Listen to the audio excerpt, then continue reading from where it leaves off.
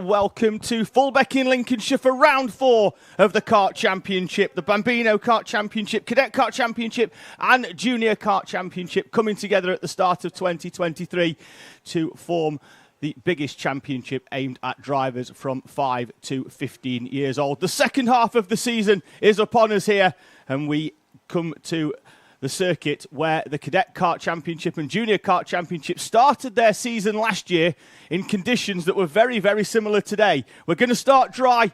The prospect of rain, though, very much on the horizon here in Lincolnshire. Yesterday's qualifying sessions and races in the afternoon, all rain affected, either with the rain coming down throughout the session or with a drying track. A few drivers in qualifying took the gamble on slicks, didn't quite work out. Wets were the way to go. The track, though, this morning, after last night's thunderstorm, has been dry. Most drivers out on slick tyres this morning, and I think we'll start with a slick race day. First race up of our 7 races on each cycle. We'll run through them all twice for heats number 2 and 3 before taking a lunch break before and then coming back for our finals. Heat number 1 and qualifying took place yesterday. We'll run through what happened in those as we run through the grids as well in a few moments' time. You can see the Honda Cadets down there, ready for heat number 2. The first race of the day here at Fulbeck upon us will be Honda Cadet, heat number 2.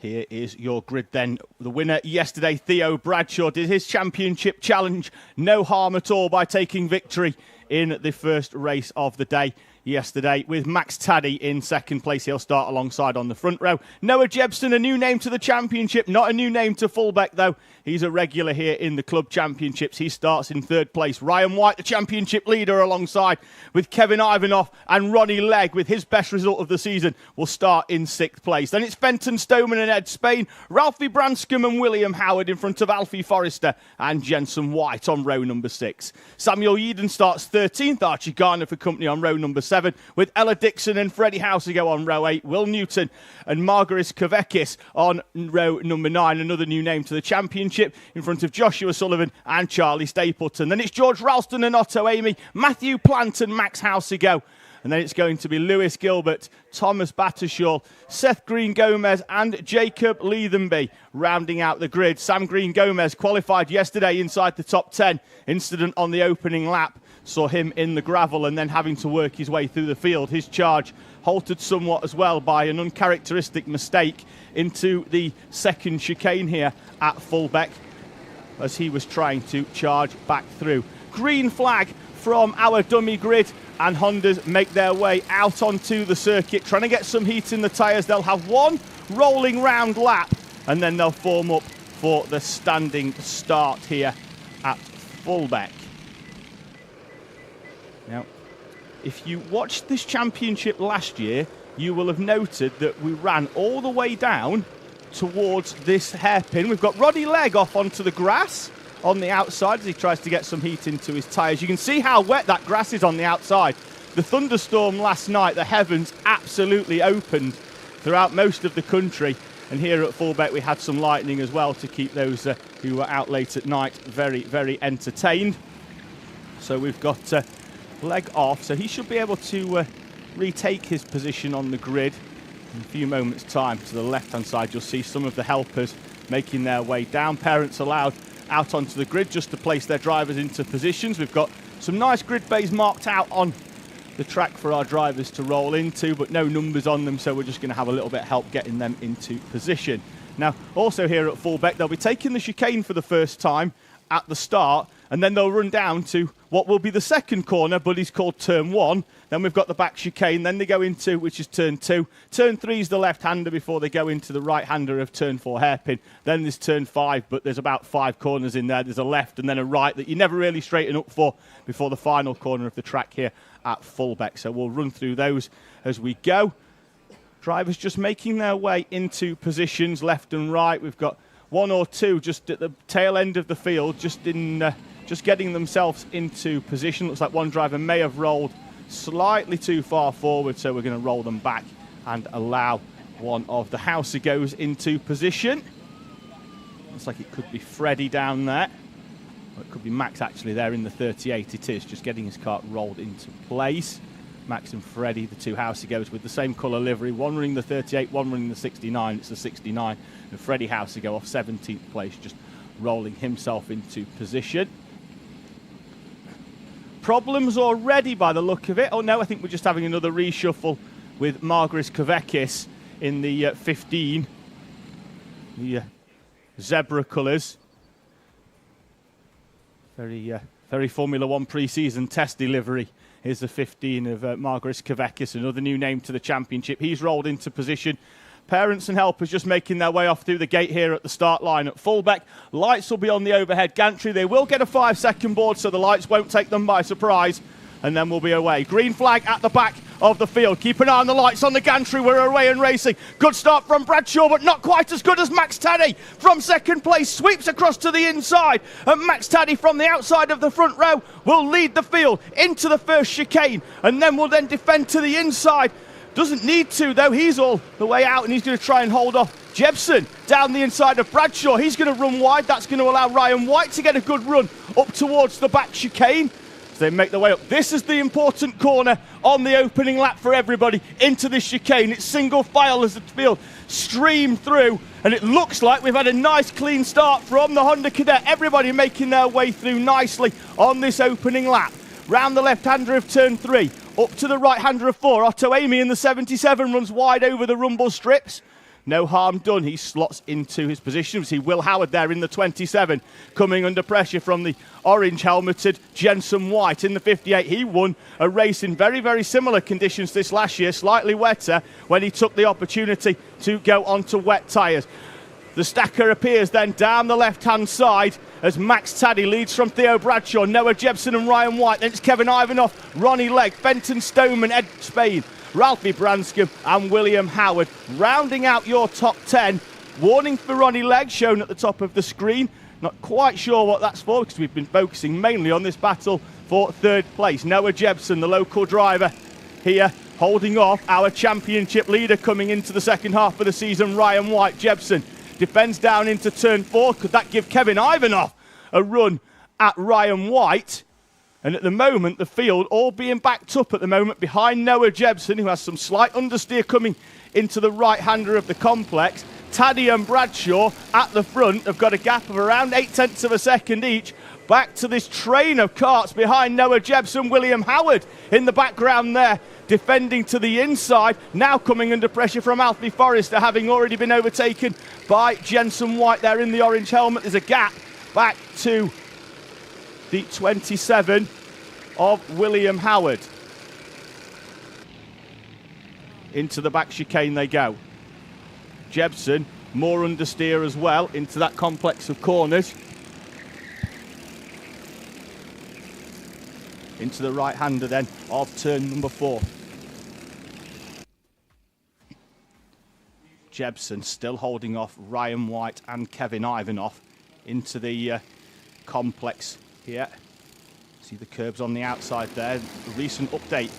Although we say recent, it's seasons roll into seasons. It's probably been 3 or 4 years now since Fulbeck updated their curbs. Down the inside of Ronnie Legg. Tries a move by Ed Spain in the white helmet. Fenton Stoneman's already found a way through in the first of the 2 zip karts in the train. And Spain is down the inside into turn number 1. Ronnie Legg, though, rides it all the way round the outside. Gets the power down earlier on Ed Spain. And Ronnie Legg holds on. We've got one of the Housey goes off at the first chicane. Looks like that could be Max Housey go as he comes through.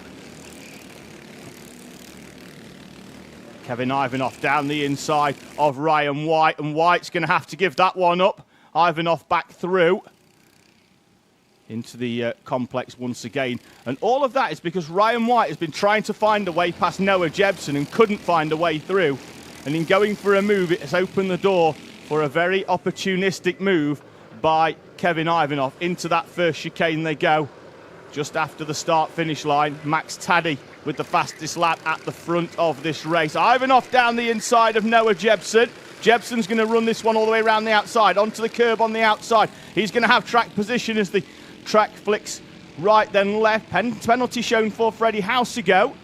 in the 69 kart. I think that could be for a chicane infringement, but not quite sure. Now, if you're used to watching racing here at Fulbeck, there's normally a 5-second applied for cutting through the chicane. That's not applied in this championship. As long as the driver does not gain an advantage by going through the chicane, they will not be penalised for it. Now, if they go through and set a lap time that's 3 seconds quicker than normal, they definitely will get penalised for it. Another penalty shown there for Will Newton. Fenton Stoneman then now still in front of Ronnie Legg, but now it's a charging Jensen White who's come through the field. He's got past Branscombe, he's got past Ed Spain, and now he's going to try and find a way past Ronnie Legg. Down the inside goes Jensen White. He's on a charge up onto the curb though. That's going to slow him down. Ralphie Branscombe's down the inside of Ed Spain. It's all change on the tail end of the top 10.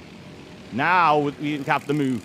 Looked like there by Jensen White, but he was having to defend off Ralphie Branscombe. Branscombe, though, with a little head tap, thinks that they've got the pace to go forward and charge past Stoneman and Ronnie Legg here. And Legg's going to be on the outside of Fenton Stoneman. Stoneman uses all of the track and Ronnie Legg's out onto the grass. It's wet out there. He's not going to get much grip. And those tyres, he's going to have to scrub the water off those in the next couple of corners. Jensen White right in the slipstream as they head down towards the chicane. Already pops out. Branscombe's coming through as well by the look of it down the inside. Legg could get hung out there, and now Branscombe gets forced wide. Leathenby with a warning at the top of the screen. That'll be shown on the overhead gantry as a reminder. And down the inside goes Ralphie Branscombe. Ed Spain trying to take advantage as well. Jensen White in the 58, the one to watch here. He is not hanging about at all. Tries to move down the inside of Fenton Stoneman for 6th place. The rest of the field still behind Noah Jebson. Ryan White back in front of Kevin Ivanoff up into 4th place. And Jensen White out of the slipstream down into the corner. He's going to be tight though. Let's see what Stoneman did, because that was the last time, and now we see Ronnie Legg in the background bouncing over the curbs, and through comes Ralphie Branscombe. This is the trouble here at Fulbeck. If you go for a move, a lot of the corners are switchbacks, so you go from a right to a left, right, left, which means if you don't get it right, somebody will cut back down the inside of you, and then you have to work extra hard. At the front, though, Jebson has closed in on Theo Bradshaw. Bradshaw had almost a second 2 laps ago, and now Theo Bradshaw is going back into the pack. For him, though, he needs to keep an eye out on Ryan White. The two at the front of this championship. White comes in with a handful of points lead from Theo Bradshaw. Still, we need to apply the 1 dropped round provision at the point in this championship. We contest 6 rounds. The top 5 go towards the championship at the end of the season. This is the battle now with Ralphie Branscombe at the head of it in front of Fenton Stoneman. Closing in, though, is the 15 of Margaris Kavekis and the 188 machine of Samuel Yeadon. We've now got a train of 7 karts as we approach the final lap of this race. Still 45 seconds to go. Bradshaw back down the inside of Noah Jebson. Bradshaw's going to run Jebson all the way wide onto the rumble strip. Kevin Ivanoff's coming down the inside. He's going to be on the outside as they come up to the back chicane. Ivanoff tries to run it round the outside. Discretion better than valour there, and he slots back in. Theo Bradshaw back up into 2nd place. Max Taddy out at the front. We've forgot all about him. Kevin Ivanoff hasn't forgot about 3rd place, though, down the inside of Jebson. Jebson then run wide by Ryan White. Jebson's going to try and hold on. White into the complex, forces Ivanoff wide. In doing so, runs wide himself, and Noah Jebson is back through into 4th place. Over his shoulder looks Theo Bradshaw, wonders where the rest of them have gone. A second or so behind, Theo Bradshaw holding onto 2nd place and starting to move away as the rest of the field begin to battle between themselves. Wide goes Kevin Ivanoff. That's the optimum line when you haven't got somebody coming down the inside of you. Ryan White tried to move and then runs wide. Jebson is on the outside now. Will Jebson try and run it all the way round? Can't. Slots back in. In the background, looks like we've still got Ralphie Branscombe in front of Jensen White, Stoneman, Legg and Spain to round out your top 10, with Margaris and Yeadon still on the back. The time in the top left corner of the screen has elapsed, which means we will be heading on to our final lap here at Fulbeck. Max Taddy, with a gap of almost 3 seconds, sees the last lap on the overhead. Yellow flag in the complex. We'll keep an eye out as to who's missing as they all come through. The field spread now for that battle in the background is massive. Looks like we could be missing a couple of drivers. Stoneman is still there. Ronnie Legg's dropped back ever so slightly. Have a look for one of the names down the left side, see if we've got anybody tumbling down the order. One of the Housey-Goes is off, that could be why. Into that complex, he wasn't in that top battle, but he did catch the back of it, although they do seem to have spread out quite a lot. Nobody's dropped down, with the exception of Ronnie Legg. He's a few seconds off the back of Ed Spain now. Max Taddy out at the front. A serene race for the driver of the 66. Making the trip down, as always, from Glasgow. Joins us here at Fulbeck and takes victory in heat number 2. Third place. And second place goes to Bradshaw. He's not quite sure why he's not had the pace to attack Max Taddy in that one. Ivanov, Jebsen and White round out your top 5. Branscombe. Then it's going to be Jensen White, Fenton Stoneman and Ed Spain.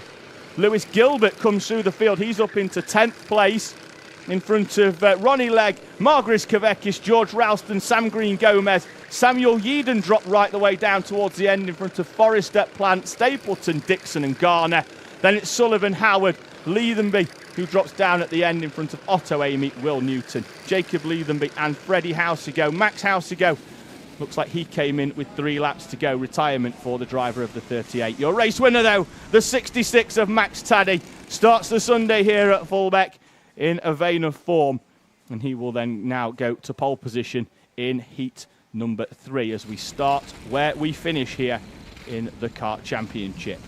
Field heading off into the pit lane here at Fulbeck. We will come back and see if we've got any post-race penalties after they've all been off into the pit lane, Parc Fermé and scrutineering. And we will swiftly move on, as it looks like most of them are already off the track, to our second race of the day. It's time for Iami Bambino.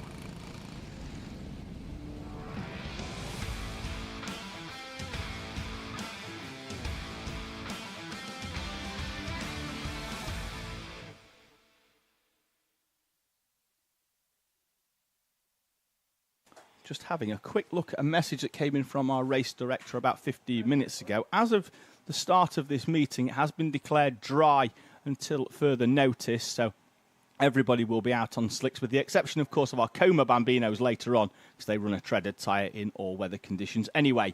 Darren Dimitrov and Chester Fawkes share the front row in Iami Bambino heat number 2 from Harris Barber and Albert Farrer, with James Roots and Chloe McGill on row number 3.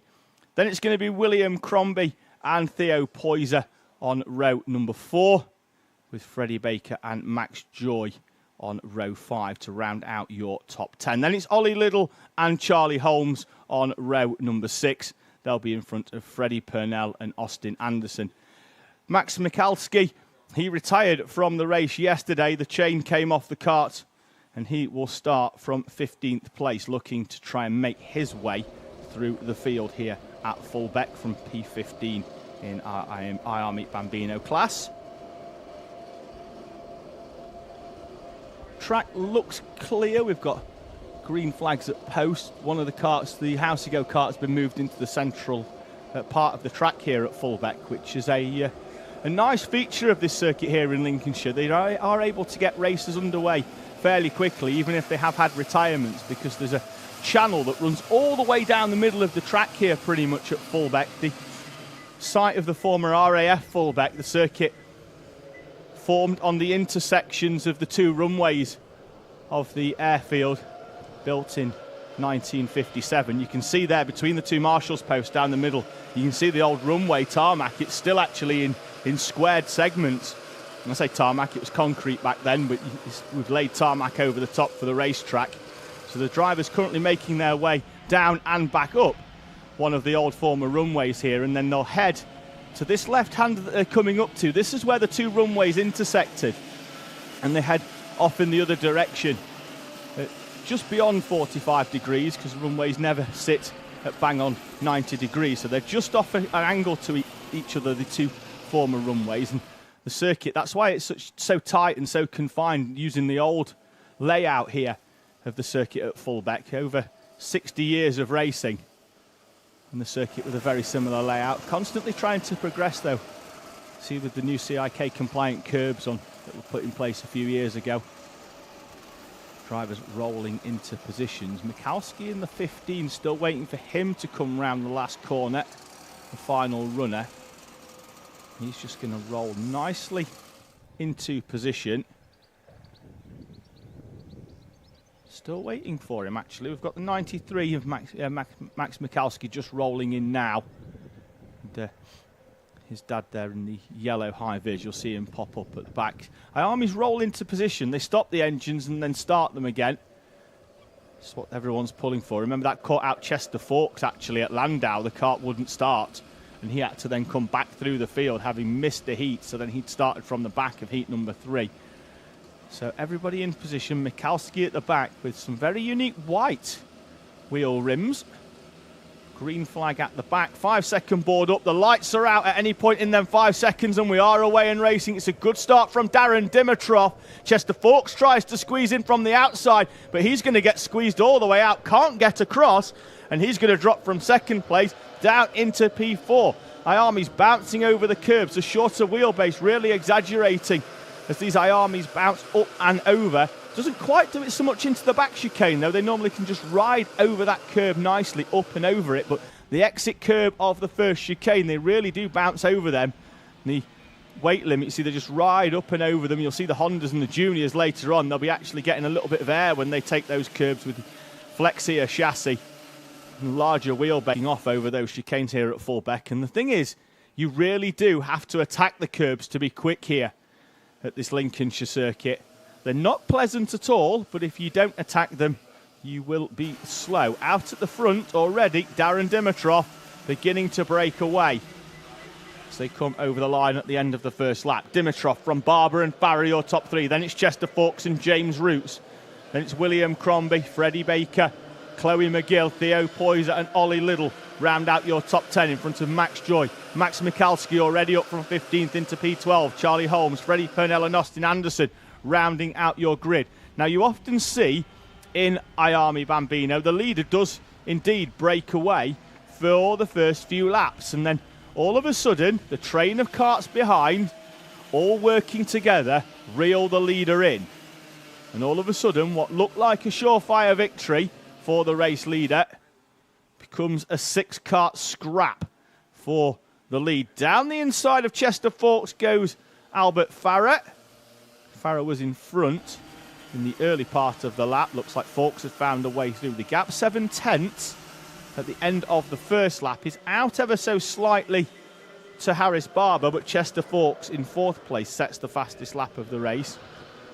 And a train of karts will always go quicker than one on its own if they stay in single file and work together, punching one hole through the air. But you can see there, just one overtake from James Roots has split the gap from the top 2, both in the Mark Baines Motorsport colours, so expect them to work together in the early phase of this race before scrapping it out later on. William Crombie down the inside of Chester Forks, and James Roots in 4th place, who comes into this round here at Fulbeck, the second half of the season, as the championship leader, will feel that he's got enough pace to come through and work for the next lap or so with Barber and Farrer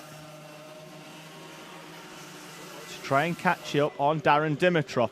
It's 0.3 of a second out of the lead. Another fastest lap this time set by James Roots, the first driver to dip into the 57s. The championship leader, sub 57 with a 56.872. Everybody else still in the low 57s. James Roots using the slipstream of the 2 in front of him to try and close in. And as predicted, Dimitrov pulled away for the first 2 laps. And now, even though it says half a second on timing, that's not half a second at the front. Harris Barber, Albert Farrer, James Roots. William Crombie too wide into turn 3. And he spins round, sorry, at turn 4 at the hairpin. The field split to miss him. He's going to rejoin. But William Crombie, from what was 5th place, he'd just been overtaken by Chester Forks. And he's going to drop down now onto the tail of the top 10. I think he got turned around just in enough time to hold on to 10th place. And that fastest lap from Chester Forks in 5th place. He's trying to close up onto the back of this 4-kart train for the lead now. I don't think he's going to be too far off at the end of this lap. He tries a wider line on Albert Farah into the back chicane. Farah had to defend to the inside. Another look over his shoulder. So now Farah coming under pressure from James Roots. This could give Harris Barber a chance, but he goes a little bit wide into turn number 4. Closes it back up, though, by getting on the power earlier as they head up to the turn 5 complex. Dimitrov at the front is a lot wider around there than Barber, and that does appear to give him a little bit more power on exit. He's able to get on a little bit earlier, and the gap opens up once again. The top 5, though, split by a second. Behind them, Freddie Baker now coming under pressure from Chloe McGill in the background in the pink helmet. She dropped down from 6th into 10th place right at the start, and is now having to work her way back through. For both of them, I think 6th will be the best they can hope for, unless something happens with this 5-driver train. And onto the rumble strips goes the 52 of Albert Farah as he finds a way past Harris Barber for 2nd place. Had to use the curb on the inside, but Farah is through. That drops Barber down into 3rd place. James Roots and Chester Fawkes, who've traded fastest laps and unable to find their way through, still in 4th and 5th respectively. William Crombie down in 10th place, did indeed manage to get turned around just in time as to not fall outside the top 10. He's just in front of Max Joy, but he's some 4.5 seconds behind Theo Poyser. So it looks like it's going to be a lonely drive to the checker for William Crombie in 10th place now with 2 minutes remaining, plus 1 lap. Drivers lapping in the 57-second mark. They're going to get round for 1 more lap, just as the time elapses, I think.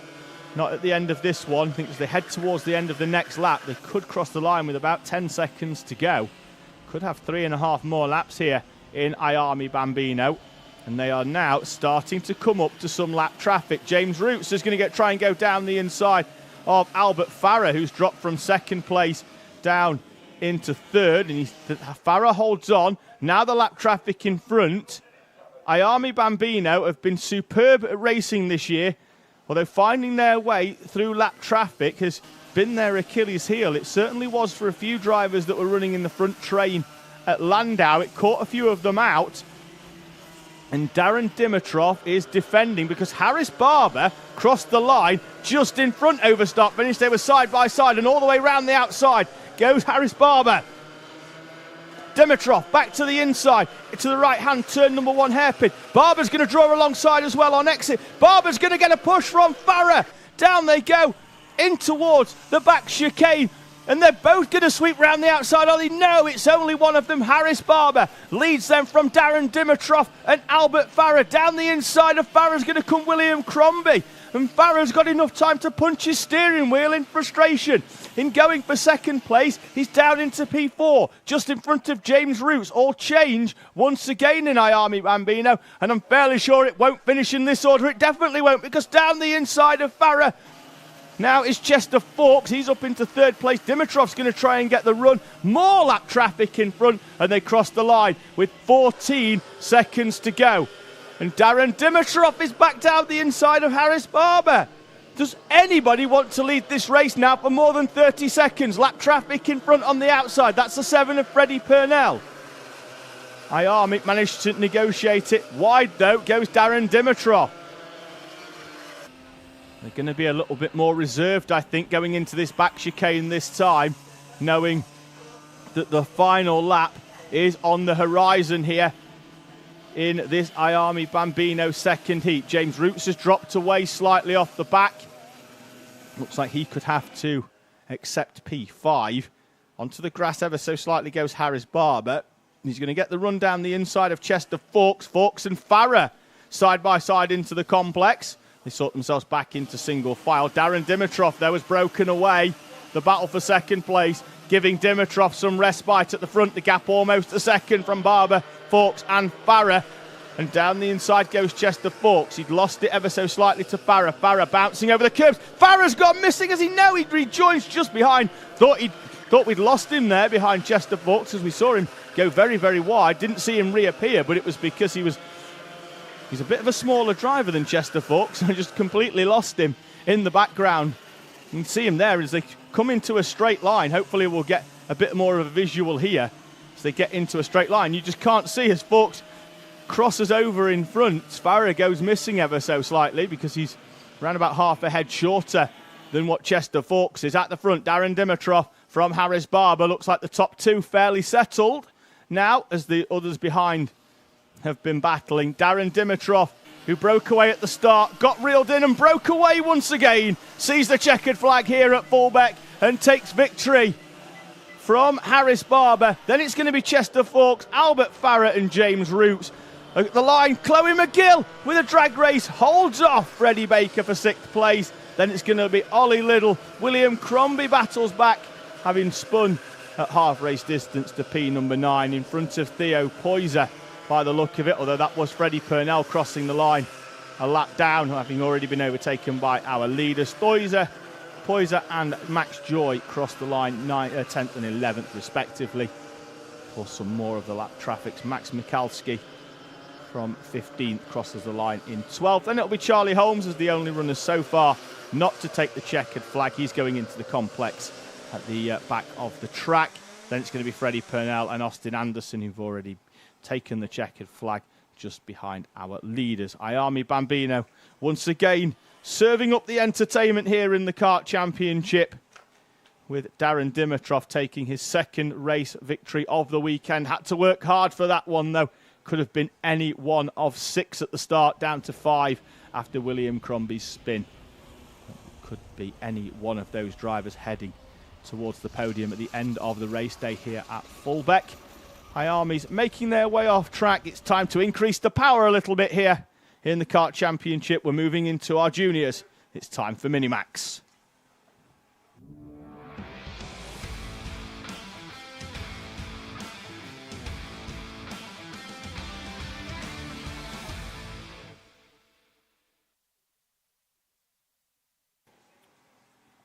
Minimax heat number 2 sees yesterday's heat winner Andrew Dixon, who went from lights to flag, on pole position with Oliver Fabricius alongside. Then it's going to be Harris Roberts and Braith Murdoch, Tom Drake and Ben Adrian on row number 3. Daniel Hartley starts on row 4 in 7th with Tyler Davis alongside. Then it's Aston Brown and Maya Simpson, Ellis Dealey and Amy Peacock on row number 6 with Alex Lynn and Bella Fairclough on row 7. Zach Kane and Leighton Kelly. Then it's Max Gray-Trex and Alfie McBain on row number 9 for our minis. The grid then completed by Charlie Eibel and Sebastian Benson. As the just wait for our minis to make their way out. Oliver Fabricius in the background there. Alongside him, Andrew Dixon. That's your front row. And Harris Roberts just behind them. Just behind Dixon there in 3rd place. Comes into this as your championship leader in the 45. The cadet kart champion in Honda Cadet last year. Making the transition up into minis. And all of these drivers, with the exception maybe of 1 or 2, will be in juniors next year, solely for the fact that the class that they're rolling out in Minimax is running what is known. Oh, and Andrew Dixon, the pole sitter, is round already, trying to get heat in his tyres. And Andrew Dixon is round, and now he's going to try and work his way back through. But as you can see, everybody weaving left to right to try and get some heat in the tyres. And Dixon now has got an enviable task of finding his way through karts that are going to be weaving in front to try and get their own heat in his tyres. And he's not going to be able to get any heat in the tyres because he's going to have to just try and find a way through. Interesting to see whether he takes the chicane or cuts straight through to try and make a few places back into his position. But we're coming round the left-hander here of Marshall Post 4, which is historically where the grid starts to get itself formed up. And at the front, the whole line is going to come forward because I can't see Andrew Dixon getting into position here. And look, he's settled in. 4th row, Andrew Dixon. And this probably won't just come to a close here because he's out of form, he's out of position at the start. So we'll see if anything comes post-race. But Harris Roberts is going to go off the front row. Into the tram lines we go then here at Fulbeck. Keep an eye out on the lights. They stay on, and we're going to have our first false start of the day, and we're going to roll round and have a second bite of the Minimax Cherry.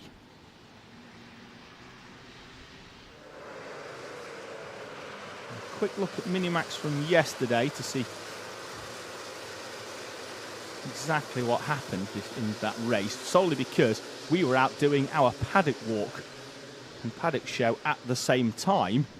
And what we did there is we had a nice little walk around our paddock here at Fulbeck. You'll be able to see that during the lunch break, which will come out after all of the heats. 14 races for the heats, 7 for the final, this being race number 3. So after all of that, we'll head towards the lunch break. You'll be able to see our paddock show from Fulbeck. We managed to walk around. We spoke to loads of drivers, loads of parents as well. Andrew Dixon now has managed to take his position at the head of the field.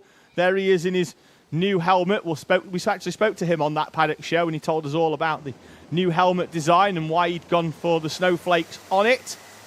He likes his winter sports. Here we are, though, in the middle of summer at Fulbeck. Lights are out and we're away and racing. And already Fabricius sweeps to the inside, into the chicane. Braith Murdoch from the second row will lead them through the chicanes. We've got one driver just going to have to stop and wait for the rest of the field to come through. And then Fabricius is back down the inside, Dixon as well. And Harris Roberts, the championship leader, slowing out of the top hairpin. Is he stopped completely, or is he just setting himself? Braith Murdoch's gone through the chicane. Ben Adrian is going slowly as well. We've got drivers off on the outside. One is Amy Peacock.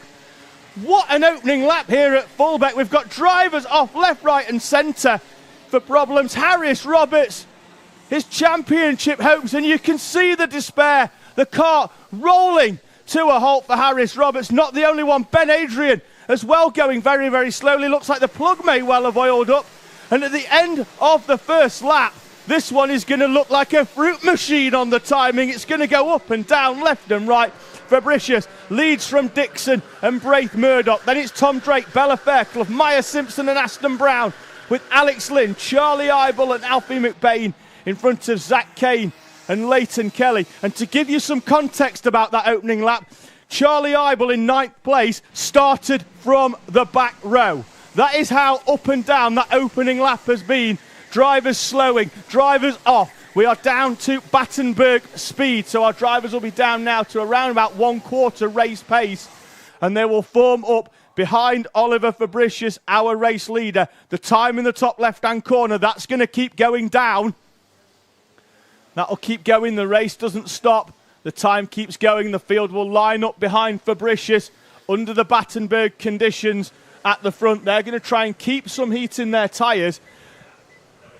So we're just going to clear the track, I think, of 1 or 2 karts that were off on that opening lap. Drivers involved. Ellis Dealey's still to cross the line, although he's showing with 1 lap, so his last lap was quite slow. We think he's just coming round in the background now to cross. So we've got 17 of the 22. Tyler Davis was one of the drivers that was off. He's rejoined but a lap down. Harris Roberts and Amy Peacock, the other 2 drivers that were out.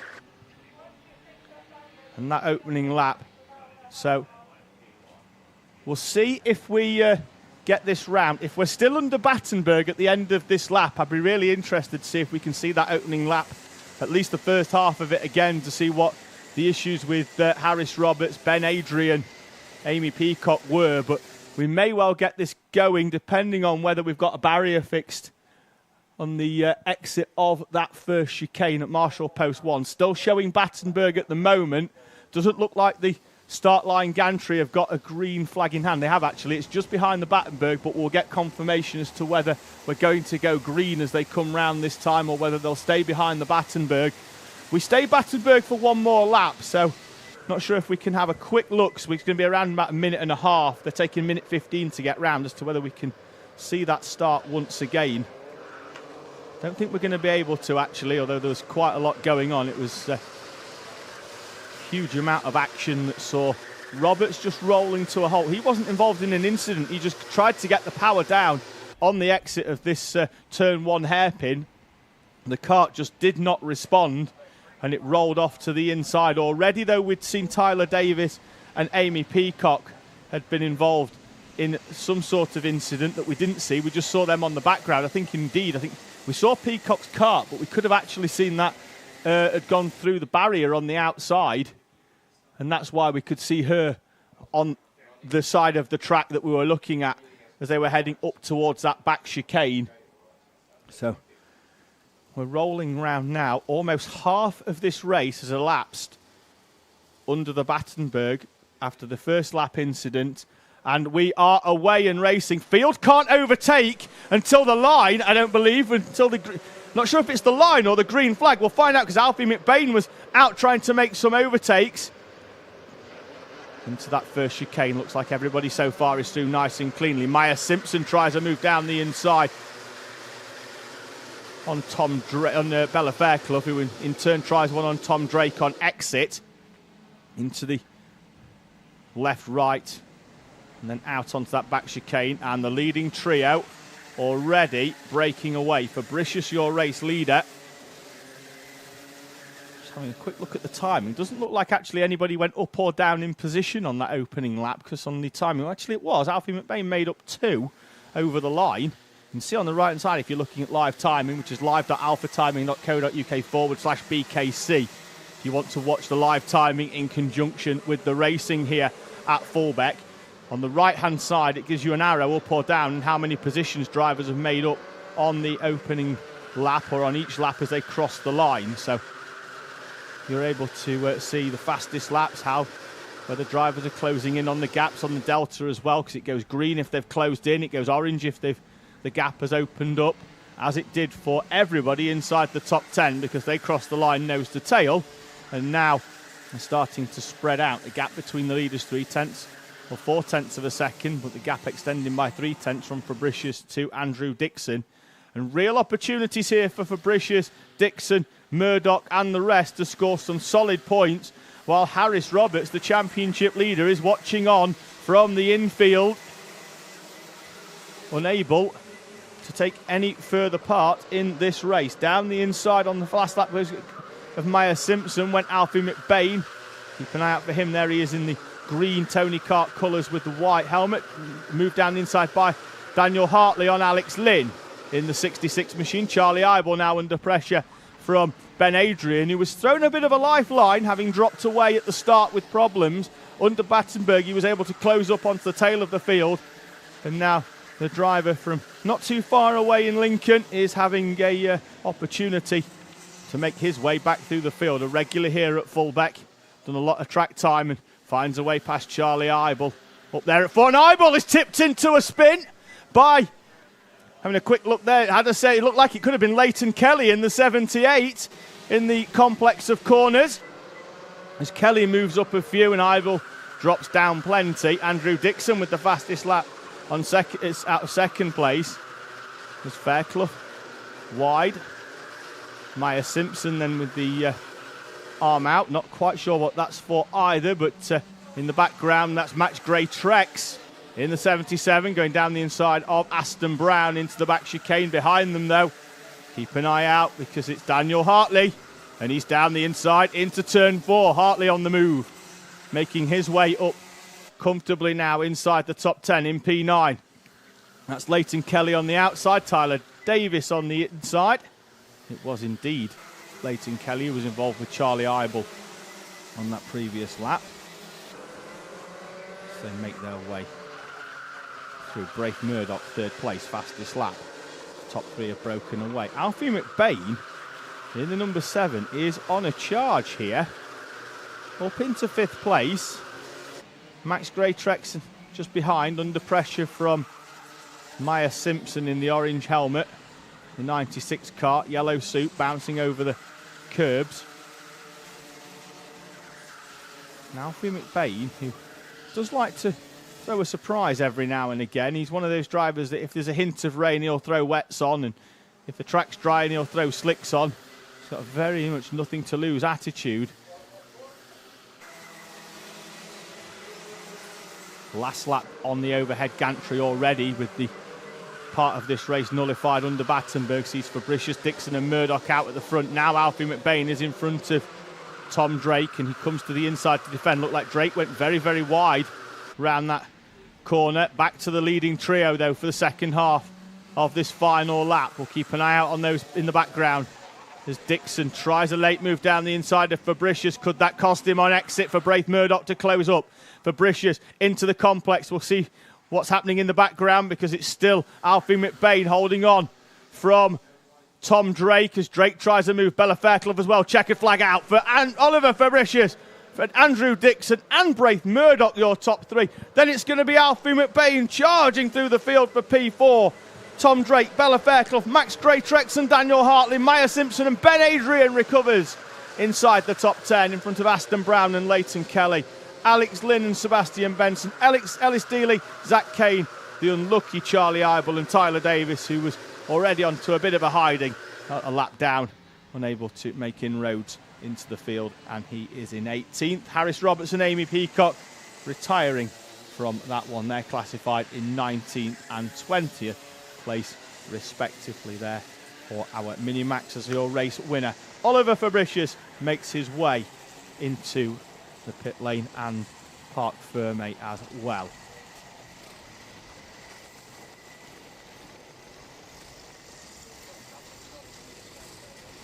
See if we've got any classified results in already, or if we're still waiting. Honda Cadet's been classified, which is already there. We've had some penalties applied in that one. Front fairings for Stapleton, for Legg, Housego and Green Gomez.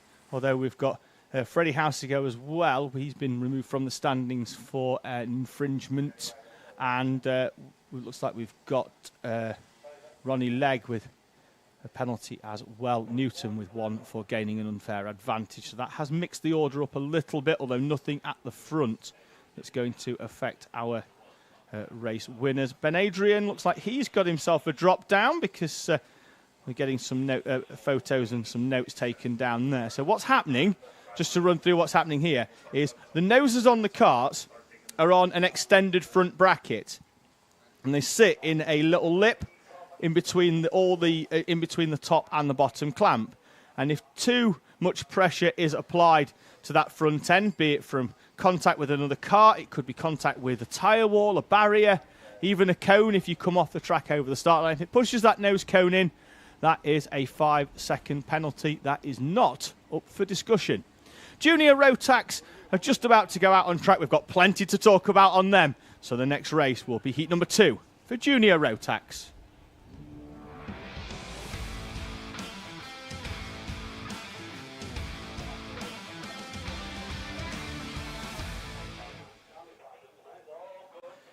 We'll run through the grid quickly, and then we'll run through what happened yesterday in Junior Rotax. Miles Roby, a new name to the championship, starts on pole position, having inherited the victory, with Jensen O'Neill going on P2. Then it's Callum Foster and Harry Hurst-Grover, Sam Stoner and Gregor Reed on row number 3. In front of Kasper Tomilewski and Emily Cooper. Jason Duckis and Ellis Garrett round out the top 10 in front of Ethan Bath and Martin Wright on row number 6. Then it's Benjamin Brock and Joshua Jarvis, Christian Stefanoff and Molly Pugh, Amalie Ackett and Travis Dolby on row 9. The 20 completed by Jacob Anslow and Ben Horner in front of Archie Dyson and Melissa Adrian. Then it's James Kell and Harrison Bishop on row number 12. Rhys Owen and Ollie Naylor, Jake Wood and Marcel Poppercull, Archie Carter and Ewan Stevenson on row 15. And then Harrison Purnell in 31st, the final runner. Now, just to give you an indication of what happened yesterday, it rained just before our juniors went out and everybody bolted the wets on. And you'll see, if you have a look at the cart on the right-hand side, front row, the rear tyre must be out further than the side pod and the rear bumper. So we put a ruler down the side, and if you can fit the ruler onto the side pod and the rear bumper, but it doesn't touch the wheel, then that is a failure of technical compliance. And we had at least 6 of them yesterday, including race winner Ollie Naylor, who will now have to charge from the field from outside the top 20. We also had issues as well for a couple of other of our drivers. Rhys Owen, he went out on the opening lap, didn't even take the flag. He had a chain snap. Unfortunately for him, that meant that he just had to watch the race from the infield as well. So we've got lots and lots of drivers in this race who are out of position. in particular as well, because with yesterday's race being wet and this race being dry, we're naturally going to have some rain masters, some that don't quite like it as well. Harry Hurst Grover qualified on pole position yesterday, finished in P4 after a little bit of contact. He did tell me after it was that he felt it was a racing incident. We've still got a bit of a field spread, have we? No, looks like the tail has managed to close up into the tram lines. Keep an eye on the lights. And at the first time of asking, we're away and racing in Junior Rotax. Big gaggle in the middle. We've got a few off onto the grass. Looks like one could be Amelie Ackitts. We've got a driver coming through the chicane there on the outside and then rejoining. Trying to keep an eye out on who that one was. Thought looked like the 12, but Ben Horner's got a very, very different sticker kit, so definitely wasn't him, and he's a little bit further down the field. Looks like it could have been Jensen O'Neill going in 5th place now. I think it is there in the 72, and he's struggling to hold on to that Kart as well. Got driver off onto the grass. We've got 2 round. Looks like one could be the 34 of Marcel Poppercull. The other's the 15 of Harrison Bishop. He was coming through from 31st place anyway, but that's not going to have helped him out at all. Harry Hurst Grover now under pressure from Emily Cooper as they cross the line at the end of the first lap. Roby from Foster. And then Sam Stoner, but he's quickly overtaken by Kasper Tomilewski. Up in from into third place. The gap back behind now sees Emily Cooper past Harry Hurst Grover into the first chicane. Gregor Reed and Jason Duckis, Ellis Garrett and Martin Wright round out your top 10 in front of Ben Horner. So not sure where Jensen O'Neill going has gone. Looks like he's had a bit of an off on the opening lap. He's down into 23rd place. He was a driver that I thought had gone through the chicane. Well, look, already got a penalty showing for the 20 of Kasper Tomilewski.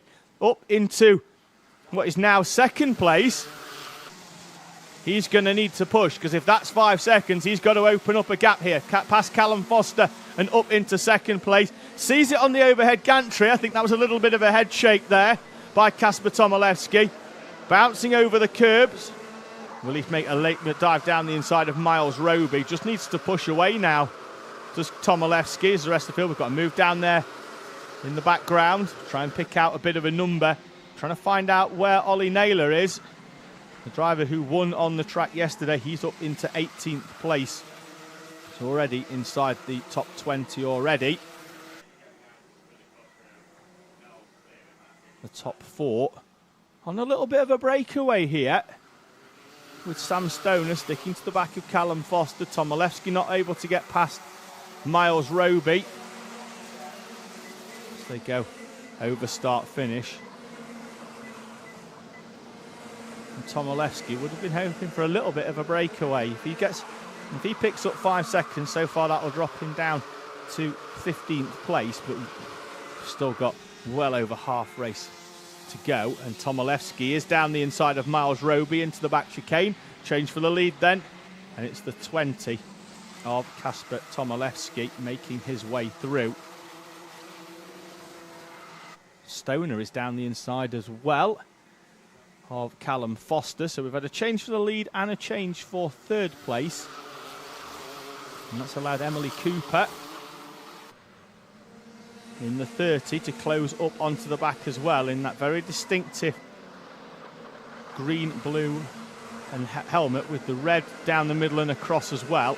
Harry Hurst Grover just behind, not quite sticking with, but this top 10 still split by only 3.5 seconds.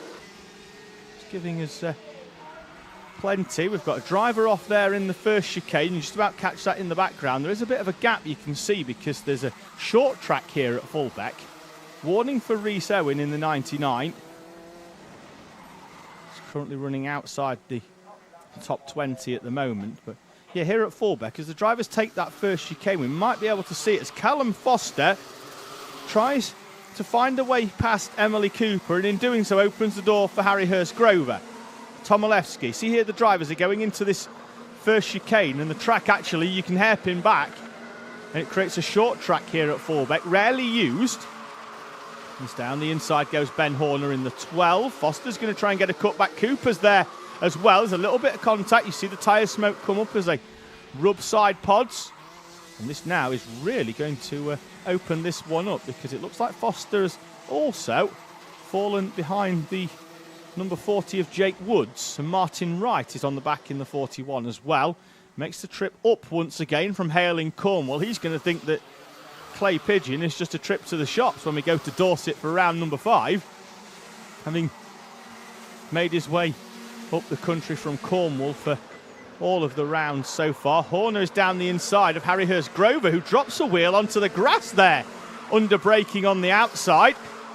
And then Horner takes a little bit of a tighter line to defend. So it's Roby at the front at the moment from Kasper Tomilewski. And it's not actually, I think it's showing Tomilewski at the front. So there he is, he's disappeared out. The timing down the left side, not quite what we're seeing on the timing at live.alphatiming.co.uk/BKC. Tomilewski leads from Roby. Then it's Stoner and Hurst Grover. Horner, Cooper, Gregor Reed, Foster, Duckis, Wright, and then Joshua Jarvis just on the outside of the top 10. Battle on screen at the moment is all the way down to 10th. 41 is Martin Wright. On the back and at the front of it, we can see Ben Horner. Is that Horner down the inside of Sam Stoner? I think it is. As the 29 of Jacob Anslow is off onto that middle part of the track. That kart's just rolled to a halt by the look of it. He climbs out. Warning for Jensen O'Neill going in 25th place. 2 minutes to go in junior Rotax heat number 2. Tomilewski at the front has a gap of 2 seconds. Penalty for Marcel Poppercull. He was the driver that was involved in the opening lap incident that also saw the 15 of Harrison Bishop off the track. So, don't know whether it's for that or a later indiscretion. Horner with another overtake down the inside of Miles Roby, and Ben Horner is up to second place. He's had a great race as Ben Horner. Roby's going to try and fight back and does so. Into the back chicane, then turns in. There's contact between the two of them. And they come together, and Sam Stoner will inherit second place. Miles Roby not at all happy with Ben Horner. They're going to rejoin, but they'll be, looks like, I think, 9th and 10th respectively. Stoner up into second place. Front of Emily Cooper now. Then it's going to be Hurst Grover, so everybody's going to move up 2. And then we're going to see Roby and Ben Horner in 9th and 10th. They do indeed cross the line now in exactly the same position. Horner's found a way past Roby because Roby was in front. Sam Stoner. Field doing 45s across the line with 55 seconds to go. So they will get round. There'll be 3 laps in this junior Rotax second heat. Kasper Tomilewski has opened up a gap at the front that could well negate a penalty as Emily Cooper tries to get down the inside of Sam Stoner. She's going to get forced out wide now by Harry Hurst Grover and Callum Foster coming through.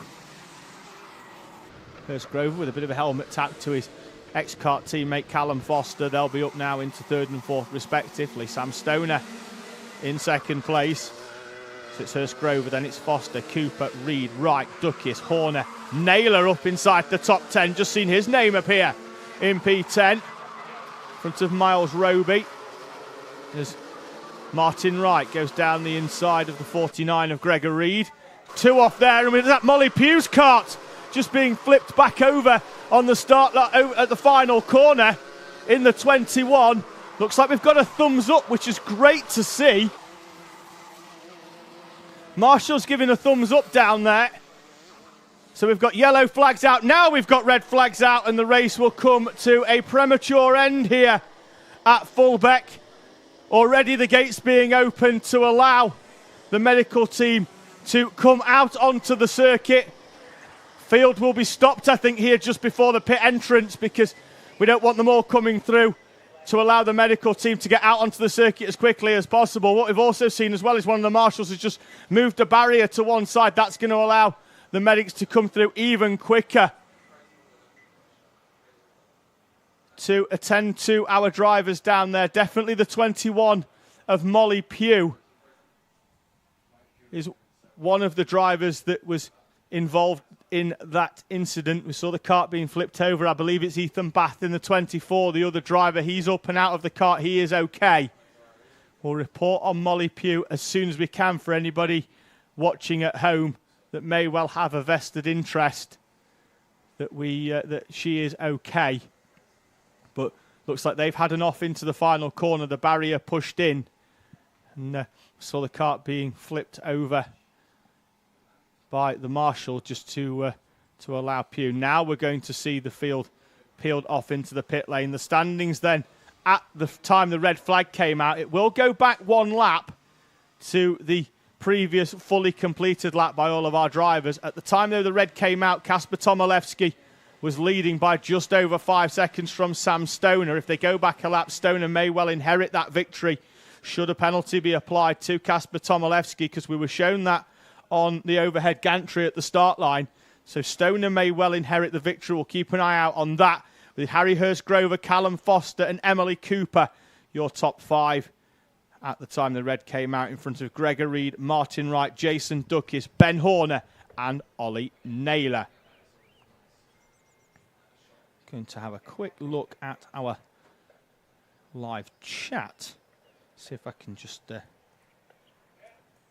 drop onto the stream as well. We've not really had a chance to dip into live chat here this morning at Fulbeck, because it's been all action from start to finish. So thank you for everybody that has joined us on the live chat. Apologies that I have neglected you all, but thank you as well.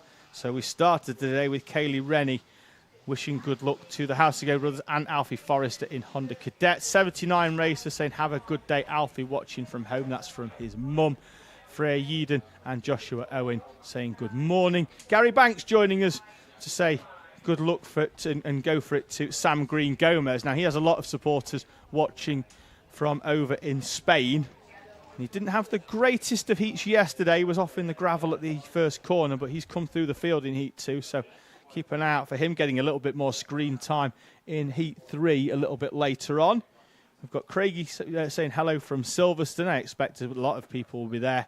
We know a few that are missing this race weekend because they are at the British Grand Prix. In the qualifying session yesterday, great to see a British driver in Lando Norris at the front. He'll go off the front row in P2 alongside with his McLaren teammate Oscar Piastri just behind in third place, behind the pole sitter and race winner for every race from now until eternity, Max Verstappen. But Sunbather joining us as well, saying good luck to all the X-Kart drivers and good luck to Callum Foster. Well, he's had a strong race in that one. Adrian Roberts wished Harris Roberts good luck. Unfortunately, that one didn't carry over for Harris Roberts because he fortunately retired from his race. We've got Harry Warby saying come on to Braith Murdoch. Well, he briefly led Minimax for a period of time before slotting back into third place for himself. And then we've got support coming for Emily Cooper and for Ellis Garrett as well from Freya Garrett, and support from Emma Hurst-Grover for her son Harry. So we'll keep dipping into the live chat throughout the day. Please thank you for getting in touch. We've currently got a bit of a situation here at Fulbeck at the moment where we've got a red flag. So we will keep you updated on that as soon as we can.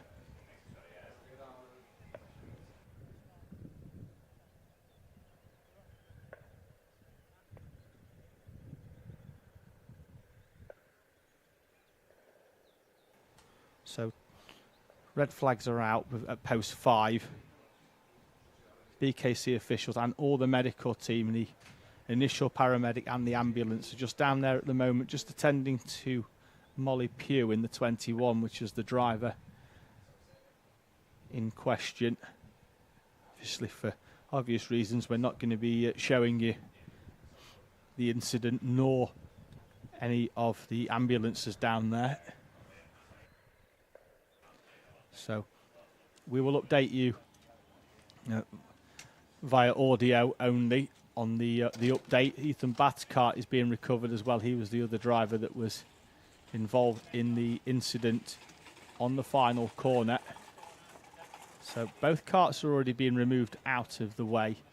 Trolleys, seeing those collected and back into the into Park Fermate.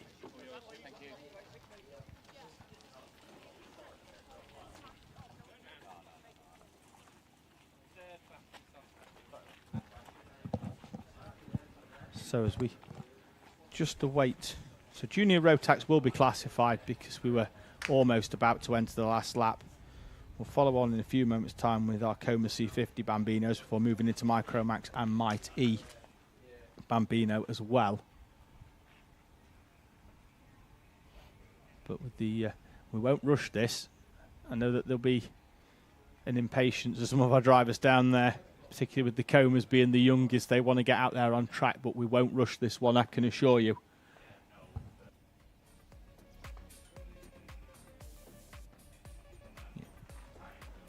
So just while we await this one, and the fact that we're not quite sure how long this one's going to be, we're just going to just come off the audio a little bit and just see how this one goes. So but first of all, thank you for everybody that's joining us here today at Fulbeck for the Kart Championship as well. Thank you for our kind sponsors that are going through the Top Corner Championship in association with the Junior Saloon Car Championship. There you see them in the top corner. Fibre King as well, and a few others. We'll see them. KKC, who sponsored the raffle last night as well, which was great. We saw drivers walking away with tyres and other bits and bobs as well. So it was over £1,000 worth of stuff at the raffle last night. So tickets were sold and given away last night. So great to see the support from KKC, Optima Motorsport in the top right-hand corner. So until this one's resolved, I'll be back in a few moments' time. We're just going to see how this one pans out. I will hopefully have an update for you when I come back.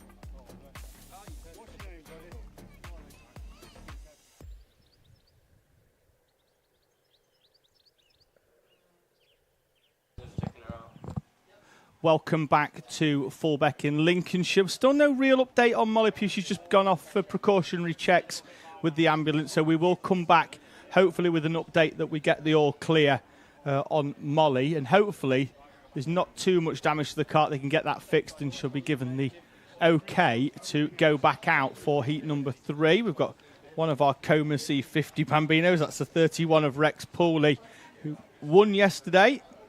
Looks like he's just getting a either a final pep talk. Although he's crouched down so far, I wouldn't be beyond that. You could well be petting a dog down there. Looked like he's having a little crouch down and a little chat. So we're just going to dip back into our live chat here at Fulbeck. So we've got Coma, and I'll come back into chat in a few moments' time. So next race up here today as Rex Pooley jumps back in his seat. Here's Coma C50 Bambino, heat number 2.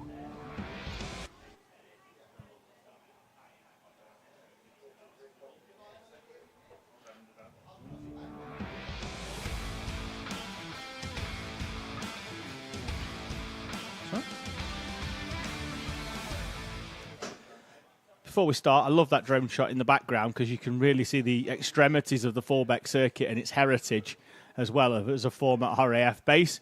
Rex Pooley then will start on pole position with Joshua Bailey, alongside. Then it's Freddie Algart and Toby Biggs with Mason Hibbert and Ronnie Kempson on row number 3. Then it's going to be Noah Wicklow and Brady Atkin with Leo Hunt and Henry Hales on row 5 in front of Eli Scher and Sebastian McCarthy on row 6. Riley Aston Wilkins starts alongside Freddie Blackshaw with Travis Giddings and Jack Daniels on row 8. Then it's Reggie Chandler and Joshua Adote on row number 9. Oscar Churches and Darcy Durnford in front of William Wainwright and Norman Fizan with Ethan Pearson and Oliver Daniels on row number 12. 24 runners in Coma C50 Bambino. Still waiting for the go-ahead.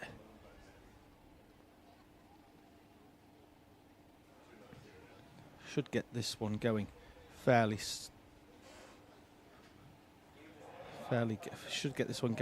quickly once we are sorted here then at Fulbeck.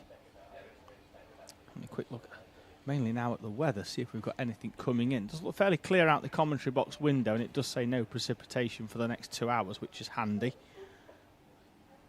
We don't quite like it when it mixes things up. It's good from a commentary perspective and good for the viewers at home, not so much for the drivers and mechanics either, who may have to make a very, very quick change in setup and tyres. They might not even have time for setup, because if it rains whilst they're down there waiting to come out onto track, then they're just going to have to bolt the tyres on and hope for the best. So still waiting for green flag. We've got them on the post. I think we're just going to get the go-ahead. There we go, as the marshals now spring into action. Not marshals, helpers spring into action to get those engines started. They will make their way down the grid as well, all of our Bambino parents. You tell that Bambinos are normally used to having helpers compared to the Honda Cadets, because everybody has brought a high visibility jacket. Looks like we've got a fairly even number of yellows and oranges, so later on I think we may well have a tug of war. We'll have yellows versus oranges, so if there's anybody in the paddock with a rather large rope, we will get them all teamed up together during the lunch break and we can see what we can do. Looks like somebody could have a problem down towards the tail end of the field in around about 15th, 16th place down there. There's a few people running over to help.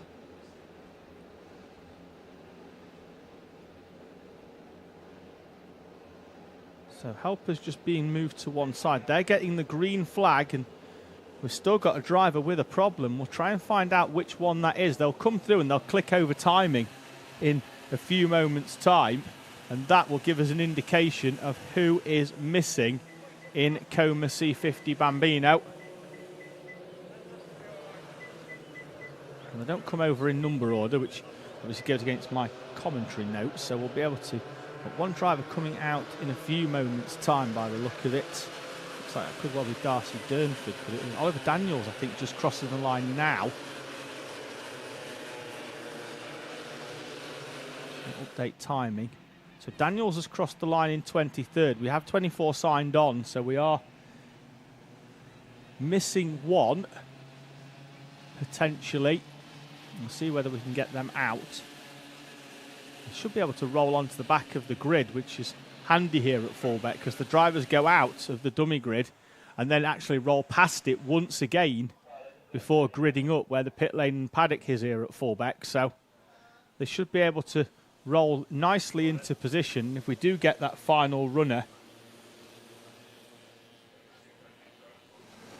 We'll keep an eye out, see whether there is a space clear on the grid, and then we should be able to figure out whereabouts and who it is that we could potentially be missing in Comas.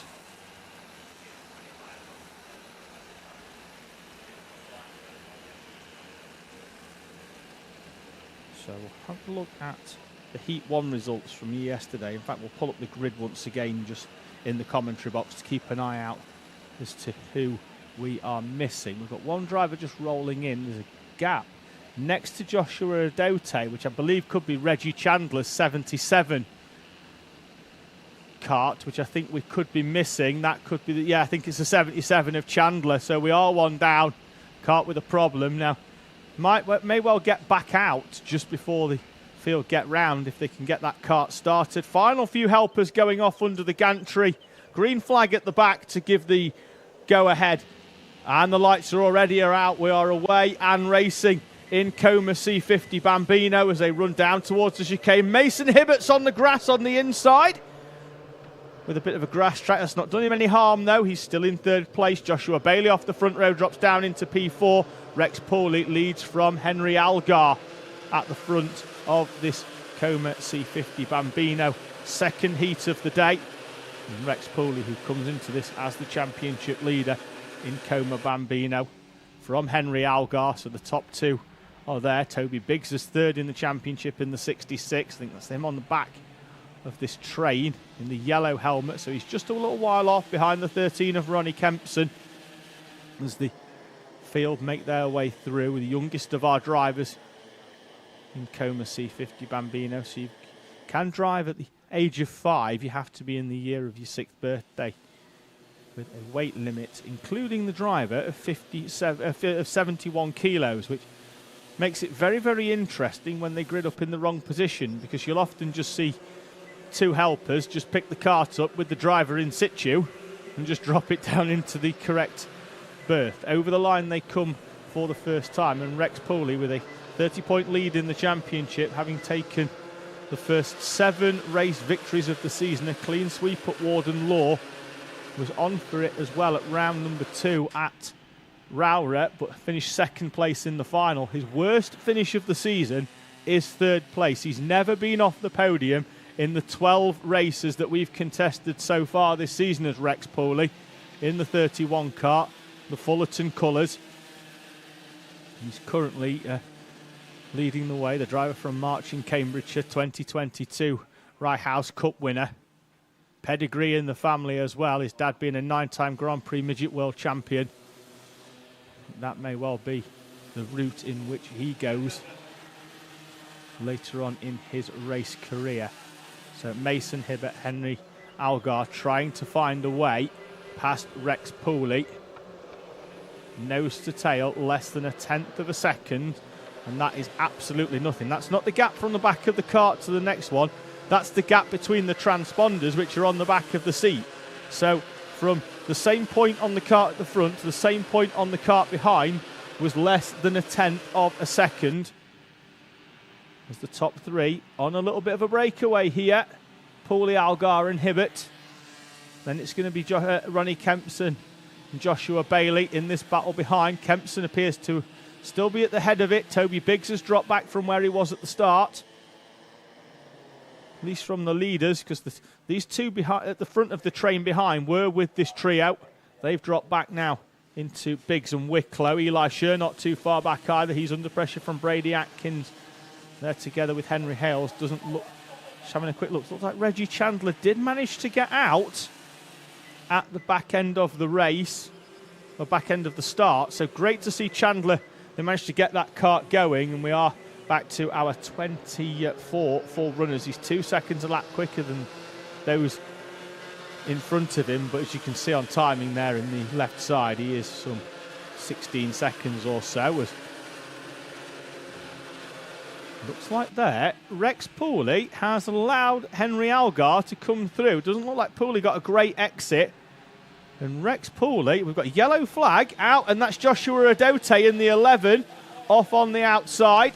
He's going to rejoin just in front of the battle for third place of Kempson, Bailey, Wicklow and Biggs. Keep an eye out in the background because that's Adote in the yellow. He's had an off, and now he's going to be swamped by the rest of the field. It does indeed look like he's pulled off into pit lane for Joshua Adote. We'll keep an eye, and he's still not come round yet. So either he's let the whole field through or he's stopped once again, actually. I can just about see him out the commentary box window just on the exit of turn 4 hairpin. Behind, though, Kempson is now under pressure. Eli Scher and Brady Atkin have reeled this battle in of Ronnie Kempson, Joshua Bailey, Noah Wicklow, Toby Biggs, and that's Eli Scher, the black helmet in the 35. Second quickest in practice this morning, Eli Scher. So certainly got some pace. He's just in front of Henry Hales in the 57. There's a massive train of carts. No yellow flag out. Adote's cart has been recovered. We'll see whether he comes round or whether he's gone back in the pit lane. But the second time in a few corners that Joshua Adote has rolled to a halt. Henry Algar continues to lead then at the moment from Rex Pooley at the front of this race. Algar was the driver that took the victory in the final that Rex Pooley didn't win. And the only other driver to take a victory this season is Toby Biggs in the 66, who's currently in 7th place. Now up into 6th as Noah Wicklow drops down a place at the end of that lap. And the two at the front now are breaking away from the E-plate of Mason Hibbert. Battle going on in the background. Doesn't look like Brady Atkins overly thrilled with Eli Scher's defensive tactics, but Scher did leave him a gap to the inside, so he's going to have to try and work hard now, is Brady Atkin, to find a way through. There's Mason Hibbert in the E-plate dropping away. Warning for Eli Scher, so maybe Brady Atkins' protests were justified. 2 to go then as they make their way round. Drivers lapping in the 1 minute ones. So still plenty to go in this one, but in terms of time, but maybe not laps. As Noah Wicklow gets a good run on Toby Biggs in the complex, and he's through by the time they get towards that final corner. Leaders are through. Mason Hibbert unable now to stay with Henry Algar and Rex Pooley, as Pooley had to hand the lead over earlier on, waved Henry Algar through. Now Joshua Bailey all over the back of Ronnie Kempson. Great battle going on behind. That's Freddie Blackshaw on the back with looks like Sebastian McCarthy. Jack Daniels is in there as well. They're not too far off. Henry Hales has fallen away a little bit off the back of Brady Atkin into that battle, but they could well be coming back into this one. The little train of 5 in front that used to be 6 before Hales dropped away. Eli Scher is off. He was in that train of 6 as well. So the 35 of Eli Scher from 8th place will drop all the way down the order unless he can get that kart restarted. Got a green flag out at the post after it, so that's going to give them a go-ahead. Down the inside of Joshua Bailey goes a charging Noah Wicklow. That's 2 in 2 for Wicklow, and now Ronnie Kempson, who had to defend off from Bailey before, will have to defend off from Bailey again because he's back through down the inside of Noah Wicklow once again. This train coming back together. We could have 10 karts by the end of this one. Leaders coming through. Now they've got some lap traffic in front, may well catch before the end of this race. And it's still Henry Algar under pressure from Rex Pooley, although Pooley on a bit of a push job so far in this race. Since he dropped behind Henry Algar, they've moved away from Mason Hibbert. So Algar may be the quicker of the two in terms of outright pace. Pooley able to stick with using that slipstream as the time elapses on the overhead gantry, and the last lap is shown as they come over start finish. Last lap for Coma C50 Bambino. Henry Algar and Rex Pooley the top two. Lap traffic in front of the 77 of Reggie Chandler, although has shown good pace since he rejoined the circuit after being unable to take the rolling up lap and tagged on at the end of the first lap. So not a lap down so far, but is under pressure now with the leaders coming through. They'll be shown a blue flag at the Marshall post for 4. Through come the two leaders down the inside, tighter than they'd have liked, which is going to scrub a little bit of speed off. Henry Algar from Rex Pooley, the 5, leading the 31 into the complex for what will be the final time here at Fulbeck. And Pooley's going to get down the inside. Rex Michael Pooley with a superb overtake. Algar slides wide. Pooley with a calculated move. Waits till the final corner. And Rex Pooley wins again in Coma C50 Bambino from Henry Algar and Mason Hibbert. Your top 3. The field still battling out in the background. Kempson still holding off. And it's Noah Wicklow. Wicklow's on the grass. Side by side. Wicklow just from Kempson, just from Wicklow. Then it's Bailey, Biggs, Atkin, Hales and McCarthy in front of Jack Daniels and Freddie Blackshaw, 11th and 12th respectively. Ethan Pearson will cross the line for P13, leading another train of karts home. In 13th from Riley Aston Wilkins, Leo Hunt, Norman Fizan and Travis Giddings. All nose to tail. Oscar Church is crossing the line just in front of William Wainwright. Darcy Durnford, Oliver Daniels and Reggie Chandler will round out your remaining runners in Coma C50 Bambino. Eli Scher and Joshua Adote not taking the checkered flag. They will start heat number 3 from the tail end of the field. 2 more races of the cycle to go with Micromax and Mighty. Then we'll go back through all of our heats once again for Honda Cadet, and then they'll run all the way back through to Mighty Bambino. Then we'll have our lunch break as our Comas come into pit lane. You can see some of them being directed in to the Weybridge area. That's Sebastian McCarthy, who finished in 10th place. So not just the leaders and those at the front being called into the scrutineering and Weybridge. They brought in the top 3 will almost certainly be looked at. Then it'll be the rest of the field, the 1 or 2 randoms brought in as well. So we'll just dip back into the live chat comments. We've got good luck to Leo Hunt from Lucy. That's his mum. So he's just had a P15 and was in a great battle for 13th with Pearson, Aston, Wilkins, Fizzen and Giddings. So great for Leo Hunt. Good luck as well to Noah Wicklow coming in from Freddie Richards Racing. And we've got Ron Rye saying good luck to the Houseico brothers. That's from Ayrton Rye. So it looks like Ayrton has stole. I think that could be Dad's YouTube account, saying good luck to all our juniors from RS72. Michael Burke as well saying hello from Australia. It's 8:15 over there, so about 8:30 now because that came in around about 15 minutes ago. And good luck to Joshua Adote from Norwich and all of the Adote crew in Australia. Micromax rolling out onto grid, so it's time for heat number 2 in Micromax.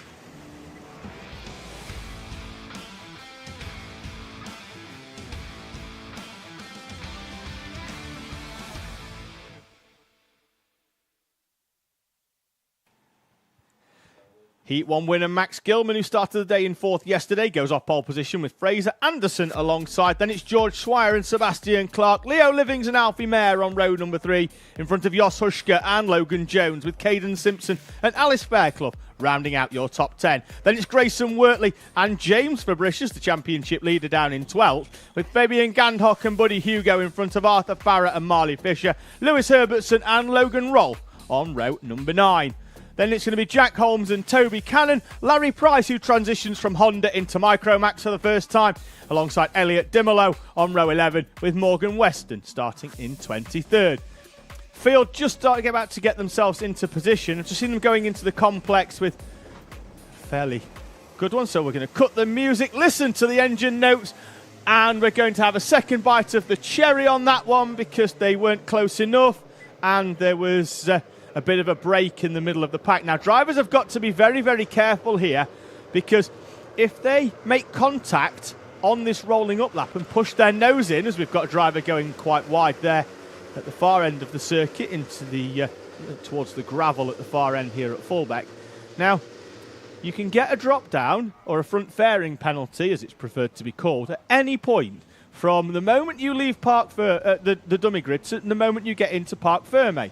So if you run into the back of somebody, for example, coming into the pit lane and it pops in, that's not a defence. So you have to be really, really careful, particularly on these laps where we've got a rolling up lap and then we have another attempt at it, that you don't add 5 seconds to your race time before we've even got going. Pace is nice and slow, the field all together. Now they have to stay in them tram lines that we're going to see in a few moments. You can see them, they start about now into the tram lines. They've got to stay in them till the lights go out, and it's a second false start in Micromax. Now, we know regarding false starts from what we saw at Landau, if it's deemed that it's the front row that's causing the problem, then we may well see those two off the front row moved to the back of the pack. We saw it in Junior Max at Landau with Ollie Naylor and Kasper Tomilewski, the front two being moved to the tail end of the field and then having to charge through. We don't want to see that here with Micromax. They are a lot younger, of course, drivers from their 8th birthday into the year of their 12th, so not as experienced as the juniors, but this won't be the first rolling up lap that they've done. The field now nicely into 2 tram lines. Looks like we might have a bit of a switch around further back, with drivers just getting themselves onto the right side of the track. Now there's a cone and a camera here at Fulbeck. The cone you might be able to see just as we come to the camera position as it pans round from here. That's the acceleration cone. There's also a big yellow line on the track. Keep an eye on the lights. They're out and we are away and racing at the 3rd time of asking. And Gilman will hold them off. The field on the inside managing to get the prime berth into the corner, because Anderson, who's on the outside in 2nd place, is going to come out of the complex. So we've got 3 or 4 round in the background on the outside of the chicane. Drivers all perched together. We'll try and find out who they are. We'll see them on timing. They'll either drop down, but we had 3 drivers all facing the wrong way. That's Fabricius. The championship leader is perched on a curb with no drive. The rear wheels off the floor. And James Fabricius, the championship leader, will be in last place when they cross the line at the end of the first lap. Gilman leading from George Swire. Leo Livings, Fraser Anderson in 3rd and 4th respectively. Huschke in P5. Here we go then, they'll cross the line for the first time. We'll give you the classified order. It's Gilman from Swire, then Livings, Anderson and Huschke. Mayer, Wortley, Clark, Simpson, then Alice Fairclough. Round out your top 10 in front of Fabian Ganhock and Logan Jones.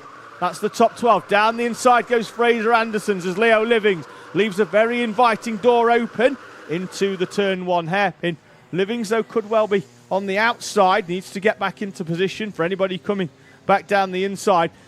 Max Gilman in the 69 kart at the front has contested 1 round of the Cadet Kart Championship so far this year at Rowrah. He won all 3 heats and the final. Yesterday, he won heat number 1. He's got a 100% record so far in races he's contested in this championship. And at the moment, he's got a decent gap to George Swire. 6/10 the first time they crossed the line, out by another 6/10 to a fraction under 1.3 as they crossed the line at the end of lap number 2. Then it's Anderson and Livings with under pressure now from Alfie Mayer down the inside. Goes the 15. That could allow Grayson Wortley a run as well on Leo Livings. He's going to be on the outside. He slots back in. Josh Huschke's been shuffled back from 5th down into 7th place there in the white helmet, blue suit, Sam Pollitt Racing colours, although running this weekend as a privateer. Down the inside of Fraser Anderson goes Alfie Mayer. The 15's on a bit of a charge at the moment. Looks like Sebastian Clark on the back of this one is looking interested in Josh Huschke's 7th place. As they come over the line, expect to see Alfie Mayer swap round with Leo Livings and Fraser Anderson, 2 places in 1 lap. Out at the front though, Max Gilman with a charge on here. Another fastest lap in clean air at the front. He's not having to worry about overtakes or defences. Grayson Wortley with a good move down the inside on his KMS teammate Fraser Anderson. And then Anderson is very, very wide. That's going to allow Leo Livings to get a run into the left-hander of turn 3, and he's through. Josh Hushka looking a bit interested as well. Anderson back down the inside. Leo Livings will get the chop back. They'll run side by side up towards the complex. Anderson's going to be on the inside. Livings is going to have to give that one up, but should be able to get on the power a little bit easier and earlier. Will he get the run up towards the first corner? Looks like Anderson has managed to ride that one out. Alfie Mayer with the fastest lap. Quickly eclipses Max Gilman's time, which he set once again at the front. A tenth or so quicker for Alfie Mayer. The gap though out by lead Gilman another 6/10 quicker than George Swire. Keep an eye out on this battle for second place. That's Alice Fairclough down the inside of Caden Simpson in a new helmet for him this weekend. Battle for second place. Here we are then. Sees a charging Alfie Mayer right on the back of the 82 of George Swire. It almost seems like it could only be a matter of time. Such has been the pace of Alfie Mayer in finding a way through so far. We'll see how it goes onto the start-finish straight. Mayer will need to line this one up. He's right in the slipstream of George Swire. Over start-finish. Will he pop out? Don't think he will. I get the feeling that Alfie Mayer likes hairpin number 1 up the far end of the circuit here. Gilman with the fastest lap. Alfie Mayer down the inside. You know when I said I had that feeling? Justified. Alfie Mayer down the inside and up into second place. The gap though to Gilman almost 3 seconds for Alfie Mayer to close in. He's going to need around about 0.8 of a second per lap to close in Max Gilman. There's Gilman in the distance, just disappearing over the horizon at the front of this Micromax race. So, just trying to figure out who it was on that opening lap. Fabricius is some 15 seconds behind the rest of the field, having been perched on that curb for most of that opening lap. Anderson to the inside.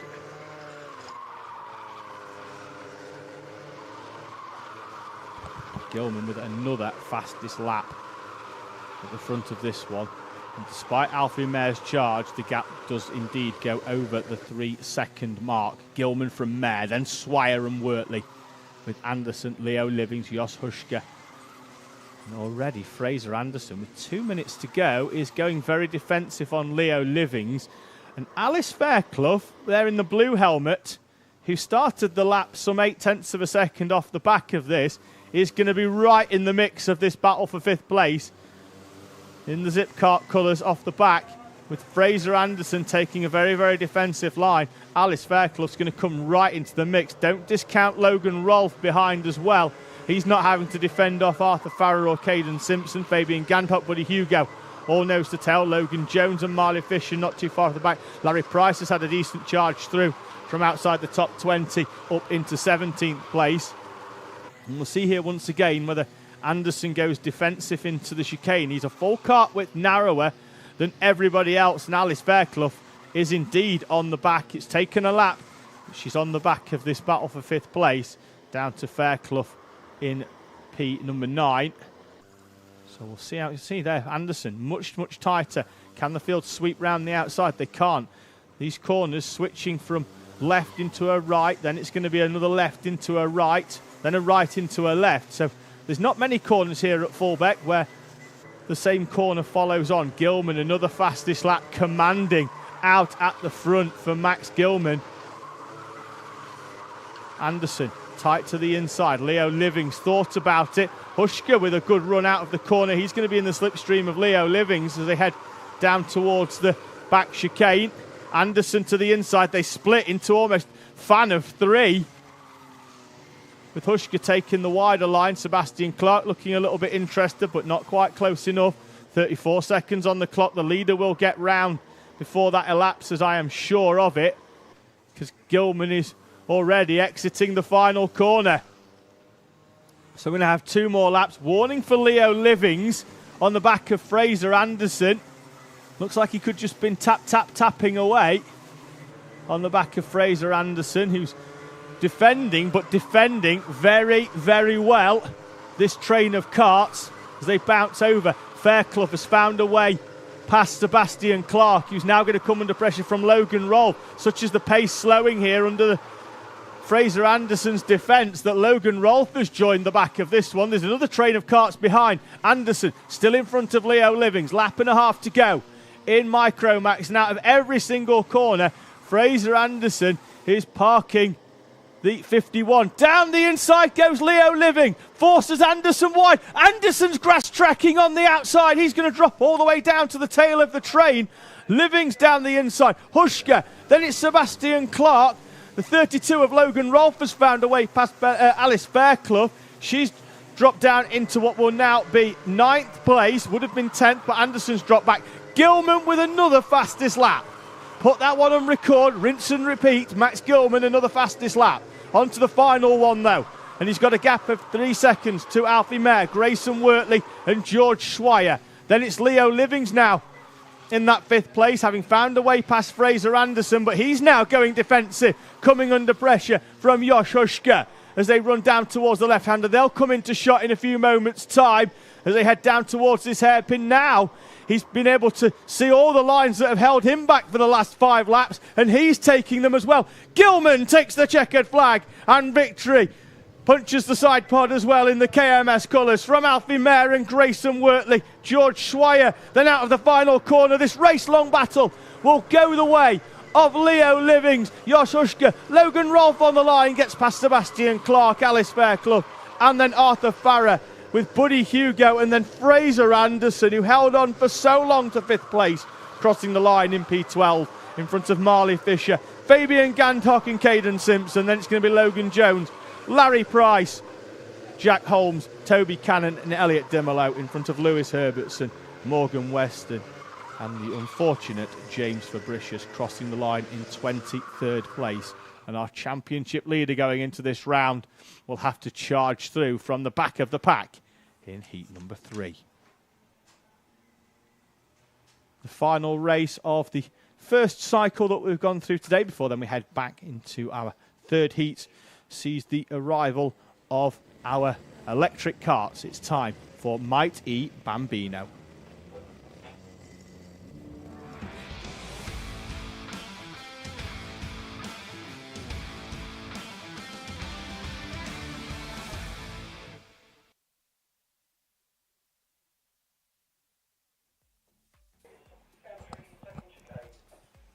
So on the front row then, yesterday's race winner seems to be signed on as Ansel 96, but it's actually Ansel Murray. He was going to be alongside Ralph Martin. Then it's going to be Alfie Garrett and Daniel Stangerine with Jensen James Williams and Oakley Riggs on row number 3. Then it's Hardley, Bradbury, Stretton and Ethan Lloyd. The top 10 completed by Heath Smith and Elijah Sang, with Junior Wright and Ava Garrett on row number 6.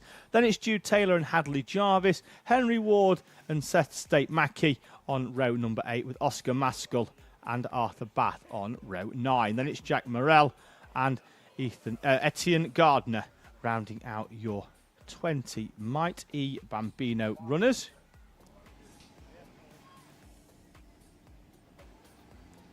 Ansel Murray there on the left, running the one plate as the champion last year, alongside Ralph Martin. Mighty Bambino has been very, very close at the front of this class. If we have a look at the championship, Ansel Murray leads at the moment, but hasn't finished outside of the top 3. Alfie Garrett is second. He's only finished outside the top 3 times, and when he's finished outside the top 3, he's finished inside the top 5 in all of the races, a 4th and a 5th in the races at Rowrah. Then we have a look at Ralph Martin, not outside the top 4 all season. He took his 2 first race victories. We've got Elijah Sang having a little spin at Landau in heats number 1 and 2, end of the day on the podium.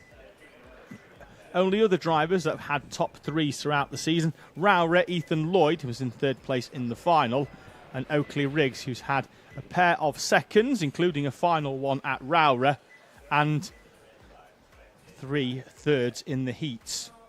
One at every race so far this season at Warden Law, Rowra and Landau in the heats at that championship as well.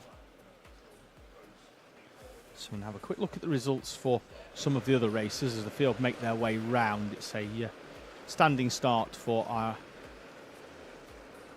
Mighty Bambino, so no penalties applied for anything in Iami Bambino. Minimax will likely have 1 or 2 front fairing penalties. There is one for Amy Peacock, although I think that was yesterday, so I'm going to have a quick look at Heat 2 actually, because it would be handy if I was looking at the right information.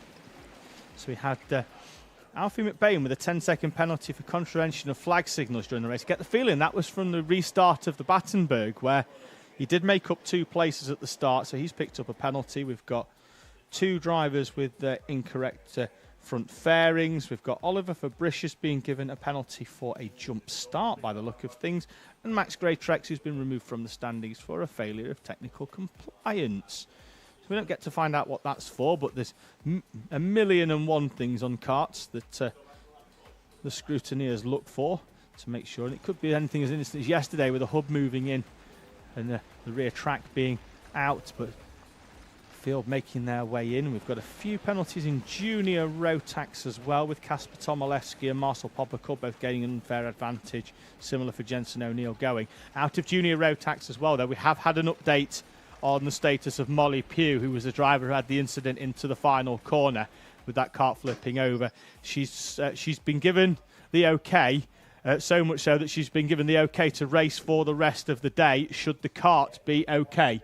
So Molly Pugh should be back out with us later on in junior Rotax, which is wonderful to hear, and I am unbelievably pleased to report that to everybody watching at home, that Molly Pugh is okay.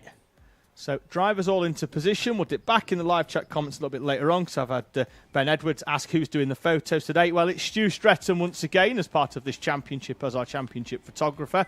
So he's out there doing. We'll try and get a picture of him later on. There is in the background, actually, at the start of this Mighty Bambino race. We're away and heading down towards the first corner. Ralph Martin closes the door on the 42 of Alfie Garrett. At the front, though, Ansel Murray is... That appears to be some sunshine here at Fulbeck. We weren't expecting that today. Starting to increase the temperature here. It was baking on Friday and Saturday for practice and the qualifying until the rain came down in the for qualifying just after practice. It was very, very warm in the morning. Leaving the house, we're not too far away here from Fulbeck. We're already in the 20s by the time we'd got to 7:30. Leaders making their way up into the complex then for the first time. Ansel Murray leading the way at the front. Looked like he had a bit of a comfortable gap into the complex. That seems to have been closed up ever so slightly by those behind. We'll still cross the line with a gap of around about 0.8 of a second at a guess, although it is actually closer. They've closed up a lot more around that final corner than what Murray went into the complex with as they bounce up and over the curbs. These Bambino chassis, the same chassis that we've seen the Comas and the Iamis on, except what you will notice, the distinct lack of engine noise out there. These these Mighty Bambinos, if you stick around for the paddock show, because we've popped into the Mighty awning where probably 80% of the grid are all nicely together. Looks like we had a problem for a kart there in the background going through the back chicane, and Elijah Sang stops on the outside. The marshal trying to get that kart going again, just pressing the on-off button on the top of the battery, but Elijah Sang rolls to a halt on the run up towards turn 1. And he'll take no further part in a retirement for heat number 2 from Elijah Sang, and he's going to have to start heat number 3 from the back of the grid. Leaders up into the first chicane. And we'll keep an eye out for that paddock show, because we popped in and we had a bit of a run through on these Mighty Bambino karts. The way the battery works and where the throttle cable comes is completely different to a normally aspirated kart, where the throttle cable normally goes all the way around the back of the seat. In the Mighties, it goes down and almost underneath the seat to one side. We've got a change for the lead there. Alfie Garrett down the inside of Ansel Murray into the left-hander at turn 3. In the background, Ethan Lloyd, one of only four drivers to get on the podium so far this season, is lurking not too far back. But the trio at the front are breaking away. Murray had the lead at the end of the previous lap. Garrett will have it as they cross the line, but I get the feeling that Ansel Murray is going to send it down the inside, and through he goes. You can never really tell when you get a full side by side with a straight on camera. You can never really tell which one is far enough in front. But Ansel Murray back to the head of the field here from Alfie Garrett, and then Ralph Martin in third place, and back through into the back chicane comes Alfie Garrett down the inside of Ralph Martin. See whether, down the inside, sorry, of Alfie Garrett. See whether Ralph Martin can find a way through. And see whether he can have a go at leading this one that's currently been Alfie Garrett and Ansel Murray chop and change throughout the early phase of this race. Half race distance in terms of time, with 4 minutes, as it looks like they met some lap traffic that just had a bit of a spin there. That could be Jack Morrell, who'd had a bit of a spin at the final corner. He crossed the line 8 seconds slower than what his personal best was. So yeah, looks like he'd had a bit of an excursion off and just managed to move that car off enough line to allow the leaders to come through. But they have spread a little bit more than what they did on the previous lap. Expect them to migrate back together, because now they are starting to catch up with some lap traffic. And here at Fulbeck,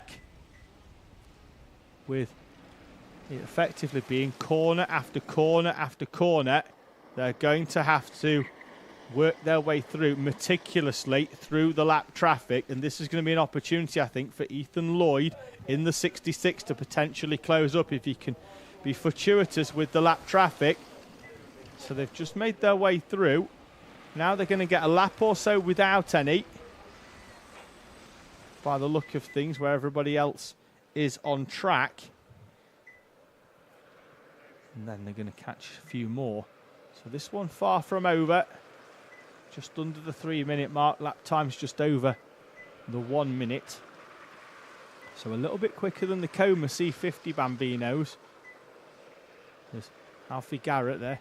Just runs his hand over the side of his helmet. Ansel Murray's going to try and sweep round the outside with a big jump over the curb on, as the track sweeps a little bit right and left, and then makes it very difficult, that back chicane, to get the lines right as they meet some more lap traffic. And Alfie Garrett gets a little bit of snap oversteer as he carries a little bit too much speed in there and tries to get the kart stopped. Can't do it. He's going to try and squeeze back down the inside of Ansel Murray.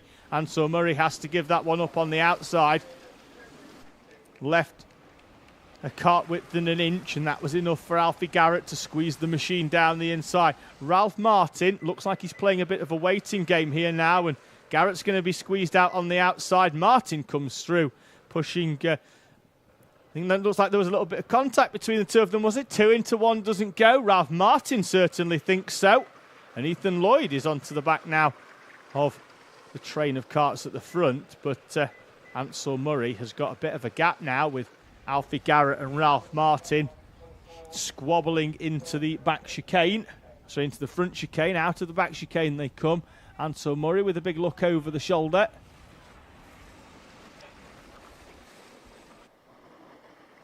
Now he's going to have a gap of around about a second here, and I get the feeling that Alfie Garrett's going to have to defend off Ralph Martin and indeed Ethan Lloyd in the final few laps here. They're going to cross the line with not enough time, so it's going to be one more lap plus the last one. 2 to go in Might E Bambino,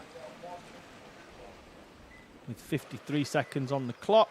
Times are around about the 1 minute mark, and they're going to find their way through that front chicane once again that caught out both Alfie Garrett and Ralph Martin on the previous lap. The gap out to 0.8 of a second, still with 2 to go. I get the feeling if they can push on, they may be able to reel in Ansel Murray for one further opportunity. Alfie Garrett being shown a penalty over the start-finish line. Looks like that indiscretion through the first chicane, adjudged to have been his. And that's going to drop him at the very worst down into 4th place, because they've got a decent gap, I think, to Oakley Riggs. So even if they add 5 or 10 seconds, that's not going to see him drop too far down. He'll go off the second row at worst in the 3rd heat. Still some lap traffic, quite a lot of lap traffic actually to close up to here, as the last lap board is out for your race leader, Ansel Murray. And in 2nd place, Garrett's managed to find a way through there, and he was carrying so much speed either side of the 35 of Jack Morrell. They go, there's contact coming out the corner. Don't know why Ralph Martin's got his arm up, because there's nowhere that Jack Morrell could have gone there. He just held the normal racing line. There is nothing to say that the drivers that are being shown blue flags have to get out of the way. It is solely to let them know there are faster karts coming through. They maintain their line. The faster karts have got to find a way through. So they're not moving out of the way. They're not chopping across the front of anybody. The faster karts have got to find a way through, and it did catch out the 32 of Ralph Martin there. Down the inside he goes of Ethan Lloyd, back up into 3rd place. Garrett is going to, looks like he could well take the victory here, at least on the track, but that penalty to come should see him drop down the order. It's just how far, if he can open the gap up as the rest of the field's coming through the traffic. He'll see the checkered flag on track. Alfie Garrett will take victory from Ansel Murray. Ralph Martin and Ethan Lloyd all cross within 2 seconds of your race leader, so expect that one to have a bit of a reshuffle post-race. Then we've got a gap of around about 14 seconds back to Oakley Riggs with JJ Williams, Daniel Stangerine and Harley Bradbury Stretton. We didn't get to see much of this battle going on behind, where they see not too far back Bradbury Stretton crossing the line in 8th place. Then there's this battle crossing now between Heath Smith and Junior Wright. Smith just taking it a line as Wright wills that kart along, but can't quite get himself up inside the top 10. Some of our field have already taken the checkered flag.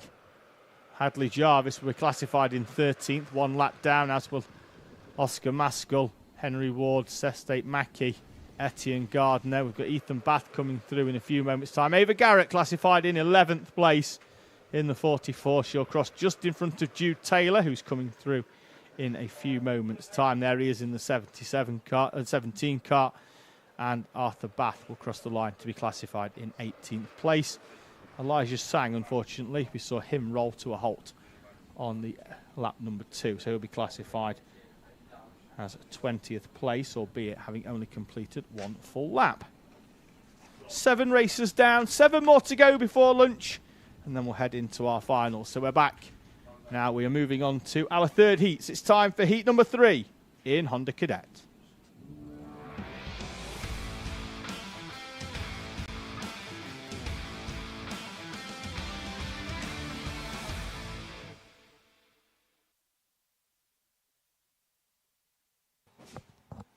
Grid up on your screen then for heat number 3. Thank you for everybody watching so far today. Hope you're enjoying the coverage here from Fulbeck.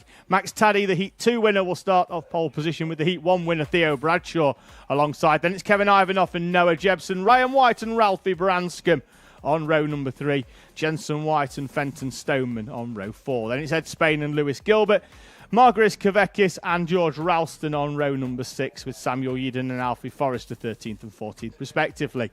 Then it's going to be Matthew Plant and Ella Dixon, Archie Garner and Sam Green Gomez on row number 9, with Charlie Stapleton and Joshua Sullivan on row 10. Then it's Rolly Legg and William Howard, Otto Amy and Jacob Leathenby going to be on row 12 in front of Will Newton and Max Housego. Thomas Battershill and Freddie Housego round out your 28 Honda Cadet runners. Ansel Murray getting lots of love in the live chat as we dip back in. And Digger Brown as well, saying loving the number 61. I think that was Fraser Anderson in the Rotax Cadet defending the 5th place with 3 minutes to go. So it looks like it was a big fan of Anderson's defence. Didn't quite work out for him in the end, unfortunately. He dropped down from 5th into P12, but nonetheless, he did have a great battle. There's Honda Cadet just getting themselves into position. Looks like most of the parent helpers have moved to the side, so they will roll out. They'll do 1 full rolling up lap, and then they will slot themselves into position for their standing start. Just having a quick look, looks like the track is clear and we've got green flags at our marshal's post, so with the exception of maybe some post-race discussions going on until they get the green flag. There is Theo Bradshaw, zip cart underneath him, zip cart suit, zip cart on the helmet. Absolutely no doubt who he is racing for. Getting a final few words of advice before they get going. So Honda's rolling round, one full rolling up lap for drivers to try and get some temperature into their tyres. And then we should be good to get this one going. So field make their way round. You see them just weaving left to right.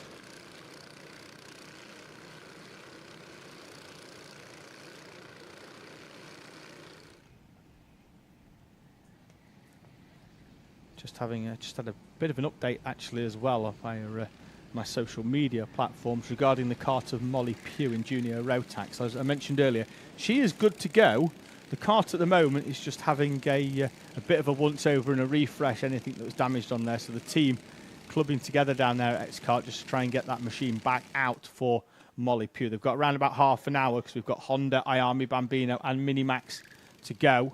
And then we'll get the juniors out. So you've got around about half an hour. That does have to be on the dummy grid 2 minutes before the end of the previous race finishes, or the gate gets closed and unfortunately you're not allowed to go out.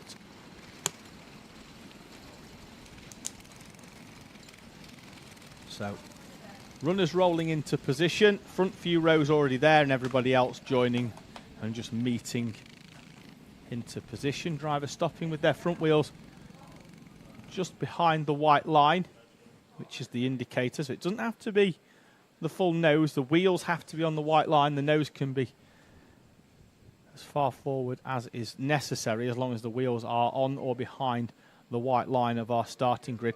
Problems down there for Will Newton by the look of things. Is it, or is he just being repositioned into position? Looks like he is. So it looks like we should be good to go. Final few helpers have just got to make their way up left and through the gates of where the gantry is, although they've got the 5-second board already, and we are going to go racing in Honda Cadet as the field come to the inside. Jensen White is fully on the grass on the inside there in the orange helmet. So they make their way through, bouncing up and over the curbs. Let's make sure everybody gets a good exit. Ralphie Branscombe is round halfway, manages to save it. What a save from Branscombe. He's still in this race. Out at the front though, leaders already making their way down towards the back chicane. They're all single file. The top 3 or 4 beginning to break away. We've got a 5-kart breakaway with Max Taddy leading from Theo Bradshaw. Then it's Noah Jebson. That's Kevin Ivanoff and Ryan White, your top 5. As the field then start to make their way up towards this top hairpin. Matthew Plant is very slow on the inside and he's going to have to creep round that corner by the look of things. Looks like he'd had a bit of an excursion. He could well be stopping up there. Yellow flags out. Marshall goes running. It looks like Matthew Plant's got a problem. We are 1 down already, down to 27 runners then in Honda Cadet. Taddy leads by 0.6 of a second. There's Matthew Plant, stricken Kart on the inside, looking down towards. He's going to have to jump out here, I think, as they run down towards. It's Taddy, Bradshaw, Jebson, Ivanoff, White, Stoneman, Gilbert, Spain, Jensen White and George Ralston rounding out the top 10 in front of Alfie Forrester. Field behind still going left and right, everybody trying to find a way through. They're still 2 and 3 wide in the background. We're halfway through lap number 2. Yellow flag out at that post, so no overtaking into the right-hand hairpin for the field. They've all got to stay in single file. Already Matthew Plant, I can see him, he's walking back dejected from that one. His cart still being recovered. Ryan White now up into 4th place. Kevin Ivanoff in 5th, just dropping away, the 2 of them, off the back of Theo Bradshaw and Noah Jebson.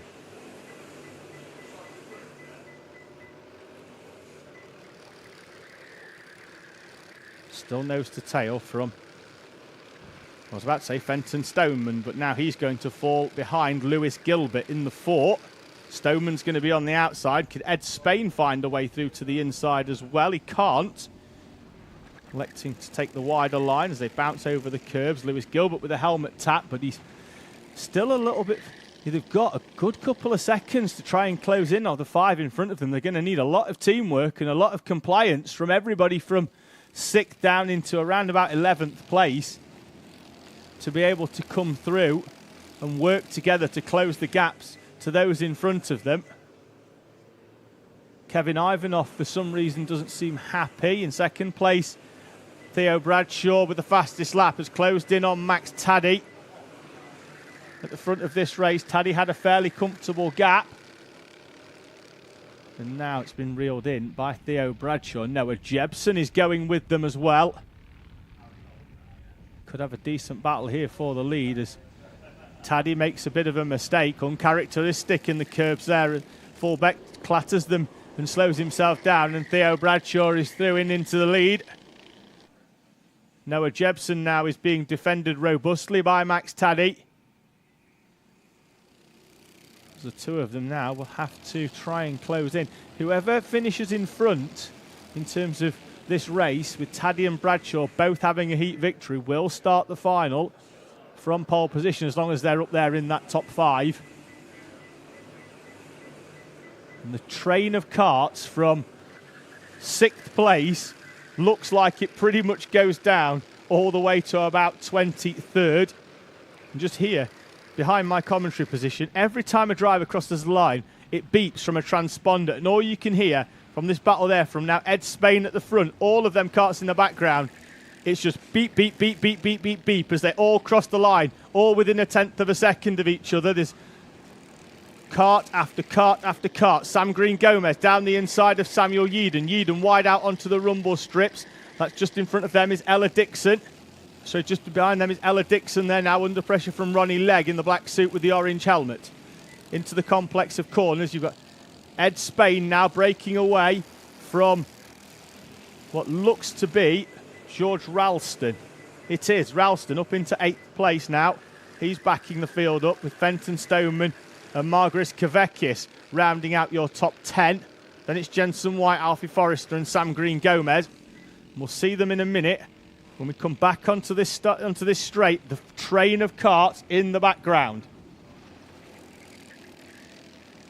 Kevin Ivanoff tries a nose down the inside of Ryan White. White closing the door.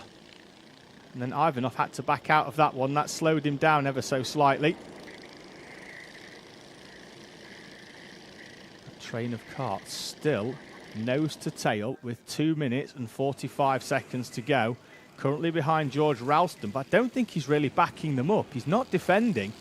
The field is just a high pace train of karts, and now they're going to split into 2 and 3 wide here. Looks like Lewis Gilbert tries a move. They're all going to have to slot back in as they make their way through. Noah Jebson with the fastest lap in 3rd place, and next Alfie Forrester down the inside of Fenton Stoneman. Stoneman getting a run alongside in the background as the leaders make their way through. Ivanoff once again down the inside of Ryan White. This time I don't think Ryan White's going to be able to close the door quite as quickly, and he doesn't. Ivanoff up into 4th place. White drops down into P5. And this is the train coming into shot in a few moments' time as they make their way through. You'll be able to catch them shortly, I think, in the background. There's just kart after kart after kart all the way down this train from George Ralston, Lewis Gilbert, Margaret Kavekis, Fenton Stoneman. Jensen White to the inside. He's in 10th place, holding off this train of karts. So make their way down the inside. George Ralston leaves the door open, and through goes Lewis Gilbert, the 15 of Margaret Kavekis. Gets through as well. Ralston's going to come back down the inside, so only one lost for George Ralston, who left that door open. Bouncing over the curbs they go. Still 1 minute and 11 seconds remaining. Into the right-hand hairpin at the end of the straight. 2 wide in the middle they go. Jensen White in front there in the orange helmet in front of Sam Green Gomez with Samuel Yeadon and Alfie Forrester. Then it's Ella Dixon just off the back of that. Fenton Stoneman rounds out the top 15. Bradshaw still leading by half a second from Jebson at the front. Then it's Ivanoff and White in their own battle. Then it's this train from Ed Spain all the way down to the tail end of the top 20.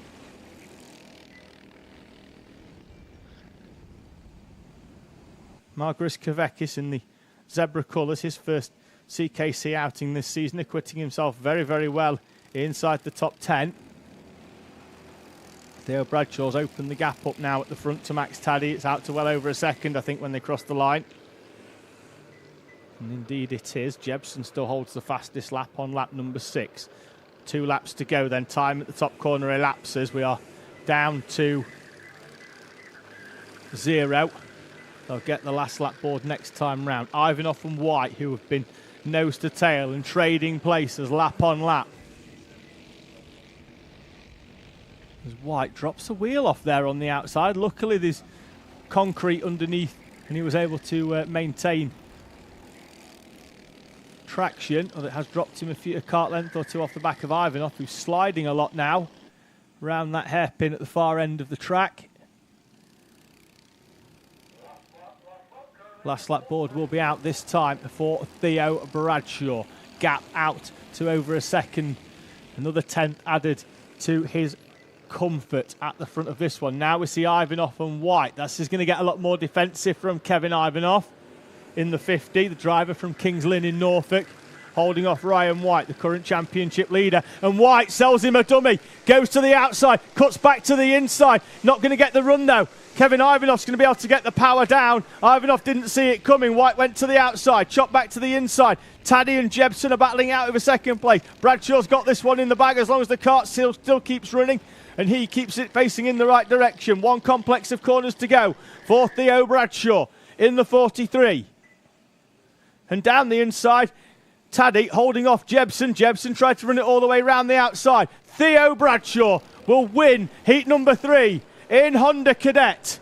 He comes through to take victory from Max Taddy and Noah Jebson. Then it's going to be Kevin Ivanoff and Ryan White, 4th and 5th. Ed Spain, is he going to be there? No, he's not. Side by side, Lewis Gilbert's going to take 6th place from Ed Spain. Margaris Kavekis and George Ralston. Sam Green Gomez. Then it's going to be Jensen White, Samuel Yeadon, Alfie Forrester, Ella Dixon, Ronnie Legg, Fenton Stoneman, Joshua Sullivan, William Howard, Charlie Stapleton and Archie Garner in complete your top 20. In front of Freddie Housego, Otto Amy, Ralphie Branscombe, Will Newton, Jacob Leathenby and Max Housego, with Matthew Plant retiring on the opening lap. So we have 26 remaining runners classified in our Honda Cadet class.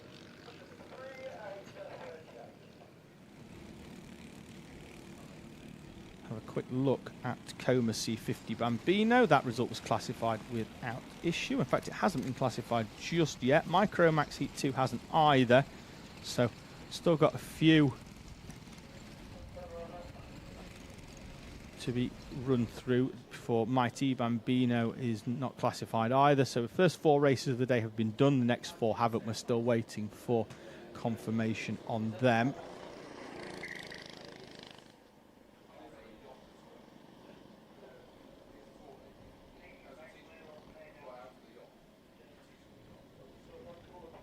So the track looks clear, although we did have one of the Housegos not it was a lap down at the end, so don't know whether the leaders managed to come through or whether he had a problem right at the end of that race.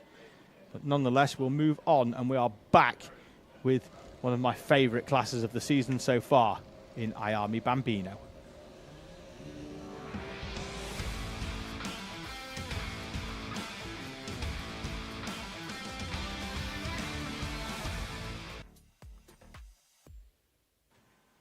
Darren Dimitrov then will go off pole position, having won both heats so far, with Harris Barber alongside. Then it's Chester Fawkes and Albert Farah, James Roots and Chloe McGill on row number 3. Then it's going to be Freddie Baker and Ollie Liddell, with William Crombie and Theo Poyser on row number 5. Max Joy starts alongside Max Mikalski on row number 6, with Charlie Holmes, Freddie Purnell and Austin Anderson rounding out your Ayami Bambino grid. They're already on their way round.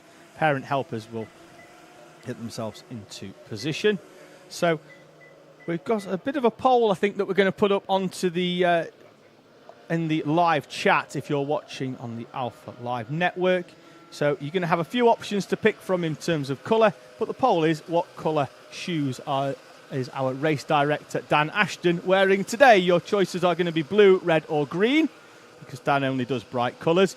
So get yourself in the live chat, have a quick guess as to what colour Dan Ashton's wearing, or if you're watching at the track as well, you're in your motorhome, why don't you just pop out and have a quick walk down, see if you can spot what colour footwear he's on. Have a quick look, and then we will have an answer to that poll a little bit later on in the live chat here at Fulbeck. So it's blue, red or green for Dan Ashton. And to be fair, he's got all three in his wardrobe, so it could be any one of them. And because the kind people here at Fulbeck have put a big digital board and a sponsor board next to it, even I can't see, so I can't even have a sneaky vote myself out the commentary box, which means I also can't accept bribes for the answer. But yeah, he's currently hidden behind the digital flag. You can just about see him up there on top of the overhead gantry. You cannot see his shoes, unfortunately, by the look of things. I don't even think we can zoom in on them there to get through that gap, so you're going to have to take your guess yourselves. Final few runners are into position then here in our Ayami Bambino grid. So they're rolling in. When they rolled over the first time, it looked like we only caught the tail end on timing for a refresh, but they'll cross over the line once again in a few moments to get this race underway, and we'll get them in the order as they come as well at the end of the first lap. So we'll give you a bit of an update. Green flag at the back already, and the lights are out very, very quickly this time. Any time in that 5 seconds they can cross the line. And from the outside of the front row, Harris Barber leads Darren Dimitrov into the first complex of corner. William Crombie looks like he's tagged the back of somebody, goes up and over the curb. Don't know who's round, but looks like you could see Crombie bounce up and over the curbs. And then there was one driver, unfortunately, facing the wrong way. We'll pick the number up when they come round. If we can't pick the number up, it'll be the driver who is 5 seconds off the back of the pack when they come round at the end of the first lap. So out onto lap number 1, they go with Harris Barber leading from Darren Dimitrov. And then it's Chester Fawkes now in front of Albert Farrett. So they head down. The field fairly evenly spread, but we know that's not going to last for too long in Ayami Bambino. And already now Darren Dimitrov, who seems very, very strong round the complex, is hooked into the wheel tracks of Harris Barber. The 15 is under investigation. You could see it there on the overhead gantry. And Darren Dimitrov comes through to take the lead. Ollie Liddell was the driver that was round. He's crossed the line in 14th place just in front of Austin Anderson, who definitely wasn't him because he wears a black helmet. Or at least it looks black. I think it's the Zamp colours, the orangey colours. So we'll keep an eye out on Austin Anderson in the 51, but it wasn't him involved. It looks like it could have been Ollie Liddell. He was in 9th place, I think, on the grid with William Crombie in 10th place. So definitely contact between the two of them. The incident being looked at by race control. Top 3 on a bit of a breakaway at the minute from Albert Farrett.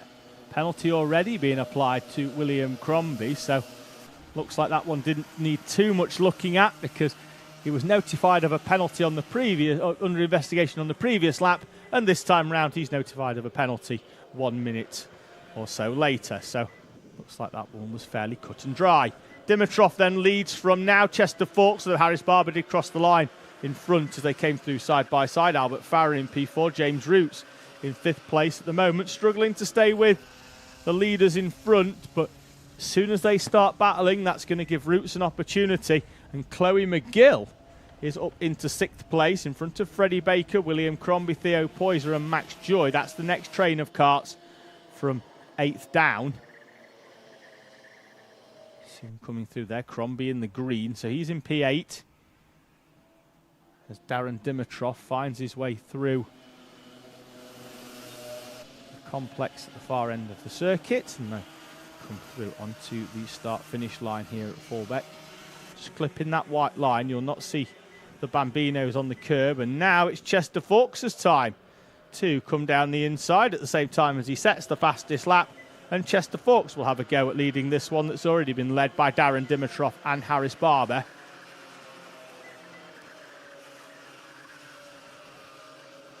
And even with these overtakes, they're being done so cleanly that it's not losing the leaders any time at all. And Albert Farah and James Roots are unable to close in. At the moment, the top three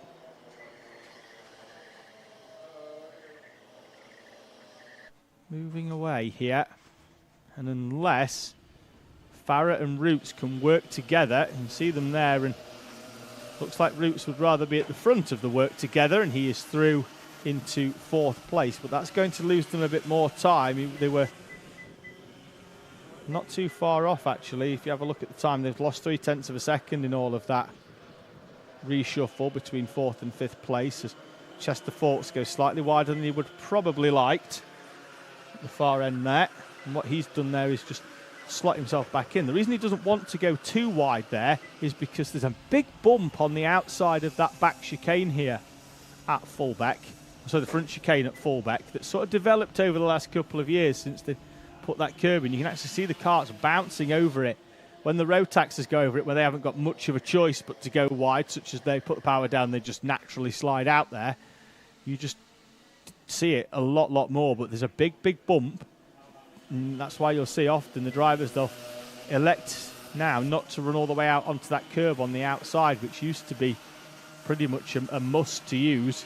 Drivers not wanting to unstable themselves. Darren Dimitrov now trying to come down the inside, and it looked like he was alongside, but slots back in. He wasn't quite close enough for the move on Chester Fawkes there. You can see them bouncing over that little dip on the exit curb. Fawkes and Dimitrov have started to move away from Harris Barber.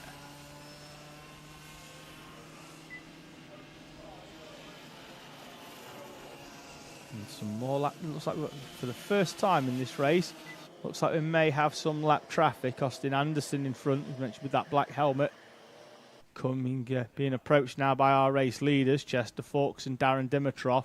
They're going to catch in a busy part of the track, and that's going to allow Dimitrov to come through. Chester Fawkes is going to drop down to 2nd, but that could well be 3rd by the time they head up to that first chicane, because he's going to have been carrying a lot less speed, having had to get on the brakes. See whether Barber pops out. He doesn't. And Chester Fawkes holds on to 2nd place.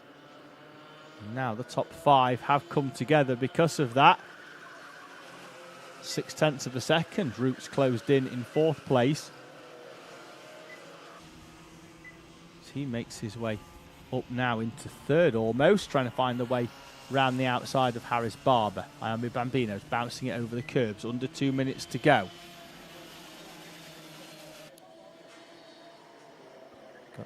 No more lap traffic for the foreseeable for our armies.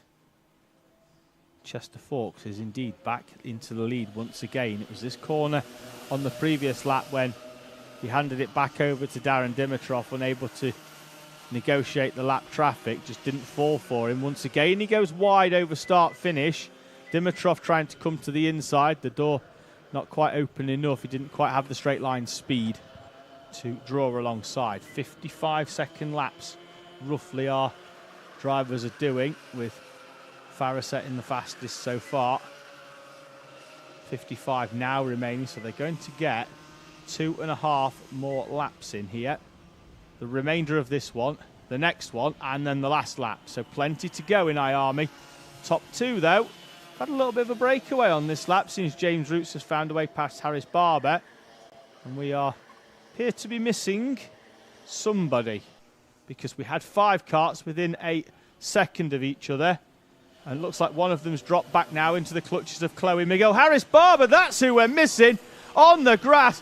His steering wheel feels the brunt of the frustration, and Harris Barber up out of the seat, sat on it for the back for a few seconds, and Harris Barber will now be sat in retirement, unfortunately. He'll drop down into P15. So he won't have to start there from the next one because he'll have already amassed some points. But Harris Barber's chances of a podium are now going to be very, very difficult. He's going to have to come through the field in the final, having picked up minimal points. P15 Yellow flag's going to be out then into this back complex of corners, with Barber's Kart being off there and still not being retrieved. 1.5 laps to go. Now they'll be past it. You'll see the green flag at the marshal's post there being waved as they come through, as drivers were being told to slow down into that back chicane.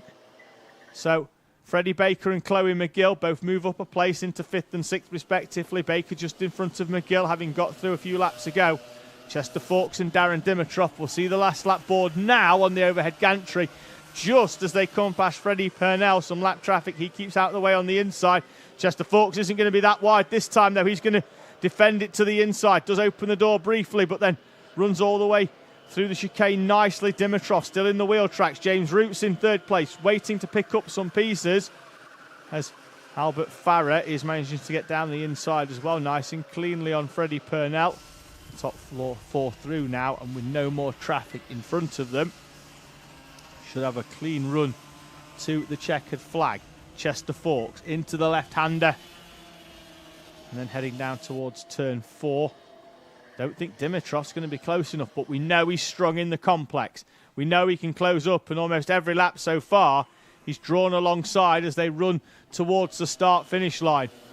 Can Darren Dimitrov get the run on Chester Fawkes into the left-hander? Don't think he's going to be close enough even to draw alongside here, and Chester Fawkes takes victory in heat number 3 from Darren Dimitrov and James Roots, with Albert Farrer and Freddie Baker holding off Chloe McGill to round out your top 6. Then it's going to be William Crombie, but we've got that penalty incoming from 7th place.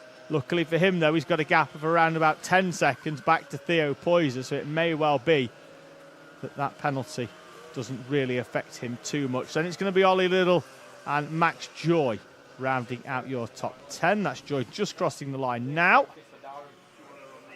in front of Max Mikalski, and then Charlie Holmes will cross the line shortly, just after Austin Anderson.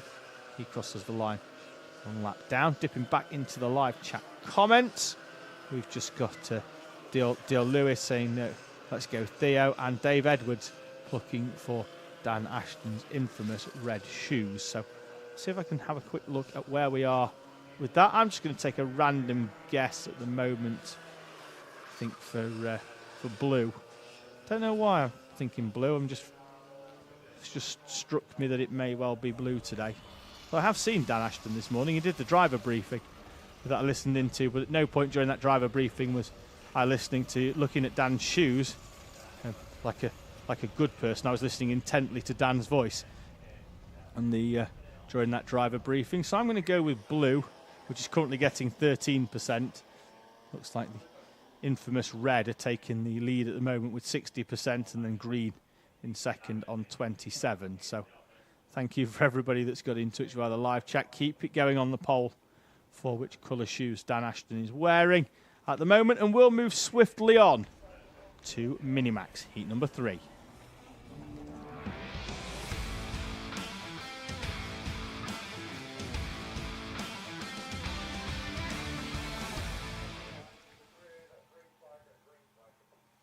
So minis, I think, should be sent out in a few moments' time. Andrew Dixon and Braith Murdoch go off the front row.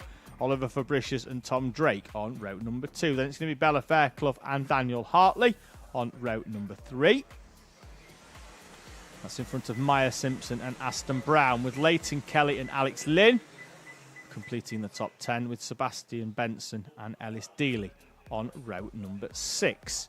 Then it's going to be Ben Adrian and Charlie Eibel, Alfie McBain and Zach Kane, with Tyler Davis and Harris Roberts on row number 9. Amy Peacock and Max Gray-Trex, who was removed from the standings. That's why he's behind Roberts and Peacock, who didn't take any part really in heat number 2 because they both came to a halt on the opening lap. So that's where they are. Ben Adrian, who fought his way up. And it looks like Bella Fairclough could have a problem here in the 15 car. She's rolling to a halt on the outside just after the back chicane. We may well not get this race going at the first time of asking, because unless you can get that kart started, it is fully on the racing line. Marshall's running over. They could need to do a grand job here to get this one going, but I think we could have a roll round just to give them a little bit more safety. We'll get confirmation in a few moments. We've got more marshals coming to help. They'll get around about 40 seconds if they can get that kart round, but they're going to see whether they can pick it up and get going. They're into the tram lines. The lights stay on, and we will give the marshals that extra level of safety that we require here to get that kart clear. It's already off the track, but we're not going to take any risks.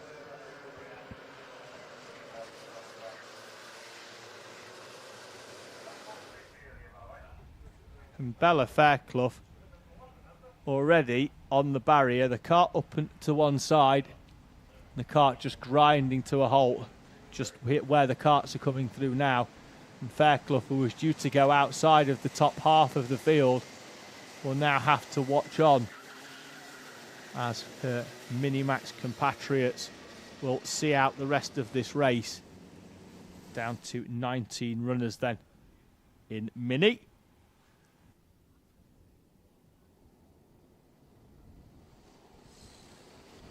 Into the complex they come. Heading towards the start line, it'll be Dixon on the inside, Murdoch on the outside. Let's see if we get the lights out. We do indeed. We're away and racing. The scrabble now is to get to the inside. Fabricius with a great start. Dixon just didn't get away off the front row. Braith Murdoch sweeps round the outside. Fabricius from P3 managed to duck out, get past and get through. And Andrew Dixon, the field cleanly through the first chicane and over the start around the first turn as well. Braith Murdoch, as he did in heat number 2, managed to get a great start. I think he started in third and led into the first corner in the heat number 2, and he's going to lead heat number 3 as well, in front of Oliver Fabricius and Andrew Dixon. Good start from Maya Simpson. She's up into 4th place. Tom Drake just behind in the 99. That's your top 5. Then it's Leighton Kelly, Daniel Hartley, Aston Brown, Sebastian Benson and Alex Lynn. Or it was Alex Lynn. Now it's Ben Adrian. He's through, and on the last lap he's managed to find a way past Charlie Eibel as well. Alfie McBain, he's made a good start. He's up into 13th. He was the charger in the last race as Fabricius goes down the inside, although to get penalised for unfair advantage at the restart after the Battenberg and was given a 10-second penalty, which is why he finds himself a little bit out of position. Down the inside goes Daniel Hartley into the right-hander there. He's also running well. He's up into 7th place, running in the Ultimate R colours this weekend, having started the season with the KMS livery. There's Bella Fairclough walking back in through our shot. So Fabricius leading from Braith Murdoch and Andrew Dixon as they bounce their way over the curbs, then over the rumble strip on the outside. Down the inside coming Leighton Kelly on Maya Simpson. That's going to allow Daniel Hartley to tuck in a lot closer than what he was on those two in front. Fabricius is going very defensive already, still 6 to go. He's defending the line into that back chicane. He's well within his rights to do so. Doesn't appear to be losing him a huge amount of time either. Set the fastest lap on the previous race, did Fabricius. On lap number 2. And now Dixon will try and get down the inside of Murdoch. He's going to be on the outside, trying to get the cutback. Get on the power earlier in that run up towards first chicane. Dixon in the slipstream. Will he pop out? No, he doesn't. In the background, though, it's Hartley who's making the pop out. Looks like he could well be up to 5th, and he started the last lap in 7th place. Maya Simpson's now going to have to defend off Aston Brown, who won the Micromax Championship last year in the Cadet Kart Championship. And he's through up into 6th place. Tom Drake's been the biggest one to drop down the last couple of laps. He's down now into P8, having run up inside the top 5. Keep an eye out on Ben Adrian, though. He's down the inside of Tom Drake already, charging his way through up into 8th place.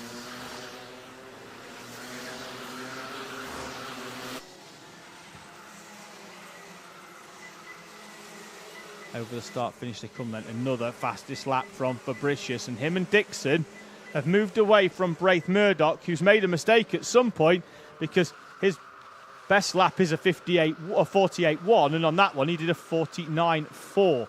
So 1.3 seconds slower than his fastest lap so far. Braith Murdoch now into the clutches of Leighton Kelly as he battles to hold on to 3rd place. The two at the front holding line astern at the moment. Fabricius from Dixon. Then it's Braith Murdoch He needs a lap or so to try and break away from Leighton Kelly once again. The problem they've got is Daniel Hartley behind in the 63. He's really, really struggling to stick with them at the moment, which is strange because Hartley flew through the field. See him there still in the KMS suit, but definitely racing in the Ultimate R colours on the sticker kit. And Hartley on the previous lap fraction slower, despite the fact that for the 2 laps prior, whilst even doing overtakes, he was 2 or 3 tenths quicker than Leighton Kelly in 4th place. So see what he's going to do now. See whether he can stick with. Behind them, you've got Ben Adrian on the back of Aston Brown. Wait for the move, because I think it'll come into this hairpin here. And Ben Adrian, indeed, I think we may well see him down the inside. There he is. You can catch him in the background in the red and white TA Industries livery that's also shared with Melissa Adrian, his cousin. You'll see him slot in there in the blue suit. He is going to be up into 6th place. Let's see whether we can close in on Hartley. Got 1.3 seconds.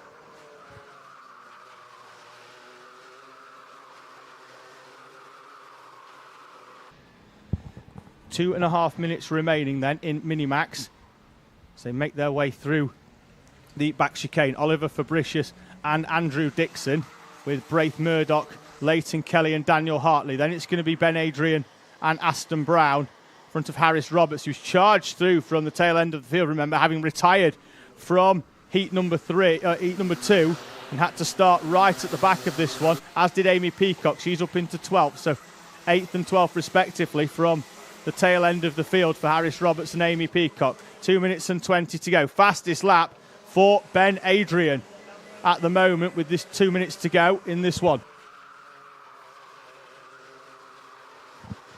Fabricius and Dixon leading the way at the front. Then it's Murdoch and Kelly. Hartley is indeed being reeled in at the moment by Ben Adrian. The gap was 1.3 previously. It's down to 1.2, but if you have a look out the commentary box window in the background there, that's Ben Adrian right in the background. He will be on the back, I think, of Daniel Hartley by the time they get round. They're doing 47s. There's still 2 minutes to go. Harris Roberts down the inside of Aston Brown. At the moment, that's got him up into 7th place from the back of the grid, and indeed sets the fastest lap in the process. Harris Roberts dips into the 46 as the only driver to do so far in this race. There he is in the background, last year's cadet champion, charging through. Having a quick look at Ben Adrian's gap, still 1.2 off the back, but now it's not Daniel Hartley in front of him, it's Braith Murdoch. Murdoch down the inside of Hartley. Hartley coming back on Braith Murdoch, chopping and changing at the moment from 5th and 6th place. That's going to play in the hands of Ben Adrian.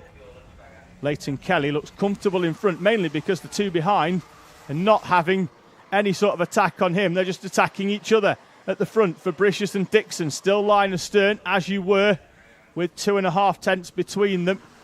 They're going to cross the line. This one is going to be very, very tight to see whether this will be heading on to the penultimate lap. They cross the line with 50 seconds to go. And they're going to get 3 more in here, because I think they'll cross the line next time round with about 2 to go. Fabricius and Dixon. Dixon has been very reserved so far in this race, has Andrew Dixon. Not really put a move in on Oliver Fabricius, but I get the feeling it's not going to stay that way towards the end of this race. The gap 1.6 back to this battle for 3rd place with Leighton Kelly, Braith Murdoch and Daniel Hartley. Ben Adrian is closing in, but it's not been as quick as he'd have hoped. Defending to the inside is Oliver Fabricius now. This one's going to turn into a tactical battle for Fabricius. He's going to have to defend into certain corners and just maximise his exit to not allow Andrew Dixon. Will he go defensive into the first corner here? Looks over the shoulder, doesn't need to. Crosses the line with 3 seconds to go. 2 laps remaining in Minimax. The leading duo, it's been fairly serene so far. Harris Roberts with another fastest lap. Only a fraction quicker, though, than Ben Adrian, who's taken 2 tenths of a second out of the Hartley and Braith Murdoch battle, although Murdoch does appear to now be in P3. He's found a way past Leighton Kelly, who at this point on the previous lap I somewhat cursed him by saying that he looked comfortable in 3rd place. He's down into 4th now under pressure from Daniel Hartley. Then it's Ben Adrian and Harris Roberts looking to pick up some pieces. They head round the complex for what will be the penultimate time. over start finish. Last lap board on the overhead gantry. The gap out to just over 0.2 of a second. Fabricius not feeling the need to defend. Bouncing over the curb. See, they get air there now. Fabricius, another look. Andrew Dixon put a late move down the inside. He doesn't. Braith Murdoch, though, in third place. The fastest driver now out on track. He's broken away from Leighton Kelly, who's going to come under pressure into that back chicane from Daniel Hartley. Half a lap to go. Fabricius and Dixon. Will Dixon just be happy with the points for second place? Needs to pick some up and will be happy enough starting at the front. See whether he tries anything going in, but if he does, he's going to have Braith Murdoch right on the back of him. Needs to be very careful now, Andrew Dixon. Don't know if he knows how close Murdoch is as he's closed in the final few corners. Oliver Fabricius takes victory in Heat 3 from Andrew Dixon and Braith Murdoch, Leighton Kelly and Daniel Hartley. Then it's going to be Ben Adrian and Harris Roberts from Aston Brown, Amy Peacock and Max Gray-Trex. All three of them, Gray-Trex, Peacock and Roberts, coming through from the last three positions on the grid to finish 7th, 9th and 10th respectively as the rest of the field come through in Minimax. We'll go to juniors in a moment, but first of all, it's a great pleasure to welcome into the commentary box one of our junior drivers who I'm guessing isn't racing in a few moments' time because it's going to be a long run. Molly Pugh, welcome to the commentary box. First of all, absolutely great to see you. Thank you. Because around about an hour ago, we saw you in an unfortunate incident. We weren't quite sure what happened at the time. We've seen it in the com box, so we know that we've seen the incident, but didn't expect to see you looking so smiley, actually. So first of all, how are you? I'm all right, thank you. I'm just taking a break from this heat, and going into the final just to get a few points, hopefully, and so just resting for this one, and then hopefully be able to take part in the final. So kart-wise, would you, if you were good to go, is the kart ready to go, or are they still doing a little bit of work on it now? They've got a bit of time, or is the kart good and fresh? Kart's fine now. Only a few things broken, bent, but all fixed, all good. My mechanic's working hard on it, so they were good at it. So into that final corner. So we didn't catch it actually on the live stream. We've seen it on the circuit CCTV. You went in there side by side with another driver. You both ended up going off. You've caught the barrier. I don't know if you remember much about the incident, but how did you see it? No, the last bit I kind of remember was turning the corner. Somebody came inside, I think, and hit the rear, I'm pretty sure. I just remember hitting the barrier, turning over. Only remember really hitting the ground, really, which was quite an impact, but yeah. So stick with us, Molly. Juniors are making their way out. We'll rattle through the grid quickly, and Molly Pugh can stay with us then for the start of Junior Rotax.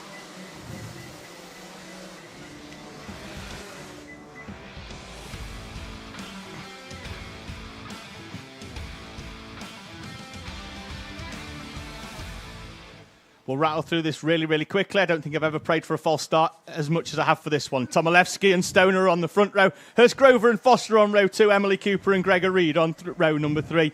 In front of Martin Wright and Jason Duckis. Ben Horner and Ollie Naylor. Miles Roby and Benjamin Brock on row number 6. Then it's Joshua Jarvis and Christian Stefanos. Archie Dyson and Archie Carter with James Kell and Travis Dolby on row number 9. The 20 completed by Rhys Owen and Jake Woods. Ellis Garrett and Harrison Purnell in front of Amelie Ackett and Harrison Bishop. Then it's Marcel Poppercull, Jensen O'Neill going, Ewan Stevenson, and unfortunately not Molly Pugh, with Ethan Bath and Jacob Anslow on row number 15. Melissa Adrian rounds out the grid in 31st place, and I have won my battle with Junior Rotax to get the grid done before they cross the line at the start of this one. So I might have to take a breath. Molly, you might have to take the start.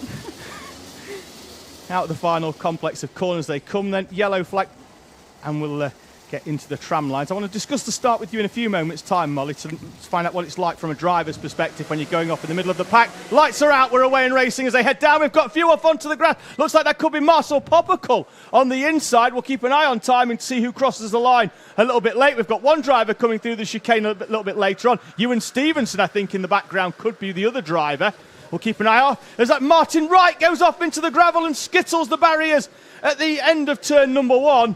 So Martin Wright is out. It's going to be a big ask now to drag that kart back out onto track before the field come back round. So I think we're going to have yellow flags out down there at the turn 1 hairpin as the field stream through. So of the 3 races we've had for Junior Rotax, 2 have been fairly steady into that first chicane. This time the chicane was fine. It was turn 1 and the run up towards the chicane as they came over the start-finish line. Tomilewski leads then from Callum Foster, Sam Stoner and Harry Hurst Grover. Then it's Gregor Reed, Jason Duckis, Ollie Naylor, Emily Cooper, Miles Roby and Ben Horner. Looks like Martin Wright did indeed get going. His kart was there. He is off in the distance, so the field will come up on him at some point during this race unless he can carry a lot of speed. So the driver coming through there, he's not in the lead. This is your leader coming through, Kasper Tomilewski.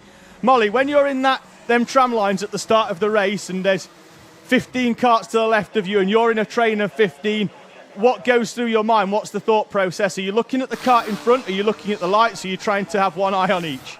We're kind of having an eye on both because you want to be accelerating at the same time the person in front of you is. But as we're going so slow, the kart seat always bogs down. So if the person in front bogs down, like in what we just saw, other people can accelerate behind and just go straight into the back. So it's both. You have to keep an eye on both to make sure there's no collisions, and also by trying to gain the right position at the same time.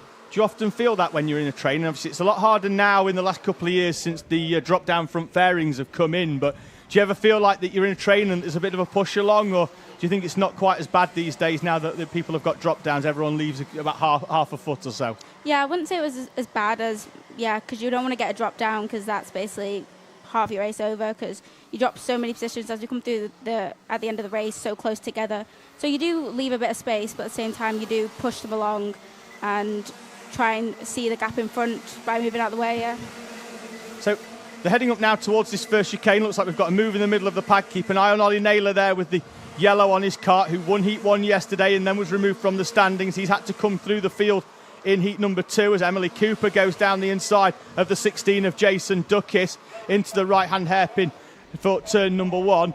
Molly, then, we're using that first chicane now, which is the first time that we've used it really as a championship. Last year we ran all the way down into the first hairpin. What's it like going in there? It's probably the tightest complex of corners in UK karting, and we're using it as a first corner. What's it like going in there? Obviously, you've only done it twice, once yesterday, once today. You know, what's it like going into that complex of corners when you've got 3 or 4 karts all around you? It's quite nerve-wracking because if you go into 3, it's really hard because there's just going to cause a collision. But hopefully, most of the time, we can do 2 aside. Had a driver going very slowly there. Looks like that could have been the 25, who's not on the actual original entry list, but is signed on. I can't remember who it is. I think it's Miles Roby, actually. It is in 11th place, who was off onto the grass there on the inside of the track. Looks like there was force wide on exit. Ollie Naylor's through on Emily Cooper. That's going to have him up into 6th place. Got that done on the previous lap, still coming under pressure as well from Cooper and Ben Horner. And Cooper's down the inside, as is Ben Horner as well. Out at the front, though, Kasper Tomilewski with a gap of 2 seconds. Molly, it's been an absolute pleasure to have you in the commentary box, and we are so pleased that you're in good health, still smiling after your incident, and that we will see you out for the final after the lunch break, and we wish you all the very best for that. Thank you. Just while you're on, actually, I know it wasn't a JKC meeting, but as Ben Horner goes down the inside of Emily Cooper, goes up and over the curbs, gets a bit of air, and Cooper goes wide. You'll remember a race that I commentated on, which was just at the circuit at Warden Law at the start of the year, where it was in the rain, and you was fantastic in that. Were you kind of hoping last night when there was a thunderstorm that it was going to be wet today? Yes, sort of, yeah. That was probably my best race, going from, I think, 27th to 5th, I think, which was great, but then a stupid mistake made it. But, yeah, out of all, hoping it would rain a bit, but... Yeah, what I will say about that is you were nowhere near as talkative when you were way off the track that day as to what you are today. You were definitely not in the mood for talking. I imagine your helmet stayed on for about 10 minutes after that race. Molly, pleasure to have you in the commentary box. Wish you all the very best, and we look forward to watching you out there in the final. Thank you. Cheers. Down the inside goes Ollie Naylor on Emily Cooper and Ben Horner as they make their way through. It looks like Jacob Anslow's picked up a warning. Missed it almost on the top of the screen, but it is on the timing on the left-hand side of my screen here in the commentary box, with live chat to the right of me and timing to the left. All the action in the middle, though, as we see Tomilewski, Foster, Stoner, Gregor Reed and Harry Hurst Grover now your top 5. Then 6 down to 8 had a bit of a reshuffle. Not a single one of them, I don't think, are in the same place they were. They're not, as the fruit machine down the left side now see Naylor, Cooper and Horner. Penalty for the 37 of Travis Dolby. Having a quick look, Dolby is currently in 29th place at the moment. So it's not going to impact him too much because he's the last of our remaining runners. Martin Wright in the 41 kept going for a few more laps after his trip in the gravel, but he's now decided to call it a day. He's into the pit lane after 3 laps so far, so that's him done. Tomaszewski, Foster and Stoner, your top 3. So the field make their way over start finish. Under 2 minutes now for our junior Rotax runners. And Kasper Tomaszewski once again with a commanding lead. Last time it was 5 seconds. So far it's out to 3, with probably the field not quite battling as much behind as they were in the last one. So it's probably not going to be as big a gap as it was. As down the inside of Harry Hurstgrover goes Ollie Naylor. And Naylor should have track position as well. Hurstgrover now going to have to defend off Emily Cooper and Ben Horner. And Ollie Naylor having fun with the overtakes, but he's still going to have plenty of work to do, because having been removed from the standings yesterday, contact warning for Marcel Poppercull in the 34, means that Naylor's points haul is going to be very, very low. Down the inside goes Horner on Harry Hurstgrover, who looks to be struggling now in the final few minutes of this race. Maybe the fact that the temperature's starting to come up here at Fulbeck. Tyres maybe getting a little bit slippier than what they were previously. He's in a bit of a pickle now, is Harry Hurstgrover, because he's got a few in front and a few behind. You don't really want to be in the middle of a pack, not unless you're able to push away. Down the inside goes the 40 of Jake Woods. For second place, Sam Stoner and Callum Foster have had a little bit of a swap around initially, but now have dropped back into where they were. In fact, it wasn't. It was Stoner and Gregor Reed for third place. Callum Foster's comfortable in P2. Out at the front. There he is, already going through the shot. I thought it was him and Stoner that had a bit of a swap around, but it hasn't. Sam Stoner and Gregor Reed are battling it out.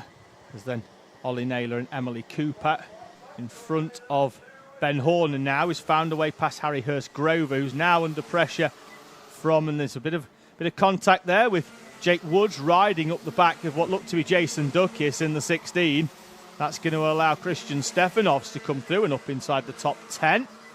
As Ben Horner's dropped a few places as well. In fact, looking at it, he's still in 11th place. Thought he was dropping even further, but Melissa Adrian with a good drive from 30th up into 15th place for our round 1 driver of the day. James Roots winning at round number 2, and then Callum Foster at round 3 at Landau. So still plenty of thoughts at the front for who could well be our driver of the day. Kasper Tomaszewski takes the checkered flag by a comfortable margin once again from Callum Foster, who's happy with second place. Sam Stoner holds on to the third with Gregor Reed, and then Ollie Naylor and Emily Cooper needing probably one more lap to mount a charge for third place on those in front. And it's going to be Jason Duckis, Jake Woods, Christian Stefanovs and Ben Horner rounding out your top 10. Harry Hurstgrover falling away at the end, down to 11th place with Miles Roby, Benjamin Brock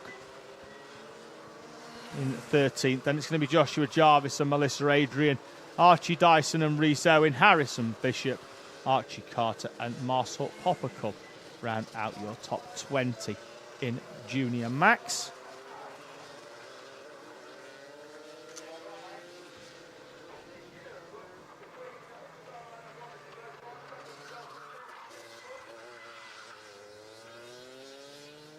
So Coma C50 Bambino will be next. We just see our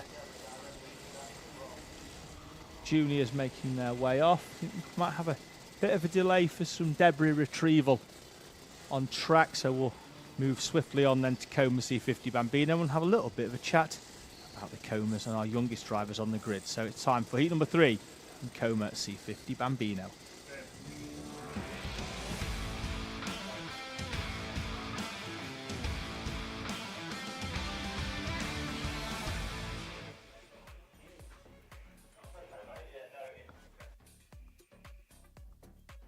Here's the grid with Rex Pooley and Henry Algar on the front row, They drove off into the distance in heat number 2 with Mason Hibbert and Ronnie Kempson on row number 2. Then it's Noah Wicklow and Joshua Bailey on row number 3, with Toby Bigg starting 7th, Brady Atkin alongside Henry Hales and Sebastian McCarthy, rounding out your top 10 in front of Jack Daniels and Freddie Blackshaw, with Ethan Pearson and Riley Aston Wilkins. They'll be on row number 7 in front of Leo Hunt and Norman Fizan. Then it's going to be Travis Giddings and Oscar Churches on row number 9, with William Wainwright and Oliver Daniels, Darcy Durnford and Reggie Chandler in front of Eli Scher and Joshua Adote, who retired from heat number 2. So the entirety of row 12, they're going to try and charge through. Eli Scher, who was running inside the top 10 when he had a problem, he's going to come through from 23rd. Adote is also out, so we'll have a full complement of 24 Coma C50 Bambino runners. And speaking of runners, the parents' race is on for the first up to the dummy grid.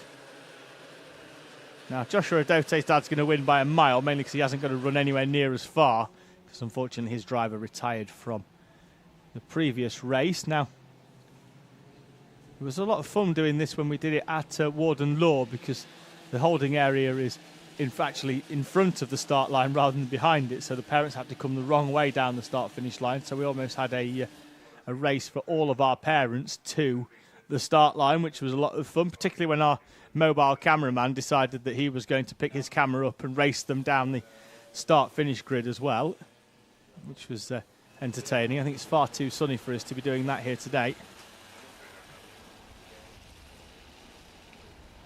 Sunbather has been on, saying well done to Callum Foster. And, Tim Winters as well, saying wishing all the best to Sam Stone. And Sunbather was saying as well, great to hear Molly. And we echoed that as well in our chat from Alpha Live. And so Molly Pugh joining us in the commentary box, who had that unfortunate incident in Junior Road Tax Heat 2. She missed Heat 3, but she will be back for the final. The cart good to go, and she's just resting up for an extra hour or so before she gets back out there on track. Drivers just being indicated to keep their eyes on the lights at all times. The attention span of the young, of course, notoriously short. So just a few reminders that the lights on the overhead gantry are where we need to be looking for the start of this one. The 5-second board turn round. Drivers held, and released here in our Comet C50 Bambinos for heat number 3. And from the outside of the front row, it's Henry Algar slotting across in front of Rex Pooley, who snatched the victory at the death in heat number 2, having almost, well, indeed not almost, definitely did wave Henry Algar through as the field start to come up towards the hairpin. Eli Scher's already made up around about 10 places. What an opening complex of corners for Eli Scher. Joshua Adote's made up a fair few as well. And Henry Algar will once again lead them through, but will be very, very conscious that if he's still in that place at this point on the final lap, he's going to have to bolt the door shut, lock it with some extra locks, and then after that probably board it up as well to stop Rex Michael Pooley coming down the inside, as he did. Mason Hibbert sticking with this time, although did that for the early part of the first race in Comas, and then dropped away towards the end into what became a very, very lonely third place. Ronnie Kempson crosses the line then in 4th in front of Bailey, Wicklow, Atkin, Biggs, Hales and McCarthy, your top 10. So just keep an eye out there for me. Brady Atkin, the 23 there, the smallest driver of all of the Coma C50 Bambinos in that train, in the Passion Karting colours, probably having his best weekend so far at a track that is very much to his liking. As Noah Wicklow is going to try and sweep round the outside, and he does indeed hold on to 6th place. But Brady Atkin in a new helmet as well this weekend, which every racing driver will tell you is definitely worth an extra few tenths. Sees himself up in 7th place, which has been a season best result here in the Bambino Kart Championship for Brady Atkin. Also, congratulations to Mr. Atkin this week, who got himself engaged. So congratulations from everybody in the paddock and at Alpha Live on that. Top work, fine sir. Back to the top three at the front then. It's Henry Algar, Rex Pooley and Mason Hibbert. It's down the inside. Looks like it's going to be Toby Biggs on Brady Atkin, and Atkin's going to slot back in and now try a little bit of a run of himself. As Sebastian McCarthy draws alongside Henry Hales.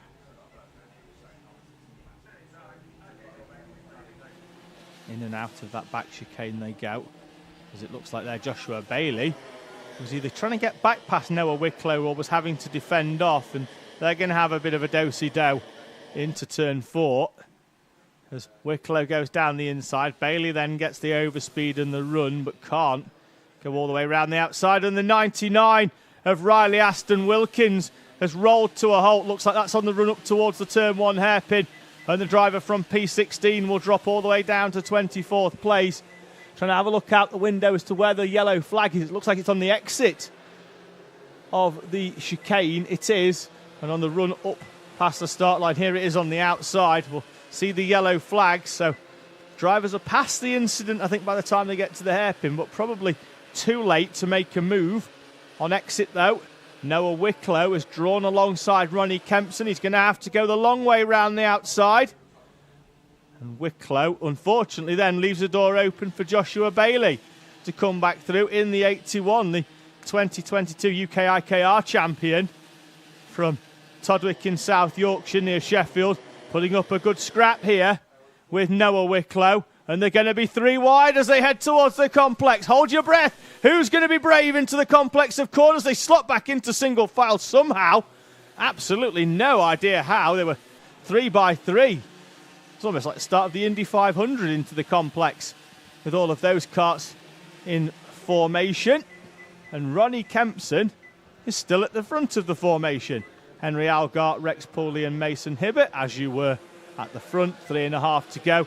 And Ronnie Kempson couldn't be any more defensive if his middle name was defensive. Out onto the white line on the inside for Ronnie Kempson. Will that slow him down round the hairpin? They're already still 2 and 3 wide. They're going to slot back in, but then they'll fan back out. And Ronnie Kempson in the 13 is in defensive mode here.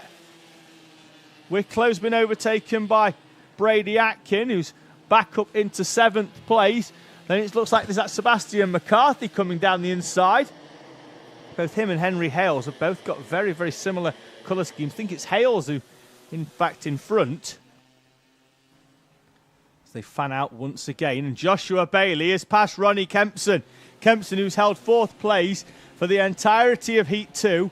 The first 2/3 of Heat number 3 is now behind Joshua Bailey. So they run down all on the inside. Now it's Bailey's turn to be defensive. He goes out wide, then he cuts back to the inside, opens the door back up. Kempson tries to stick a nose in. We've got Ethan Pearson off on the grass. I'm trying to figure out who. I think that could have been Norman Fierzan off as well in the 44. He's just crossed the line with a 1:14. Eli Scher for the 2nd time today is off and into retirement. No luck at all for Eli Scher. Leaders coming round. The yellow flag out. The yellow flag is in, though, for when the second train of karts comes through. Henry Algar, Rex Pooley, Mason Hibbert.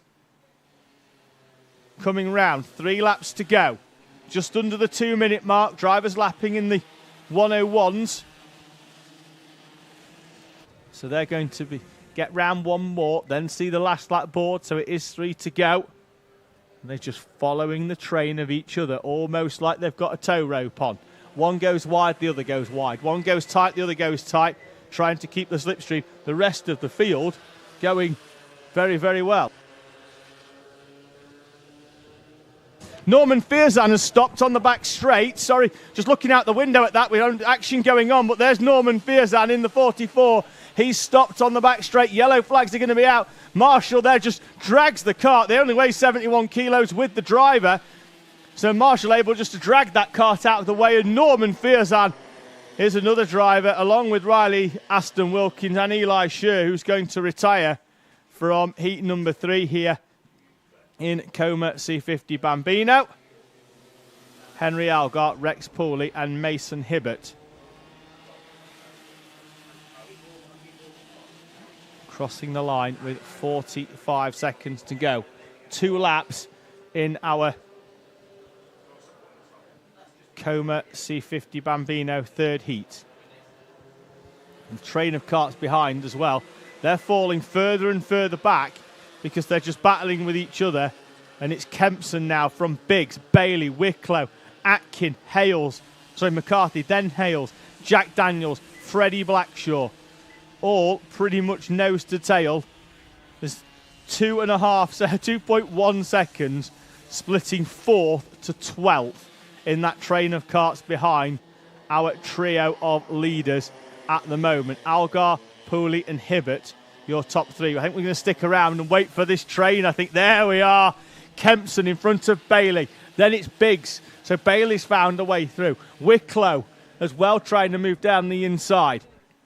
I'll keep an eye on the leaders as they begin their final lap. Kempson now back to the front and back into defensive mode. Wicklow tries to move on Biggs. Biggs is going to go slightly wide.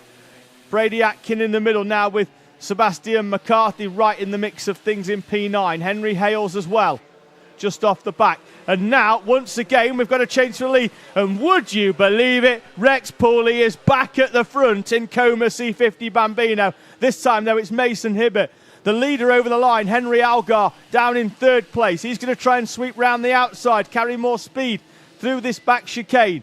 Rex Pooley defending now onto the inside. Keep an eye out, Ronnie Kempson with a penalty in 4th place. Not sure what that's for. I'll try and get confirmation after the race as the trio of leaders make their way round the turn 4 hairpin. Pooley on the inside, defending. Can the 5 of Algar get the run into the right hand? And look at the train of karts behind. Hopefully we cut back to that just as they come through into the complex, as they run towards start-finish. Rex Pooley takes victory from Mason Hibbert, then Henry Algar. Then it could be anyone. Joshua Bailey's wide onto the rumble strips. Arm off the wheel. He's not at all happy. He's going to drop all the way down the order. Looks like it's going to be Kempson, although it's showing as a penalty for Kempson as well. He's in 4th place and happy. Biggs, Wicklow, Atkin. Then it's McCarthy, Hales and Joshua Bailey in 10th place in front of Jack Daniels and Freddie Blackshaw. Rest of the field coming through. Would love to have a quick look at that final complex of corners again if we can, because Joshua Bailey got forced wide. Don't know whether he carried in too much speed or whether he felt there was a bit of contact there, but Joshua Bailey will drop down from challenging for 5th place down into P10, just in front of Daniels and Blackshaw. So we're not going to get that, but that's your top 10 as it stands on track. It's going to be Pooley, Hibbert, Algar, Kempson and Biggs, Wicklow, Atkin, McCarthy, Hales and Bailey. Although Ronnie Kempson, who was showing that he had a penalty during that race, so could have been for overly aggressive defending, because we saw him on the inside for a lot of that, just defending off, did Ronnie Kempson. As the kart's now just being rolled into the middle of the track, which means that we'll be able to run them all the way down. A few parents and helpers making their way down. So that's Norman Fearzan on the left, Eli Scher on the right-hand side. Both of their parent helpers are having their kart. And then Riley Aston Wilkins' kart's just been rolled in halfway down at the chicane. So they're going to have to drive a little bit further to come and collect that one. Next race up, though, is looks like Norman Fearzan just does up his lace. Here's heat number 3 in Micromax.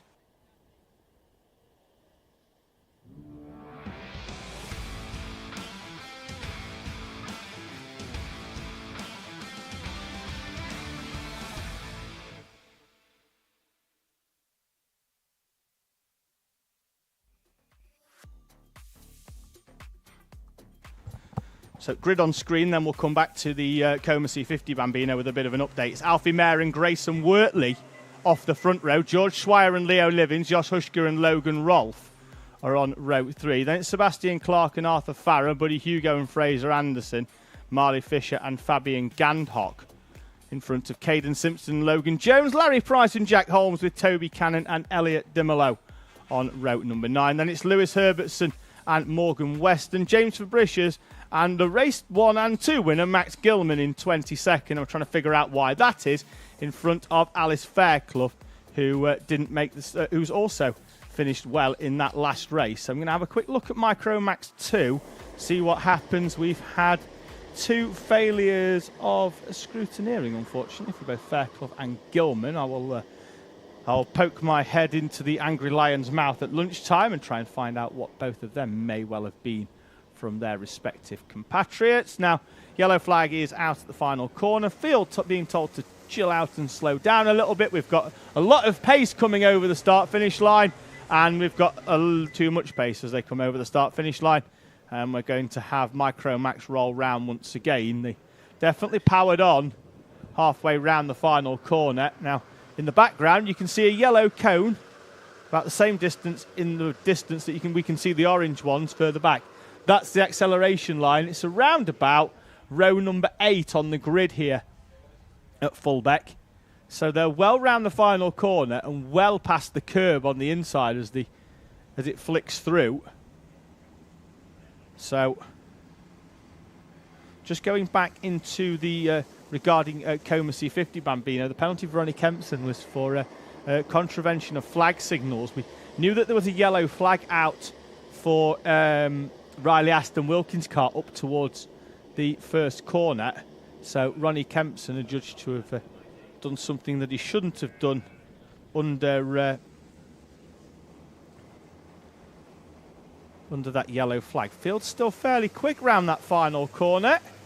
Into the tram lines we go, and the lights stay on for the second time. The pace much, much too quick for our thing, and I believe that could be. They're going to get one more go at this, and then after that they're going to be brought to a halt and a stern word added.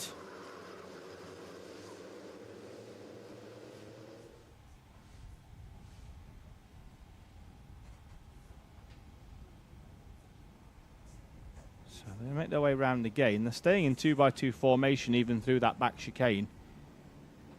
And then they'll slot themselves into an order.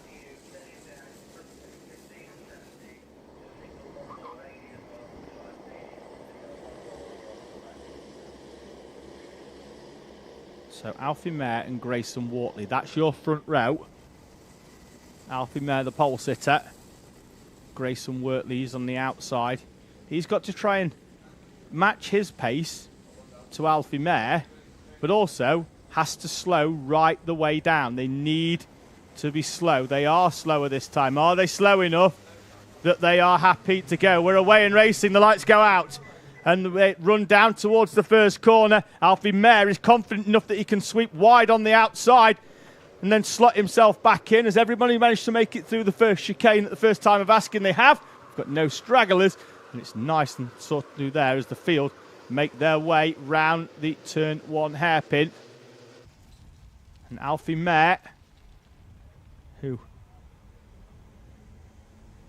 finished in second place on the track, at least in heat number 2, goes off pole position and leads the way in front of Grayson Wortley. Wortley into the wheel tracks behind. We've got carts just waiting to be recovered down there for our Coma C50s.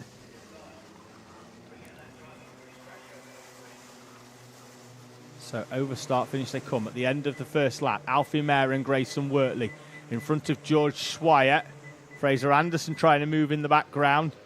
See whether he comes out. No, he's still behind Arthur Farrer in 8th place. So it's Mayer, Wortley, Swire, Rolfe, Livins, Hushka. I wish these drivers would give me more than 3 seconds to get the top 10 in before they start sending overtakes. That's the 36 of Jack Holmes down the inside of Caden Simpson. Not even going to bother running through the rest of the top 10 because by the time I get to it, someone else will have either done an overtake or will be round for the start of the next lap. So we'll have another opportunity when they come round in around about 20 seconds time to run through this top 10, although I've got the feeling it'll be all up and down once again, even by the time they get to the first chicane or turn 1 hairpin. As they come towards the start-finish then, this time round. It's Mayer, then Wortley with the fastest lap. Rolfe, Swire, Livins, Hushka, Anderson, Farrer, Hugo and Gandhock rounding out your top 10. The top 9 nose to tail. Buddy Hugo on the back of this one in the yellow helmet. Let's have a look at some of the runners that were down the tail end of the field as Max Gilman tries to get a nose down the inside and then has to stamp hard on the brakes, and that's going to mean that he can't. And he has to back out of that move by a good measure as well. Arthur Farrer with a penalty from 8th place. At the moment, he's still in front of Buddy Hugo. So there he's got green helmet, just coming into shot in front of Buddy Hugo's yellow and grey one.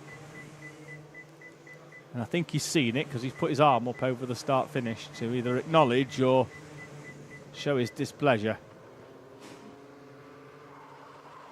Anderson again with the fastest lap. So that's 2 laps now that he's done them back-to-back. Keep an eye out for Alice Fairclough. There she is down the inside of what appears to be Morgan Weston. Moves her up inside the top 20. Should be 19th for her. Gilman is up into 16th behind James Fabricius. The pace though at the front frantic, and nobody really being too aggressive in the overtakes, which is just allowing them to pull away. There's a gap of 2.2 seconds on the back of this battle with Buddy Hugo on the back to Sebastian Clark to round out your top 10. With Grayson Wortley now with the fastest lap. Down the inside of George Schweier goes Leo Livings. The 2 drivers that served us up that epic final lap at Landau. If you haven't seen that, it was the last race of the day, so you can just go back to our stream from Landau, watch the last 10 minutes. Leo Livings and George Schweier, the 2 Gear Up Racing teammates, had a superb battle which led to a final corner overtake, a switchback and a run for the line. Jos Huschke is off and into the pit lane out of this battle, and Jos Huschke from 7th place will retire. Didn't know what the problem was. Looked like he was carrying the same amount of space. There's Jos Huschke rolling in as his head rolls backwards off his shoulders. Huschke from a surefire top 10, and he's been up there all weekend, is off and into retirement. Down the inside goes James Fabricius in the 91. Should put him up into 12th place, just getting past Marley Fisher.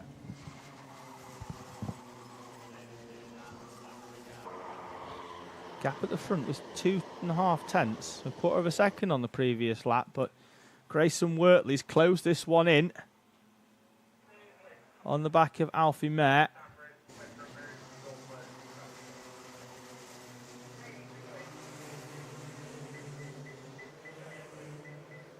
In the background, head down.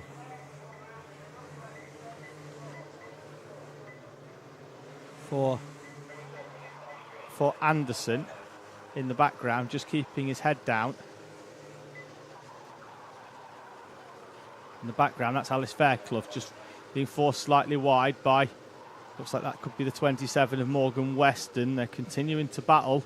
Larry Price is in there as well. He's moved up from Honda Cadet, well, moved sideways into the slightly more powerful Micro Max, so he's still taking a bit of time to adapt to that kart. Having finished inside the top 3 in the Cadet Kart Championship last year in Honda, hasn't quite had it as expected in Honda this year, and makes the movement across into Micro Max, getting ready for the interclass that is already being run at some classes already, running the same 950 chassis, just with a more powerful engine. Will take the place of Minimax, and already has at some championships. We're still running the 22 spec Mini, the larger chassis, for this season. We'll see all of those drivers then migrate to juniors next season, with the rest of them having to go on to that 950 Inter chassis. I'm fairly sure of it, because the grid's continuing to deplete.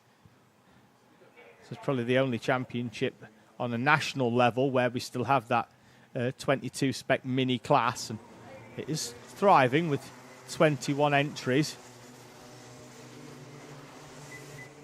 There's still a market there for it, but I think at the end of this year, all of those drivers move up and there'll be nobody coming in to fill.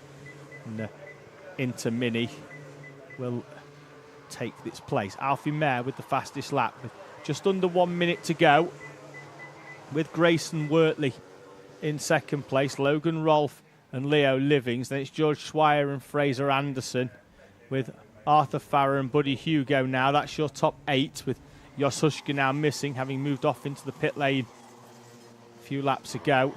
Then there's a gap back then to Clark, Gandhock and Fabricius. A further gap back of just a couple of tenths to Logan Jones, Marley Fisher, Caden Simpson. Max Gilman is back down in 22nd place.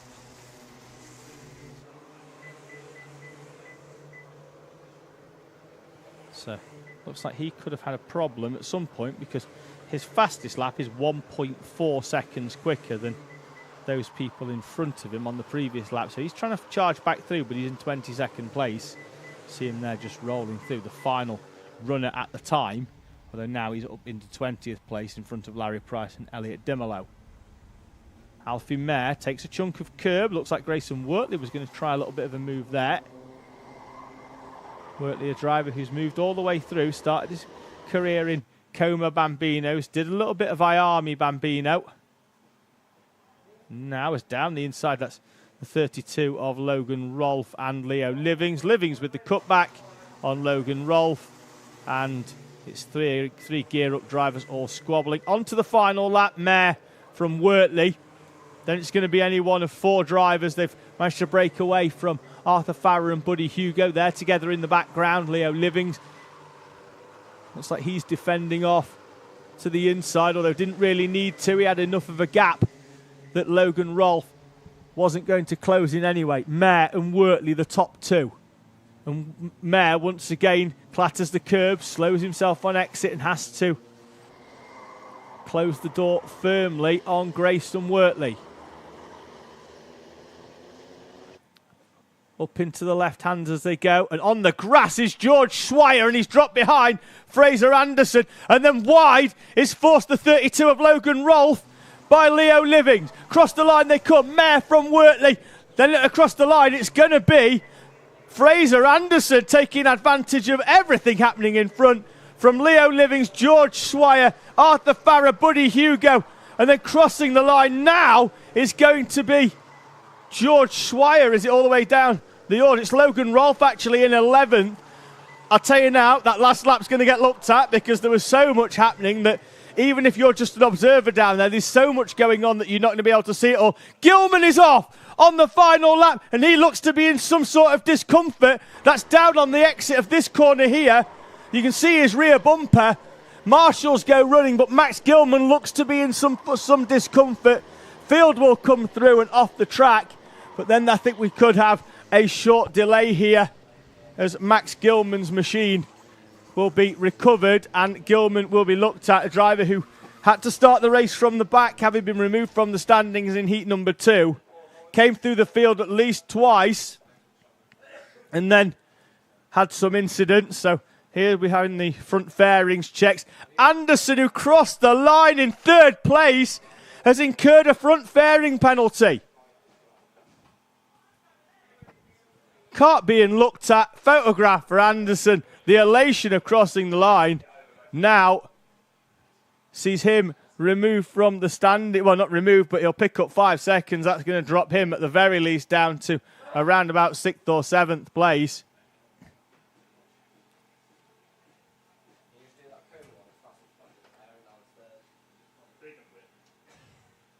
So just having a quick look to see whether we've had any classifieds in from the commencements of heat number 3. Honda Cadet. Oh, that's very, very interesting in Honda Cadet. Theo Bradshaw in the 43, who took the victory on the track, has been removed from the standings for a failure of technical compliance. Not the only driver as well. Charlie Stapleton in the 12 removed.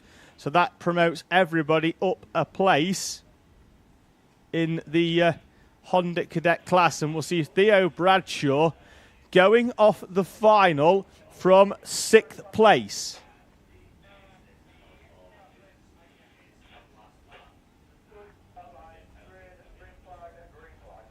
So looks like Mighty are going to head out onto track because we are clear now with Gilman making his way off. The cart is off the track, so it's time for the final heat before we head towards lunch. It's Mighty Bambino.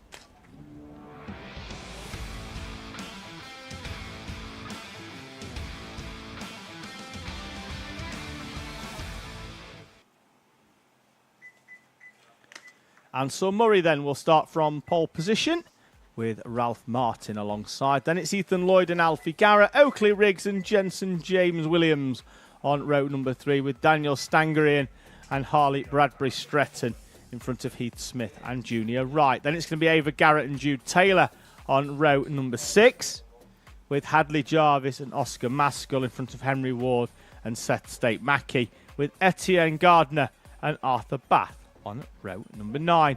Jack Morrell and Elijah Sang will round out the grid. Elijah having retired from the second race, or the second heat, first race of the day for our Mighty Bambinos.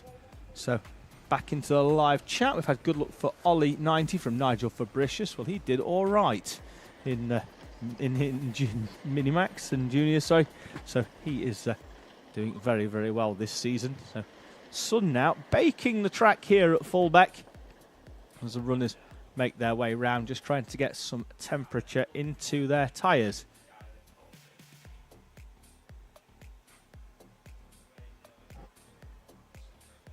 Helpers making their way down as well, as are some of our camera crew from the Driven Dreams docu-series, the first series of which will be out in the next month or so on the Amazon platform.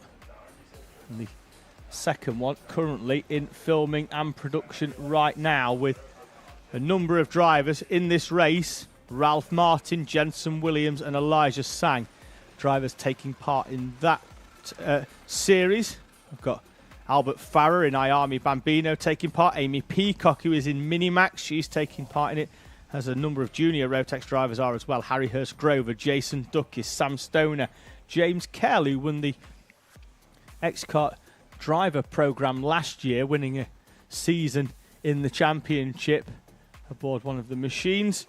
And we've also got Arthur Farrer and Logan Jones out of Micromax. So 12 drivers for the Driven Dreams docu-series. Green flag at the back, and once again the lights out are very, very quick for our Mighty Bambinos. The field spreading in the middle of the pack as the leaders try and get to the inside. It's been a good start from the 66 of Ethan Lloyd. He's up inside the top 3, with Alfie Garrett dropping down ever so slightly. There he is in the 42. The rest of the field coming up towards turn 1. Good start on the opening lap from Elijah Sang. He's made up 5 places already, having started at the back of the pack. He's already got 5 runners into that first chicane and the run up towards the hairpin as well. And it looks like there could be one more in the background. Elijah Sang there in the orange helmet in the 88, the youngest driver on the Mighty Bambino grid, hailing from Bournemouth in Dorset. Looking forward to a meeting at his home track for round number 5, the penultimate round at Clay Pigeon. Down the inside of 1 goes Alfie Garrett. Down the inside of 2 goes Alfie Garrett. He gets 1 into the complex and 1 on the way out, and he started the complex in P4. Now he is in second place, right behind Ansel Murray. Ethan Lloyd still trying to get some heat in his tyres, weaving that cart left and right as they come over start finish. And down the inside again goes Alfie Garrett. 4th to 1st in half a lap for Garrett. What a charge from the 42. Looks like he's got those tyres up to temperature nice and early. And these carts are even power, even gearing. It's the on-fixed gearing in terms of the front teeth on the clutch is wide. We've got the 32 of Ralph Martin. Down the inside comes Ansel Murray. 66 of Ethan Lloyd holding on behind them Oakley Riggs. And these carts all evenly matched. The engine's sealed as well, so there's nothing you can do. The power unit's sealed. You take one battery out, it takes around about an hour and a half to charge a Mighty Bambino. You get 55 minutes running on them as well, so there's plenty. It looks like we could have had a yellow flag out there into the back chicane, or is that at the front chicane, the marshal just holding the flag out? Not quite sure, but looks like it's okay now. Oh no, we have got a cart off. That's why we saw the yellow flag being hung out. Quick look at timing, see if we're the next one that comes over, and see. So it's either Jarvis, Bath, or Jack Morrell. We'll keep an eye out which one it is, because at least 2 of them have not crossed the line to commence lap number 2. So we could have a few drivers off here unless they didn't pick up on the opening lap.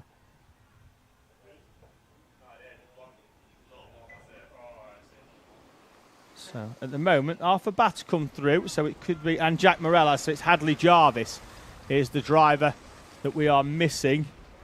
The driver that was off with that yellow flag earlier on. Doesn't look like we've got any more. There he is, stood behind the marshal's post. So run down towards the turn 1 hairpin. Lap traffic in front for our leaders to contend with. Will they get through before the back chicane? The sweep round all the way around the outside of the 35 of Jack Morrell as he keeps nicely out of the way. The rest of the field coming through very, very nicely. More lap traffic in front. That could be Arthur Bath in the 24. He too keeps out of the way as the leading quartet make their way through the complex of corners. Half race distance in terms of time at the top of the screen. They'll have that extra 1 lap at the end of this one.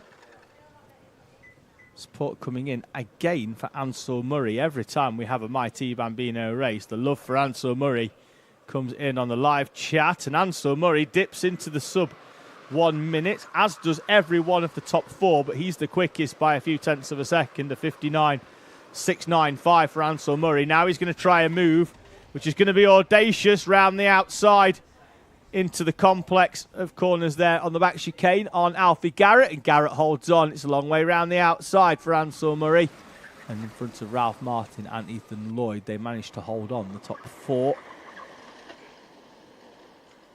as they were split by 4 tenths of a second on the previous lap. Murray tries a move round the outside once again.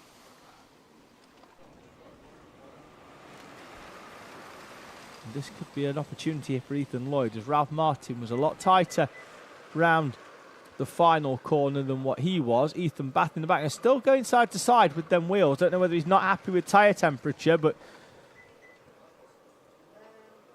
Ralph Martin's having to defend still. This could end up splitting into 2 twos, because there's a battle for the lead. Then there's a battle for 3rd place going on between Ralph Martin and Ethan Lloyd.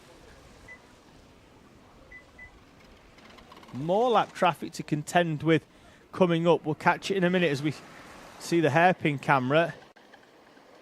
That could be Seth State Mackey in 17th place just in front. And then there's a duo between Henry Ward and Etienne Gardner, 15th and 16th just in front of Seth State Mackey.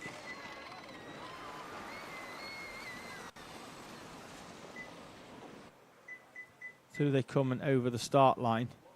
It is Mackey in front. Down the inside, taking Alfie Garrett by surprise, is Ansel Murray. And now he's going to use the 22 of Seth State Mackey for a bit of slipstream before sweeping round the outside, as do the top 4. There's a duo in front now for some more lap traffic. Henry Ward and Etienne Gardner, 38 and 8 respectively. There is Etienne Gardner, their first outing in the Bambino Kart Championship this year. And down the inside goes Ansel Murray. Etienne Gardner going wide and out onto the grass. Didn't think there was any contact there. I think it just took Etienne by surprise that leaders were coming through at such a fair rate of knots. And now there's more lap traffic for them to contend with. And so Murray has to take to the curb. And we're going to be 2 by 2. There's more contact in the background as they squabble for track position between Ethan Lloyd and Ralph Martin. Alfie Garrett leads All the way round the outside goes Ethan Lloyd up to second place. Ansel Murray drops into third place in front of Ralph Martin. In the background, Stangerines got past JJ Williams for fifth place. And 30 seconds to go. So we will be seeing last lap at the end of this one, I do believe. Ansel Murray back down the inside of Ethan Lloyd. Murray into the slipstream of Alfie Garrett. Lap and a half to go, I think, here.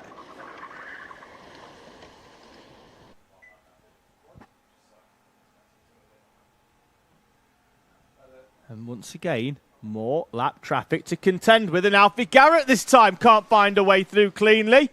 And Ansel Murray inherits the lead from Ethan Bath. Time is down to 0. Last lap on the overhead. Ansel Murray leads from Ethan Lloyd and Alfie Garrett. Ralph Martin, Mighty Bambino, struggling with the lap traffic to find a way through. Run up towards turn 1. Look over the shoulder from the 66 of Ethan Lloyd. Then he leaves the door open slightly, and that's going to allow Alfie Garrett to come down the inside. Garrett, though, too tight. Lloyd manages to run all the way around the outside and hold on. Now we're going to take differing lines because Ansel Murray feels the need to defend, although I don't think Lloyd was close enough. Now Lloyd has a look over the shoulder at Alfie Garrett just behind. Gap opens up ever so slightly now between the two pairs at the front, first and second, then third and fourth. Ethan Lloyd getting in behind Ansel Murray. Murray then takes a wider line round the final corner. Alfie Garrett tries to stick the nose down the inside, run to the checkered flag. Ansel Murray's going to take the victory from Ethan Lloyd and Alfie Garrett, with Ralph Martin in fourth place. Then it's going to be Oakley Riggs. It's going to be a lonely Oakley Riggs as well. He's not had any company for a long, long time. In fifth place, Daniel Stangerine and JJ Williams still arguing it out over sixth place. Stangerine in front of Williams. Then it's going to be Heath Smith, I think, in sixth place. He'll cross the line shortly. They're still battling out with Harley Bradbury Stretton and Junior Wright. They're all side by side over the line, but as they were to round out the top 10. And then it's Elijah Sang who comes through from 20th place to finish in P11 in front of Jude Taylor. The rest of the field starting to come through then now as we head down towards our lunch break. The poll on Dan Ashton's shoes said that he was wearing 43% red, 41% blue and 12% green. It turns out, as you can see there on the right hand side, it was 100% red for Dan Ashton's shoes as he shows us his footwear. He's going to walk out. He's going to leave the grass now and move out onto the tarmac, and just so we can see a better look at those red shoes of Dan Ashton's. The final heat comes to an end. We'll head towards our lunch break and our paddock show from yesterday, and then we will be back in half an hour's time for our finals from round 4 here of the Kart Championship, live from Fulbeck. Welcome to the Fulbeck Paddock Show. We can't call it a paddock walk because I'm sat down with Freddie Purnell. Freddie, first race of the day. We finished just outside the top 10, but did you enjoy it out there? Wet conditions. Did you enjoy it? Have fun? Yeah. Lovely. Out there, you said, I was speaking to you beforehand, you were running quite well. You had a little spin on the final lap, but you were happy with it? You think good for tomorrow? More wet racing? Really looking forward to it? Yeah. Good stuff. Anybody else? Is there anybody else from your team out there racing at the moment? No. Well, I've just seen your mum go off to watch somebody. I've got no idea. She just left you with us in Alpha Live, so there is someone. Harrison. Well, is it your brother? Yeah. You forgot about your brother? No. Freddie, well, thank you very much. We're going to head that way. I'll let you go and watch Harrison. So we're going to head off this way, down here, and we'll find some people to speak to, hopefully. We've got some races still going on, so we'll have people coming off the track. We might be able to get some live action. We'll head into this awning. There's nobody here yet, but like magic, Archie Garner's just appeared to my left-hand side. Archie, your first CKC race this season. Guessing not your first time here at Fulbeck, though? No, it's not my first time. I've been here before for only practices, but Other than that, this track is really enjoyable. So, what's made you want to come and do CKC then? Is it because it's nice and local, or you just thought it's about time we gave it a whirl? It's just about time. First race of the day, obviously we can still see your kart is wet because it was raining out there. How did that go for you? It went really well. I came from 21st to 14th, and it was just really enjoyable. Good stuff. So we've got another race day tomorrow with 2 more heats and the final. What are your hopes? Where do you think we can get up to? I think we'll be able to get about to 12th or 13th. Good stuff. Archie, brilliant. I'm going to come and speak now to Noah Jebson, who makes his CKC debut as well. Finished the first race well inside the top 5. Looked like you belong there. Also, not your first time at Fulbeck. I know you're fairly regular here from what I've seen on the timings on other championships. But your home track, I guess? It's not my home track. It's like Woodsort's my home track. It's just a track I go to. So.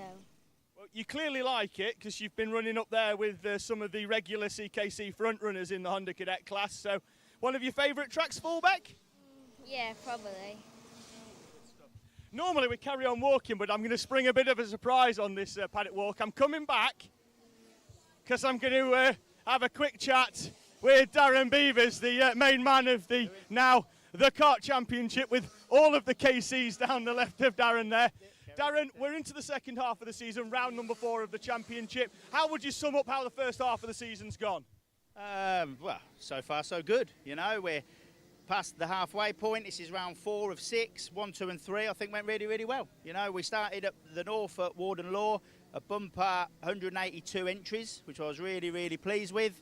Moved on to Rowra, and normally in championships you get a bit of a drop-off between rounds 1 and 2. We kept up. We actually went to Rowra with 1 more. We went with 183. And here we are now, round 4, and we're still at 163, 164. So it's good to see that actually our numbers aren't dropping off and people are sticking with us. We must be doing something right. Class-wise as well, we've increased the number with the two championships amalgamating at the end of last season. You get to watch a little bit of racing in between your other jobs. Anything that stood out for you this season in 2023? Yeah, I mean, this season's been really good for me because obviously with the 2 championships coming together, it has helped with the numbers, obviously. And I've also taken on a lot more staff now. Obviously, Matty Street from CKC, we brought some staff over. I took on some new staff.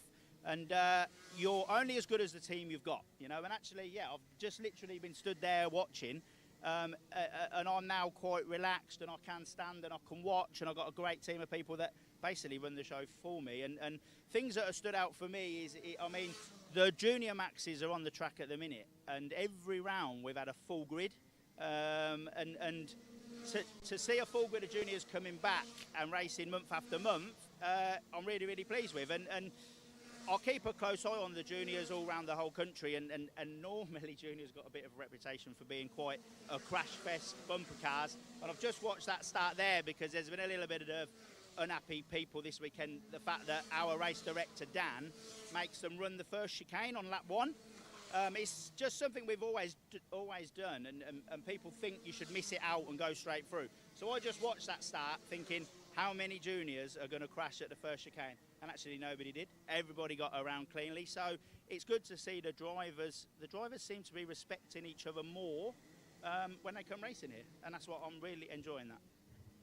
Darren, thank you very much. Hopefully not the last time we catch up this season, although, to be fair, your good lady did run off as soon as she saw the camera coming, so we'll try and get her as well before the end of the season, because I think I could probably outrun most people in this paddock, so we'll just turn it into a bit of a chase around. So, drivers heading in there into the awning. What I'm going to do, I'll have a quick chat with the mechanic. The driver didn't look overly thrilled on his way in, so we'll chat with the mechanic and get a bit of a rundown. How's it gone for your driver out there? Not a bad session. Only finished 11th in the end, but a bit of a mad panic before the race, just trying to get the setup right. Wasn't sure whether to go on a wet or a dry. Changed to wet at the last second. Unfortunately, the car wasn't quite right for him, but he's stuck with it. Lost 4 places overall, but onwards and upwards. Next race, who knows? He does look a bit happier. I might try and have a chat with him now. I'm going to pop round this way. We'll have a quick chat. You came in with a bit of a head down. I wasn't quite sure if you were feeling up for a chat, but now you're looking a little bit smiley. So talk me through heat number 1. Well, we got onto turn 1 and I turned in but accidentally hit 78, so his bumper went loose. Then going into the long right, crash ahead of me, had to go in there, spun, lost places. Then the kart just didn't feel right for the rest of the race. But tomorrow's another day and we can make some places up then. Absolutely, thank you very much. Tomorrow is another day. Hopefully it's a dry one as well, because throughout the day here today at Fulbeck we've had, it's probably only rained for about 40 minutes throughout the entire day, but what's happened is it's rained really hard for 10 minutes at a time for 4 times, and now we can see we've got quite a lot of puddles on the floor down here. Driver doesn't look too thrilled because they've already had some races today, so we don't always... What we're going to do, mid-race, I'm going to cut through this way up to the side of the track and we'll just start talking to random people. Harris Roberts, hi, how are you? Good, thanks. Good. Come this way a little bit because it is quite loud over there. But so you've already been out in Mini, you're straight out and you're straight back watching more racing. Are you just getting a bit of a gauge as what it's like out there, or just watching some friends? Watching some friends, Ollie Naylor, so... How did your first heat go? Qualifying didn't go very well, so we started 13th and then I got closer and closer and we got up to 3rd at the end, so pretty good. Yeah, I'd say that's pretty good. Harris, all the very best for tomorrow. It's quite noisy over there, so I'm going to head back out. Try not to scalp myself even more than already on the bit there. I think Junior and Max are just about finishing up. Mini should be making their way through, so we'll walk round. We'll see if we can speak to anybody. We don't even have to speak to drivers. We can speak to Joshua Bailey's mum over here, who, what happened there was she went, don't talk to me, which is a sign to say, I'm going to talk. So, Coma C50 Bambino, your driver, Joshua Bailey. Don't think he's been out yet. Is he just about gridding up to go? Gridding up on the dummy grid now, yeah. Good. How did qualifying go for him? 3rd. And you must be confident because you're carrying the wet box that it's going to stay dry. Well, we've been watching everybody else, so we've taken the plunge. So has all the grid as well, so yeah. So you're not on your own, you're not trying to spring a surprise? No, hopefully it's the right decision. Obviously qualifying in 3rd on a much wetter track than what it is now, you must be confident that he's going to keep up there in the top 3? He did his rain dance this morning, so he loves the wet. Well, hopefully he goes well. We'll make our way round further into the paddock. See, here at Fulbeck, you see, the actual main paddock is all the way over there. All of this area that we've walked down so far is the overflow, and to be fair, there's not many cars in here. There is 1 or 2, but they're all pretty much all the way down to pretty much the entrance road here at Fulbeck. Harris Barber, hi. How are you, Harris? Good. Ayami Bambino, how did heat number 1 go for yourself? Came 3rd and it dropped off at the end with my times. I think it was my tyre pressures and everything. Good. So reasonable bike you've got there as well. What do you think you could go quicker on, the bike or the Ayami Bambino? Ayami Bambino, definitely. Well, later on, I think we'll get you on the Ayami. I'll ride your bike. I think I could probably, it's wet obviously, so I reckon I'd have a good chance. Yeah, probably. only if I have slicks on. Only if he has slicks on, Harris Barber. Let's make our way through. There's a big hole there, so hopefully our cameraman doesn't fall down it. We'll let everybody else go there. Good. Can we just, I'm just going to turn around. I'm just going to walk backwards ever so slightly, Dan. Head in here. Mrs. Gilman, you've backed yourself into a corner. Hi, how are you? Good, thank you. Good. Your driver qualified reasonably well. Fourth, yes, we'll take it. And he's got some reasonably good wets as well, having missed around, so everybody else has used theirs at Warden Law at the start of the season. They've got 2 heats on them. Yep. Your driver's not, so he's looking in a good position, top 4. No excuses. No, I was speaking to Dan. He thinks he can win it.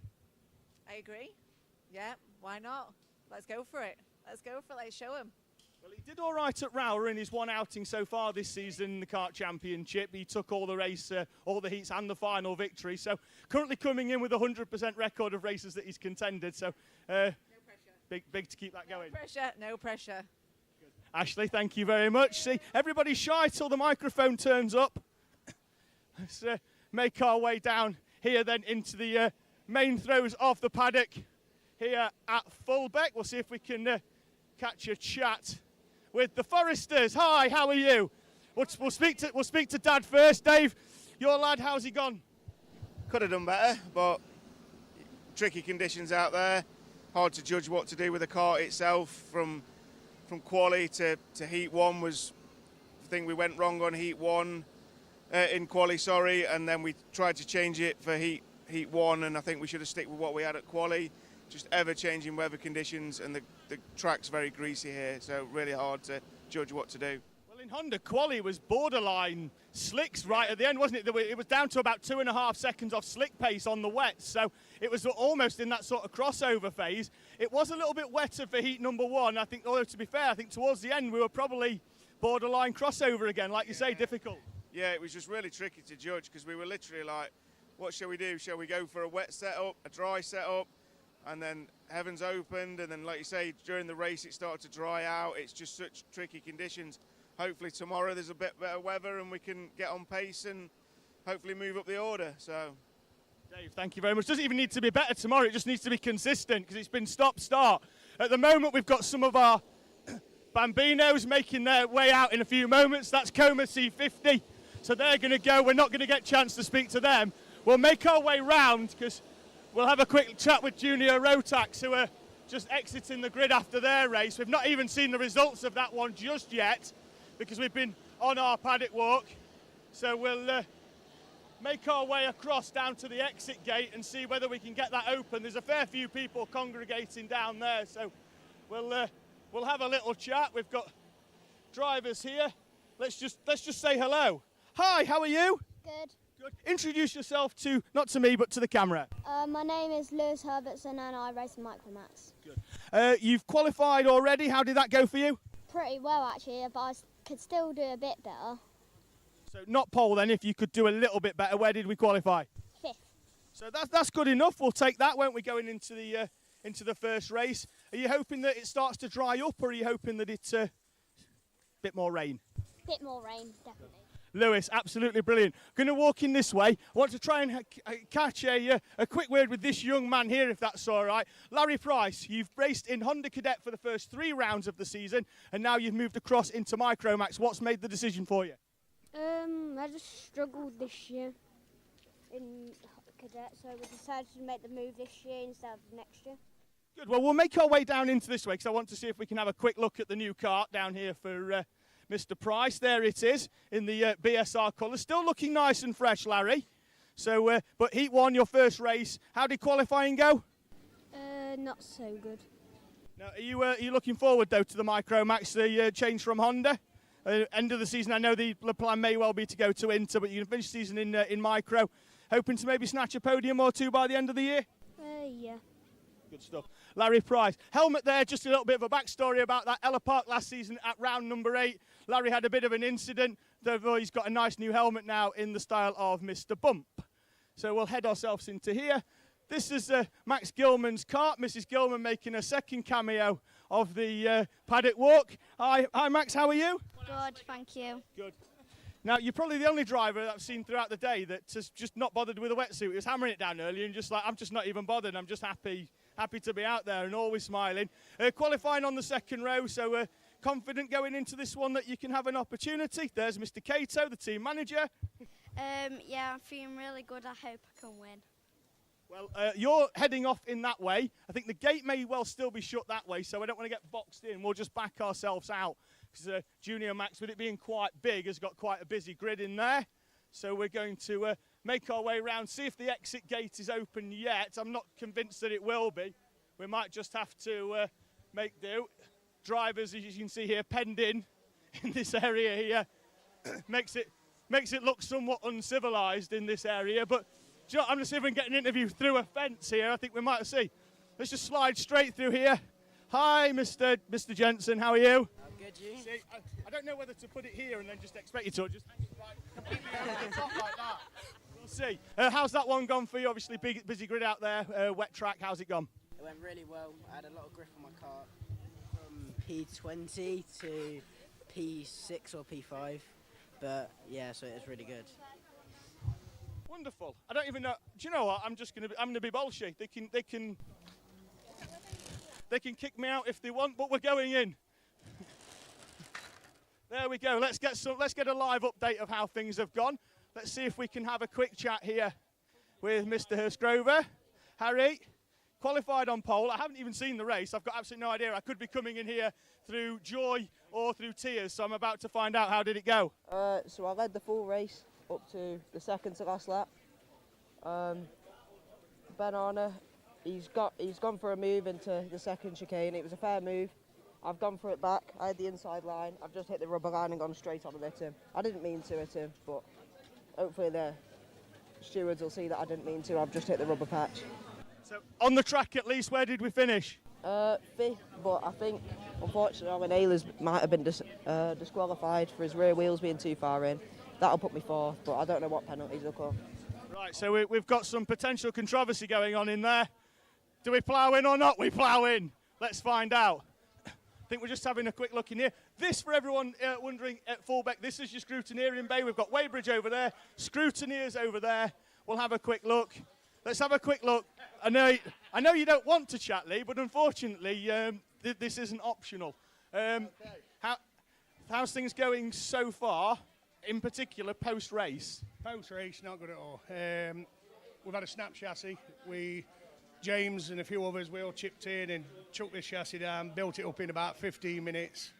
Sent Ollie out on a new chassis last night just to get a quick run. His pedals were like dead tight and everything else, so adjusted about and he's just getting used to it now, so yeah. That was purple yesterday, wasn't it? It's definitely green today. Changed colour today, yeah. And Anna straight away says, I don't like colour. I says, well, I'm not painting it. I says, it don't make you no faster, so yeah, it's going well so far. To be fair, chucked him this down and he's doing it. He said he loves it, so just keep trying and see what we can do. Lee, thank you very much. Looks like it's quite tight in there. There's plenty going on. Ollie Naylor, how's that one gone for you? I've just spoke to your dad. He says the chassis is to your liking. So how's the race gone? Good actually. It's just unlucky for Harry and Ben colliding together. No one's fault. Harry just went on the inside, had new grip and went straight. So we're lucky, to be fair. So you had a prime view then. So they'll be taking you down for witness statements regarding the incident, I imagine. Yeah, they will be. They'll be looking at it, to be fair. Ollie, thank you very much. We've still got a few coming in, actually, so I'm just going to walk back in this direction, see if we can have a chat with anybody. Want to go into this back corner, actually, before then we head into the main part of the Fulbeck paddock, see if we can have a quick chat with Ewan Stevenson. Ewan, we've got a brand new sticker kit. You've got yourself a scuff on it already. Everyone likes a battle scar, of course, but nice new sponsors, of course, that they've chipped in for it. So we'll talk about the sponsors first, then we'll find out how the race has just gone. So, yeah, like I say, brand new sticker kit. Who's helped out with that? True 7, Martello. Martello's our big one, so it's always nice to have them. Yeah, it's always nice to have a nice backer, isn't it? Racing here then, you're in the JKC for the first time this season, although I do remember speaking to you at round number 2 last year at Wilton Mill when you were wandering around the paddock just putting the feelers out about what class you were going to go for and things like that. You've obviously opted into junior Rotax. How are you finding it? It's quite fun, really fun. There's no other words to really say. It's fun, engaging, like welcome. So obviously, we go all around the country with JKC. Club-wise, where do you do most of your racing? LR Park and Red Lodge. So you're over that way, aren't you? So it was a bit of a surprise when I found out last year that you'd come all the way over to Wilton to have a bit of a watch, especially when we were due at Ella at round number 8 at the end of the year. But racing so far today out there, wet track at Fulbeck, it can be quite slippy. How did you find it? Challenging. It's really challenging. Yeah. Well, all the very best for tomorrow. I'll let you get your cart back up there. Now we're going to have to head more in this direction because, as you can see, as soon as that gate's open, it doesn't take long for it to clear out here then. This one's got a chain off it. That looks like it's had better days. Although, to be fair, did you take the chain off it or did the race take the chain off it? Race. Oh, so we've had a retirement, unfortunately. Yeah. When we need to swap the seal to another engine. So yeah, we've got another engine for tomorrow, and obviously where we do a start where we finish, that means your driver's going to have to come through the field from the back tomorrow. So good for the viewers, not so good for your nerves and your driver. Yeah, not good for him. Wonderful. Right, let's head ourselves out, see if we can make our way through here. Still a fair bit going on there post-race, so we'll just head straight up. I think. Looks like somebody may well be running a little bit late there, so we'll head our way up. Looks like most of Gear Up are out because they run in Micro Max, so they'll have cleared out. They've got absolutely nobody in there. Just have a quick look, mainly for snacks or anything else. If there's anything left, I'll take cakes and biscuits. That's 1 chicken, bacon and Caesar wrap. It's quite high on the fat content, and I'm trying to keep myself slim because, of course, I've got myself a little bit wet there. Alpha Live are off to Le Mans in France next week for the 24-hour race for the hire kart. So myself and a team involving Luke and James. James is on the camera, so you don't get to see him. He just does the wobbling. That's it. We're off to Le Mans, so we're going to leave the cameras and the microphones, and we're going to do some racing. I'm going to plough in here because I want to have a quick chat with this young man here, Andrew Dixon. Andrew, where's the new helmet? Let's have a quick look because it's quite nice, and we saw it last night. So want to have a quick look at this. It's a nice new design from Andrew. The cameraman's going to have a quick look at that. So, Andrew, first of all, talk me through the design and particularly why it's got Snowman on it. It's got the snow design because I like snow and I'm good under pressure. The colours match my suit, which is what I wanted. And I like the initials here. That's really it. Has it brought you luck? How did Heat 1 go? Won it from pole, which was good. Helmet currently has 100% record so far, so we've got to keep that up tomorrow as well. Yep. Wonderful. Is the younger one of the family around to talk to, or are we just going to be treated to yourself this round? She's in the van. Ah, okay. So we'll leave that one alone. We might come back at the final 2 rounds and have a chat there. We'll make our way round this way to see if we've got anybody else available. That engine sounds fairly grim, so we'll keep walking. And then what we'll do here at Fulbeck, it's pretty much in lanes, so I'm going to head back down this way, see if we can have a quick chat. Now, on the right-hand side here, we've got a lot of our Mighty Bambinos and their karts. We're going to have a quick, I'm going to head in and we're going to have a little chat. When I say Bambinos, that is, I mean, Elijah, whose kart that is, isn't the biggest of drivers as it is, but I think we might have to wait at least a year or 2 for that one. Just going to head into the back corner here on our paddock walk to have a quick chat and have a quick look at Seth's kart. We've spoke about Mighty Bambino a few times, but what I want to do is just talk about like the differences in one of these with Seth's dad, who is now going to become a star of this paddock walk. Because you were telling me all about it this morning. I wish we had the camera here. So we're going to find out all about it. I'm going to sneak through here so that we can have a quick chat and James on the camera can get in that side. Let's start at the back, work forward. Let's start with the battery, then we'll go to the throttle body from there. Lovely. Right, okay, well, yeah, we have the battery at the back with the motor in front of it, following through to the throttle position sensor, which gives you your throttle, and all the gearing goes straight to the rear axle. It's pretty simple. There's an on-off switch here, an on-off switch here, and you're away. So fixed gearing, of course. We spoke about that this morning. So everybody in the class is on a fixed gearing. The batteries are all the same, the engines are sealed, and that throttle body is off a... Renault Clio. Renault Clio, it's cut down with a hole drilled in it, and it added onto the vehicle, and it's pretty simple. Pretty simple. I love the way it is, because it is just on. I know that I don't want to spin them wheels too much, because our cameraman is quite near it, if the engine is on and off. It's on now. So we're going to get some power.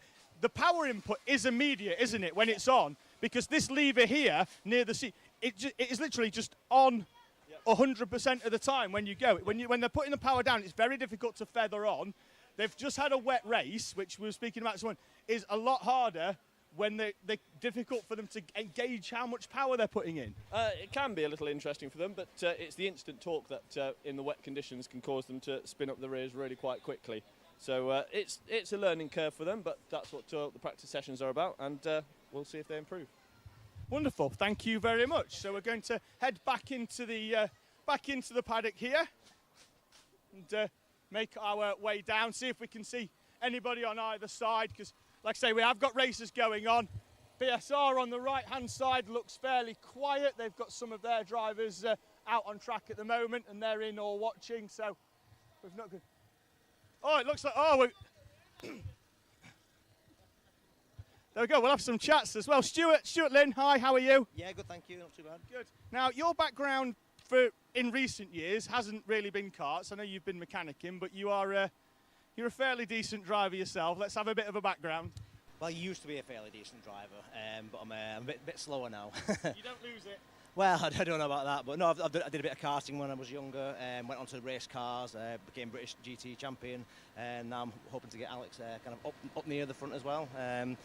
This weekend's been a bit rough so far with all the changeable weather, but yeah, hopefully tomorrow it'll all come together. Obviously, running with the Optima Motorsport on the side, the family team, so to speak. So that's the long-term goal, I'm guessing, into GTs. Yeah, you know, both Lewis and Alex, obviously with Optima Motorsport, who have a massive heritage in GT racing, have raced everything up to Le Mans. So yeah, it'd be great to see him at Le Mans one day. Cross fingers, touch wood, and yeah, that'd be the massive goals to do. Are you going to make a comeback, you know, like Nigel Mansell did and race with his two sons, Greg and Leo? Do you think you could have a chance at that? Definitely not. I had a go in one of these karts on Wednesday, ended up bruising all my ribs, so no, I think I'll leave it to the younger guys now. So you don't fancy a stint in a kart next week at Le Mans with Alpha Live? Well, it never leaves you, I must admit, yeah. So, yeah, I don't know, maybe. I reckon I could get him in the suitcase. Right, so that was Stuart Lynn, Alex Lynn's dad. The Lewis that he was talking about was Lewis Goff, our Minimax champion from last year. So, and hopefully he'll be back later on in the season. I'm hearing rumours that he might be making an appearance at Clay Pigeon at round number 5 as a guest. So, got a bit of cleaning going on there for Mark Baines Motorsport. And we are back pretty much where we started. Going to head in left here to bring this one to a close and have a quick chat with Darryl Peacock. Darryl, how are you doing? This one's a bit risky for me coming in here because Heat 1 was going well to the point where it wasn't going well. Yeah, obviously we started 8th. Yeah, something happened at the top end. I think one of the slick runners went sideways. Alex Lynn and Amy got caught up in it. Nowhere to go. T-boned it, got stuck together. Damage limitation, she finished 12th overall.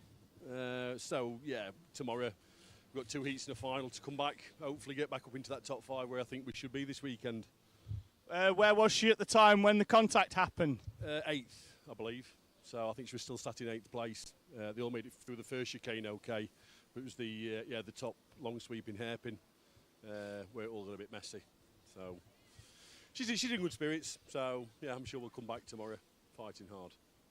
Darryl, thank you very much. So I said that went considerably better than I thought it might have done.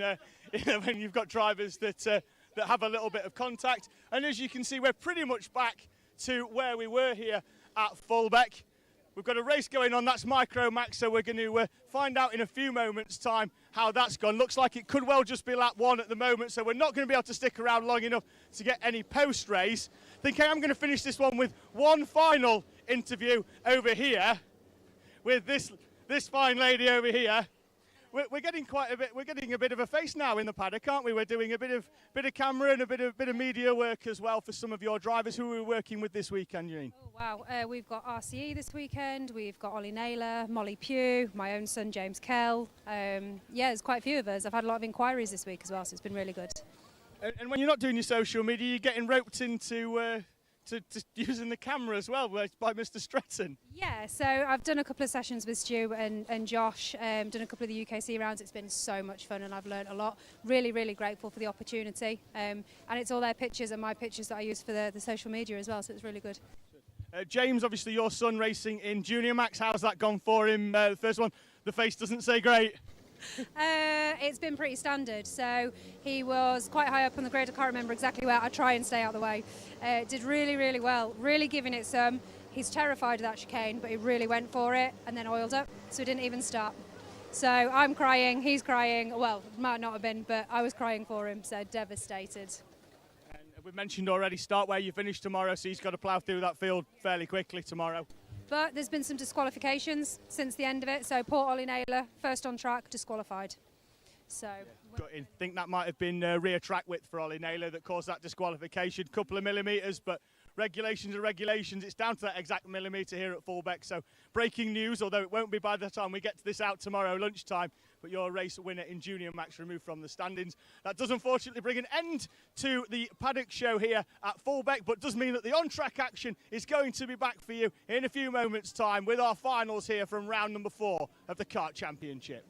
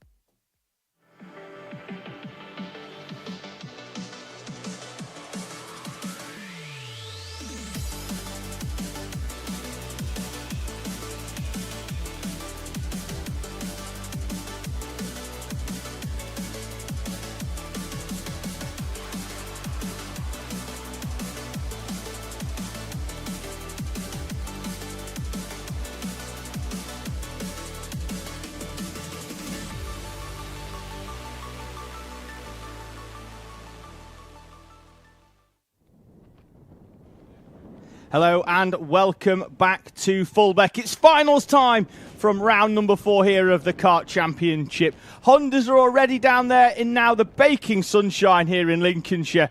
And it's time for the first of 7 finals here from round number 4 before we head to Clay Pigeon and to Wilton Mill to bring this championship to a close. We're expecting some rain towards the end of the day. Hopefully, though, we'll get through the race day. Before that, we should be wrapped up by around about 4:30, so hopefully we'll miss any of that light rain. Hondas are down there gridding up already. They're due out at 2:20, so we'll head down towards the holding area and we'll have a look at some of our grids for Honda Cadet.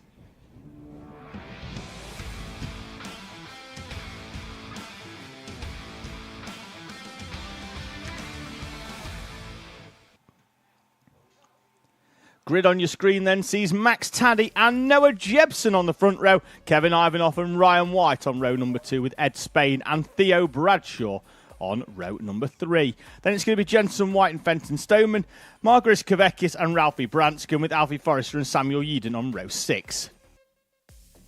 And it'll be Lewis Gilbert in 13th with George Ralston alongside Ronnie Legg and Ella Dixon, Archie Gardner and William Howard on row number 9 in front of Sam Green, Gomez and Joshua Sullivan. Freddie Housego and Matthew Plant, Will Newton and Charlie Stapleton are going to be on row 12. Then it's Otto Amy and Jacob Leathenby, Max Housego and Thomas Battershill on row number 14. They are your 28 runners in Honda Cadet. Should be about getting the green flag in a few moments' time as we've just ticked past 2:20 here then. Finals are about to get underway. In the live chat, we've had Ben Edward asking if the last interview with of the Paddock Show was with On Track Marketing, and I have kindly responded with yes, it was.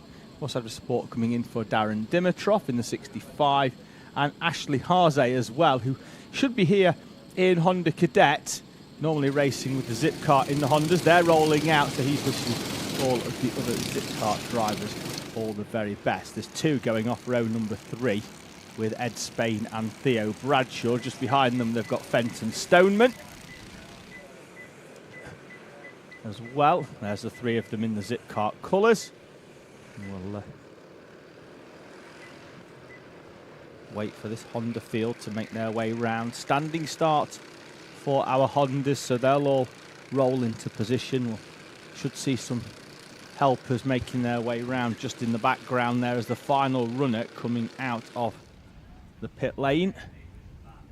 Looks like we did have one a little bit later than we'd hoped for. Could have been the 42 of Matthew Plant. He's had a retirement, and he's got quite a dark colour scheme on his kart. So keep an eye out the combox window to the left to see who that kart is that was coming round late. Now there's no worry that they'll not manage to get into position. They will be able to drop in. It is indeed the 42 of Matthew Plant. So having a quick look at the weather to see what it says is likely to come in the next 2 hours. Looks like we are clear, so hopefully we should be able to get ourselves through.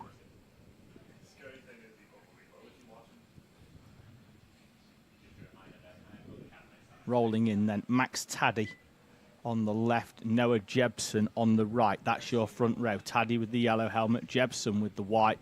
Rest of the field into position.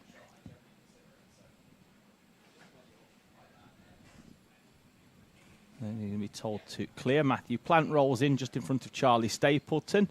So the final runner just drop into position. So Honda Cadets then, their final, the first of 7 here today from Fulbeck, is about to go racing. The track down the right-hand side and lined with spectators for this Honda Cadet final. As the final few parent helpers make their way off the track towards the right-hand side, the drivers will get a 5-second board. Ryan White's car on the outside is angled very, very aggressively towards the inside. He wants to get across so that he's not hung out to dry on the outside. Keep an eye on the red lights. 5-second board. Lights are out and we are away and racing. Can Jebson get the run on Taddy into the first corner as everybody tries to get to the inside? Taddy's going to hold on, and through is going to come Kevin Ivanoff down the inside of Noah Jebson. We've got 2 drivers off in the background, just having to wait for the rest of the field to come through before they rejoin the circuit so that they don't get a penalty for gaining an advantage. As the field now makes its way up towards the back chicane, Taddy leading from Kevin Ivanoff and Ryan White. Noah Jebson at the moment is going backwards. He was on the front row, got hung out at the first corner. He's going to be down in P6. Theo Bradshaw comes down the inside of Ed Spain. That's him up into 4th place already for Theo Bradshaw. Then Jensen White forced wide there by Fenton Stoneman, it looked like, into the right hand of the compact. Jacob Leathenby in the 95 is facing in the wrong direction. In the middle of that corner, he's going to drop down the order. He's going to cross the lines. They come over for the first time. It's Taddy from Ivanoff, White, Bradshaw, Spain, Jebson, Stoneman, Jensen White, Margaritis Kavekis and Ralphie Branscombe rounding out the top 10 in front of Gilbert Forrester, Ralston, Legg, Eden, Howard, Sullivan, Dixon, Green Gomez and Otto Amy completing the top 20. Ryan White up and over the curbs. That's going to slow him down. It's also going to allow Theo Bradshaw, I think, to get alongside. Will Bradshaw be through? Bradshaw is indeed through. Ed Spain picks up a warning. And that could be for a overly aggressive defence on Noah Jebson, who is just behind him and has been behind him for a little while now, since the start of this race.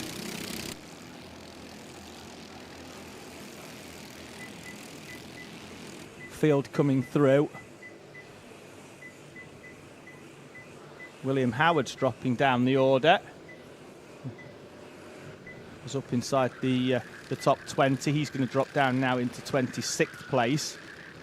Crosses the line just behind Max Housego. Jebson now in front of Jensen White. Jebson defends. Jensen White down the inside of Fenton Stoneman. So that's moved White up into 7th place now.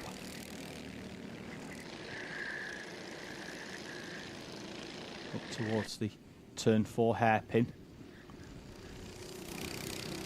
It's Ed Spain under pressure from Noah Jebson. And Jensen White as well in the orange helmet. Jebson trying to get the run down the inside, defending off ever so slightly. Theo Bradshaw with the fastest lap. The gap now then down to 1.1 seconds off the lead and closes in on Kevin Ivanoff. He crossed the line 0.6 of a second almost behind Ivanoff, and he's through by the time they get to the right-hander at turn number 1. And now Theo Bradshaw has got Max Taddy in his sights at the front of this race.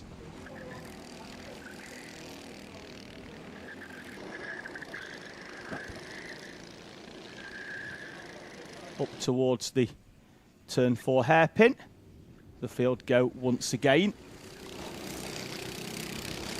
Gap between Taddy and Ivanoff on the previous lap was 0.6 of a second. Bradshaw seems to be closer, but he's bringing Ivanoff with him as well. Noah Jebson's found a way past Ed Spain. Another fastest lap from Theo Bradshaw.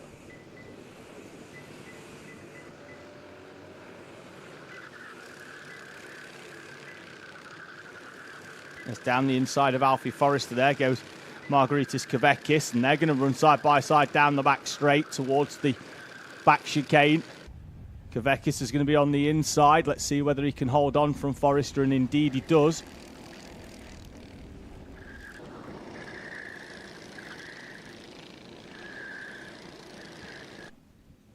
So they continue to battle this race, still with plenty of time to go. Finals go up from 8 minutes to 12. So we've still got plenty and plenty of time.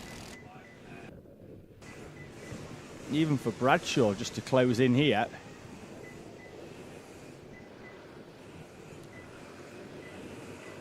Field streaming through. Taddy, Bradshaw, Ivanoff, Ryan White with the fastest lap. Fenton Stoneman squeezing Ralphie Branscombe to the inside. Branscombe forced onto the grass. Let's see what happens in the background, because they're still side by side as they head down towards the back chicane. Warning for the 48 being shown on the overhead gantry, as well on the top of the screen. As they... Two behind the leaders. Ivanoff in third, Ryan White in fourth. Try to close in on the back now of Max Taddy and Theo Bradshaw. Jensen White in 7th place on the back of Ed Spain. Spain with a look over the shoulder. The rest of the field behind. Still nose to tail. And it looks like Kavekis has managed to find a way past Ralphie Branscombe, with Branscombe being quite slow on that previous lap in the run down towards the right-hander. Ronnie Legg there on the back of Ella Dixon. George Ralston with a penalty, the driver of the 99 kart. He's currently positioned in 18th place. He's been shown a penalty on the start-finish gantry for George Ralston. That's going to drop him a few places, but currently in P18.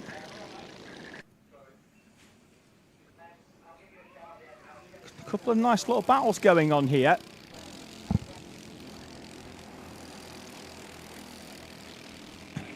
Taddy from Bradshaw, then Ivanoff and Ryan White. Yellow flag out in the complex. Not quite sure what that's for. We've got another green though at the final corner. We'll see if anybody comes through a couple of seconds down on their normal lap time. Trying to keep an eye out, see if anybody's dropping. 57 seconds for Ella Dixon, seems a bit out of character. Down the inside goes Theo Bradshaw and Max Taddy. Where's Taddy gone? Taddy's had to go through the chicane. He's not gained an advantage though. He's back behind Bradshaw. Bradshaw with the overtake down the inside. Taddy then slots back into 2nd place. Doesn't look like he gained anything. In fact, he's dropped back now into the clutches of Kevin Ivanoff. Ryan White then in 4th place. Then it's Jebson further back. Still under pressure from Jensen White and Ed Spain. And over the line they come then. Theo Bradshaw now leading by 0.8 of a second, and will need the train of karts behind him to help push him towards Theo Bradshaw. In the background, that's Jensen White getting alongside Noah Jebson into the right-hander. They've both moved away from Ed Spain, and Jensen White is through and up inside the top 5. Now leading the train of those karts behind. Bouncing over the curbs once again, which is the way to do things here at Fulbeck. Bradshaw currently holding the fastest lap, which he got on the last lap, including that overtake on Max Taddy, although Taddy was wider than he'd have hoped and had to go straight through the chicane. Kevin Ivanoff and Ryan White now. Still 4 minutes, still a third of this race to go here. And this final for Honda Cadet. Plenty of time for our drivers, plenty of time for things to change. Margaris Kavekis with the fastest lap of the race, currently sitting in 9th place when I started the sentence and 8th place when I finished the sentence. He is through with a solid overtake on Lewis Gilbert as Jensen White slides slightly wide. Now we'll go slightly defensive on Noah Jebson. Jebson's going to get the cutback potentially into that corner. Top 4 now sees Max Taddy beginning to pull away from Ivanoff and White. Looks like he's had a bit of a reset. And now he's going to carry on his charge all by himself, and he sets the fastest lap of the race with a 51.3. Helmet tap from Jensen White, who's now fallen once again behind Noah Jebson in 5th place. Looks like Samuel Eden there's got a bit of front end damage by he's currently running in 14th place, so looks like he's had a bit of a thing. Warning for Jensen White. Nearest challenger Jebson, but he's also got Ed Spain just behind him, so he's being shown a warning. Investigation for the 66 of Max Taddy. Could that be for going through the chicane?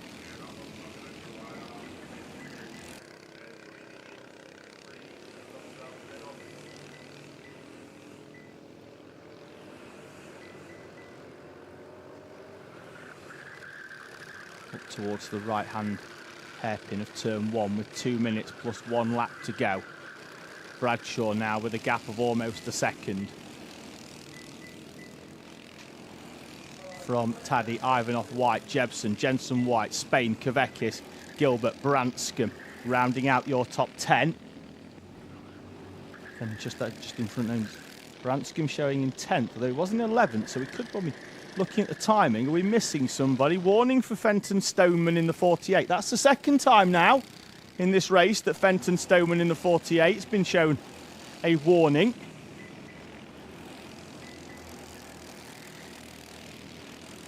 Over they come once again. Not sure if we're missing someone. Live timing on one side. Actually, it's actually just a little bit behind on the timing screen that I've got rather than this. So the left corner of the screen is accurate. It's the rest of it that's not on live.alphatiming.co.uk/BKC. At the front, Max Taddy is back on the back of Theo Bradshaw. So they head now into the complex with 53 seconds remaining. Lapping in the 51, so this will be the penultimate lap. They are about to commence here at Fulbeck. The first final of the day sees Theo Bradshaw and Max Taddy nose to tail at the front. So they bounce their way over the curbs. Ivanoff and White are in a similar order behind, still nose to tail as well. Then it's Jebson and White, Kavekis nose to tail, Spain, Gilbert and Branscombe.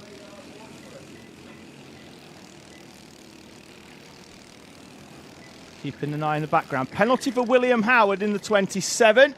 He's in 22nd place at the moment, so he's going to pick up a penalty. That one's going to greet him on the overhead gantry as they come through, although chances are it won't, because they'll need to let Bradshaw and Taddy know that the last lap is about to commence, and they've got a problem with a slow runner in front, just keeping out of the way. Looks like they have a problem there for one of the Houser-goes. The leaders, though, through without issue on the run up towards the first corner. And Max Taddy down the inside of Theo Bradshaw. Change for the lead on the last lap. Taddy then comes across to try and defend off. Bradshaw's going to try and run side by side. Can Bradshaw keep the nose in? Bradshaw holds on.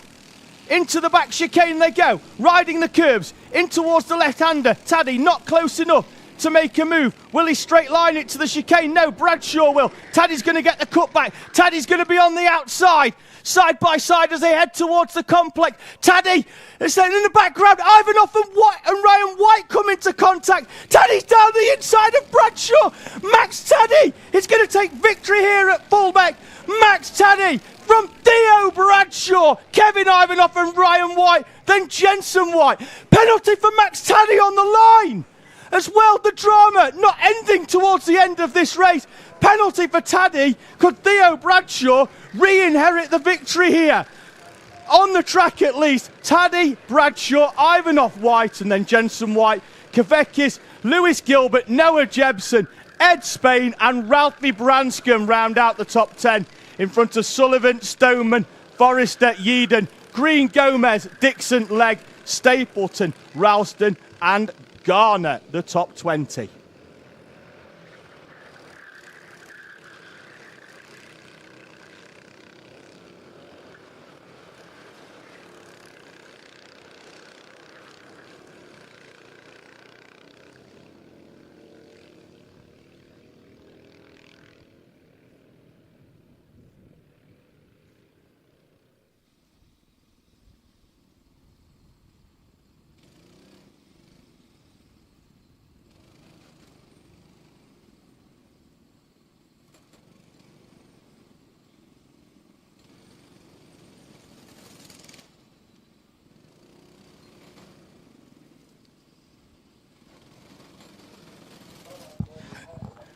Welcome back to Fulbeck. I needed 30 seconds then to recompose myself, get some breath and some water in because, Honda Cadet, what a race.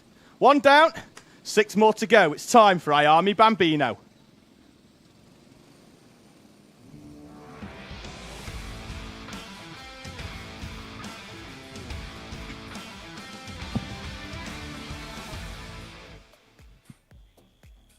Honda's got a lot to beat, but if anything can, Iami Bambino can. Darren Dimitrov goes off pole position with Chester Fawkes alongside Albert Farah and James Roots on row number 2. Chloe McGill and Harris Barber on row number 3. Then it's Freddie Baker and William Crombie, Theo Poyser and Ollie Liddell, with Max Joy and Charlie Holmes on row number 6. And it's going to be Max Mikalski, Freddie Purnell and Austin Anderson completing your 15-car IARMI Bambino final here from Fulbeck. There is Darren Dimitrov on the left-hand side in the number 65 all-black machine, as we await the instruction to start their engines, and almost in unison they get that go-ahead. 5 of James Roots there, just behind Chester Fawkes in the 38. As we get ourselves ready for the second final of the day here then at Fulbeck from round 4 of the Kart Championship.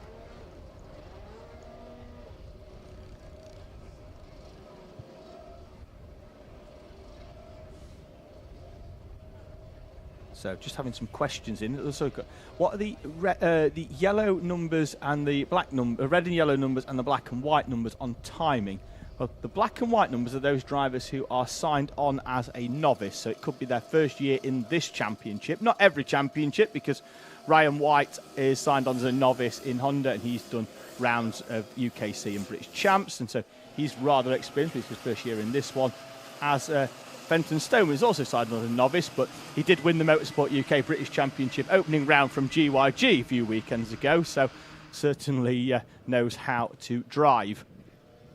Field making their way round. They're not in the correct order just yet, because it looks like Dimitrov was a little bit slow out. He's currently in 4th place, but there's plenty of space here at Fulbeck for the drivers to take their positions and for the anybody else just to roll straight down the middle.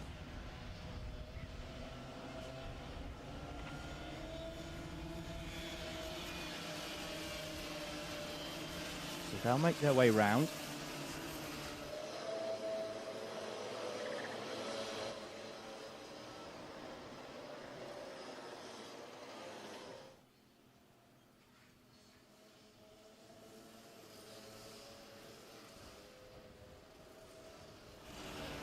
Here we go then, rolling into position, standing start. They will come in and their engines will be turned off and then started again like a ceremony as they get the go ahead. There's Darren Dimitrov rolling in.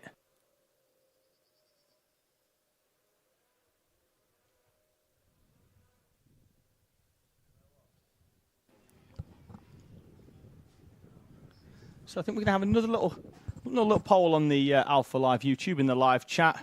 So we say, what's going to have more overtakes, the finals or Formula One? But I think we can probably get more in this IARMI Bambino final. But what are we going to have? More overtakes at the Kart Championship or more overtakes in the Formula One from Silverstone? Let's see whether IARMI can add to the tally here then at Fulbeck. Green flag from the back of the grid. 5 seconds on the lights. IARMI being held and released. We're away in our IARMI Bambino final, and Chester Fawkes from the outside of the front row looks to have had a good start, and indeed he does. And he slots into position in enough time that he can come out and then take the more optimal line into the corner. 42 of Albert Farah, is moving through into second place as well. Darren Dimitrov, the pole sitter, has dropped down into 3rd place in front of James Roots. It's been a good start as well from Chloe McGill. She's in 6th place, holding on as they bounce their way over the curbs. 12 of Harris Barber. Keep an eye out for William Crombie, who's had a bit of a tough day so far today, but definitely has front-running pace. Just needs to find a way through in the early part of this, past McGill and a few others, to really insert himself in the mix. Or maybe McGill can go with the leaders in this one. It's been mainly 4 or 5 karts and then another train of 2 or 3. McGill and Baker were a little bit further back earlier on, but as they cross the line for the first time, it's Chester Fawkes from the 42 of Albert Farah. Farah's going to go down the inside into the right-hand hairpin at the end of the track, and now it's his turn to lead from Chester Fawkes. Darren Dimitrov and Harris Barber, then James Roots and Chloe McGill. in front of William Crombie and Freddie Baker. Chloe McGill doesn't seem impressed with William Crombie. Crombie's through nonetheless, but she had the arm off the wheel in the middle phase of the chicane, where you could really do with holding on to both sides of the steering wheel, but clearly upset enough for her to vent her frustration with the driver of the 15. Over start finish, and this time it will be Albert Farrer who leads this race from Chester Fawkes and Darren Dimitrov. Harris Barber though with the fastest lap in 4th place. Front then of James Roots, William Crombie, Chloe McGill and Freddie Baker rounding out your top 8. They're all breaking away, less than 2 seconds between first down into 8th. Then there's a gap back to Theo Poyser and Ollie Liddell. And then another gap back to Mikalski, Holmes, Joy Purnell and Anderson. Bouncing over the curbs. These karts not seeming to ride them quite as well as they did this morning. Maybe the driver's starting to be a little bit more aggressive as the final comes towards the end. Charlie Holmes with the 60 of the 63 gets a warning. He's in 12th place at the moment. There's a bit there between Harris Barber and Darren Dimitrov, and then Dimitrov ran wide. Barber can't get through though, and Dimitrov holds on to 2nd place. There's the warning being shown to the 63 over the start finish, and Harris Barber is indeed now down the inside of Darren Dimitrov. Took a few corners, but Harris Barber is through and down the inside on Dimitrov. Quick look over the shoulder from Farrer back at Chester Fawkes. This High Army final for our Bambinos, currently seeing Darren Dimitrov with 74 points, so that's 2 wins and a 2nd place so far for Dimitrov this weekend.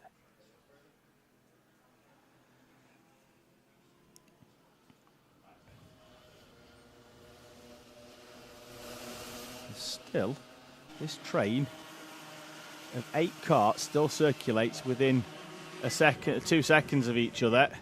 In the background, looks like Freddie Baker's making a move on Chloe McGill into the first chicane. He is indeed through down the inside, as they bounce their way over. Once again, Harris Barber from 3rd place with another fastest lap of the race. The 2nd time we've seen that so far in this race.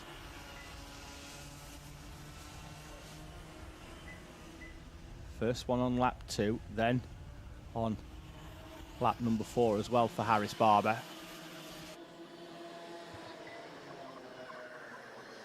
Still 1.5 seconds splits the train of karts in this High Army Bambino final, and we're only 30 seconds in to what would have been the start of the race. They normally race for 8 minutes, 12 for the final. Harris Barber there showing his displeasure, but I think that was just a bit of a circumstance where he put the nose down the inside and then slowed. And Freddie Baker with another overtake down the inside this time. This time it's on William Crombie. He's up into 6th place. You can smell a trophy here for a top 5, I think, could Freddie Baker. Is down the inside of Chester Fawkes goes Harris Barber, the fastest driver on track at the moment. He is up into 2nd place, so it's currently Mark Baines Motorsport 1-2 with Albert Farrer and Chester Fawkes leading the way. And Albert Farrer with the big come on to Harris Barber. Big arm signals, push forward, let's go. Let's try and move away from this train, but it's easier said than done. All he really wants at the moment is for Harris Barber not to try and overtake him for a few laps, and if they can sit together and work. Harris Barber, however, I get the feeling he's not going to want to sit in 2nd place for too long. He's got the pace here as Harris Barber to potentially find a way through and break away. Farrer, Barber, Fawkes, your top 3. Then Dimitrov, who's been the standout in this class so far today, in 3rd place, or in 4th place at the minute. Then Baker, Roots, Crombie and McGill, still nose to tail. 5 minutes and 40 seconds remaining, so still plenty of time. At the moment, it's just a high-speed train at the moment. The way they're following each other's wheel tracks at the moment, nose to tail, you could almost imagine them stopping at a station on the halfway line. This row of carriages just makes its way round this Fulbeck circuit. In front of them, though, some lap traffic, and they need to find a way through as a train on the lap traffic. It's got to be done on a straight, and it's all got to be done together. And this is where Harris Barber sees an opportunity to try and split. What it will do, though, is now it'll split the field up ever so slightly. The top three have got a bit of a gap as Harris Barber tried to use the lap traffic to his advantage. Split either side between himself and Albert Farah at the front. Harris Barber, Chester Fawkes, second and third. Then it's back to Darren Dimitrov, who's now going to work hard to try and close this gap back up that was caused in finding a way through the traffic. Few tenths of a second for Dimitrov. See if he can get that one back up. I think he has done. And they are slotting in to single file once again. James Roots is out of the slipstream, although I think that's more of a defence to William Crombie. William Crombie's managed to sweep all the way around the outside, though. James Roots loses a place. He is down into seventh. Then it's McGill still on the back of this one, although she's run slightly wide there. She's going to struggle now, because if they stay in a line now for more than a lap, she's going to struggle to stick with. Once again at the front, Albert Farah with more hand signals to Harris Barber.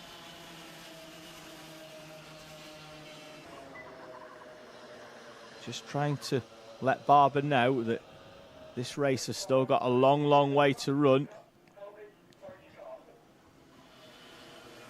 Into the complex. So we've got a spin for the 92 of Freddie Baker from fifth place. The field concertinaing together, and Freddie Baker has dropped away now. Was just in front of William Crombie. Crombie crosses the line in fifth place. Then it's Roots and McGill, but now we've got a split. We've got four at the front, three behind, and a lonely Freddie Baker now in eighth place. Darren Dimitrov down the inside of Chester Fawkes. Has he been sandbagging, biding his time in this Iami Bambino final? And now, will it be the time where he starts to push through this field? Darren Dimitrov, but he's coming under more pressure from Chester Fawkes, and they're going to run side by side round that left-hander, and Fawkes is back through. Dimitrov back down into fourth place. More lap traffic in front that they will catch before the end of this race. Still 2 minutes and 40 remaining as Dimitrov's back down the inside as Chester Fawkes, as Fawkes makes a mistake. Fawkes runs wide. Dimitrov back up into third place.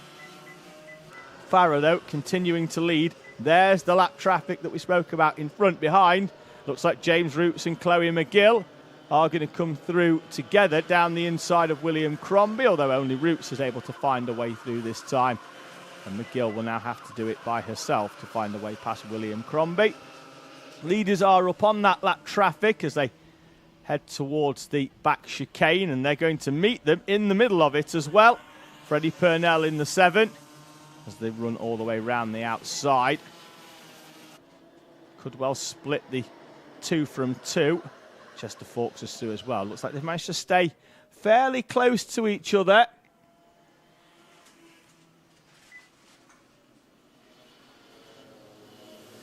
As they go down the inside of the 63 of Charlie Holmes, and Albert Farah's going to be tight. We could have a bit of a switch back here, and Darren Dimitrov could well take them both by surprise. Dimitrov's on the inside, going to get squeezed across. Harris Barber closes the door. Barber leads, Dimitrov in second, and Albert Farah drops from first down into third. He's challenging back though for second, back down the inside. Goes Albert Farah into the right-hander, Dimitrov with the cutback. Now could be an opportunity for Chester Fawkes. If he can sit in the wheel tracks, then Dimitrov might not be able to turn in. Fawkes down the inside, exactly what we were talking about there. He's through up into third place. Dimitrov could not slot back in. Yellow flag out in the background. Not quite sure what we've got there because James Roots in sixth place. Then it's McGill and Crombie. Keep an eye out for them, although McGill hasn't appeared just yet. There she is with the pink helmet just in front of William Crombie. James Roots is coming back into this one. There he is in the 5. On the last lap, he was 7/10 of a second quicker because everybody else was battling in front. And he is right on the back now.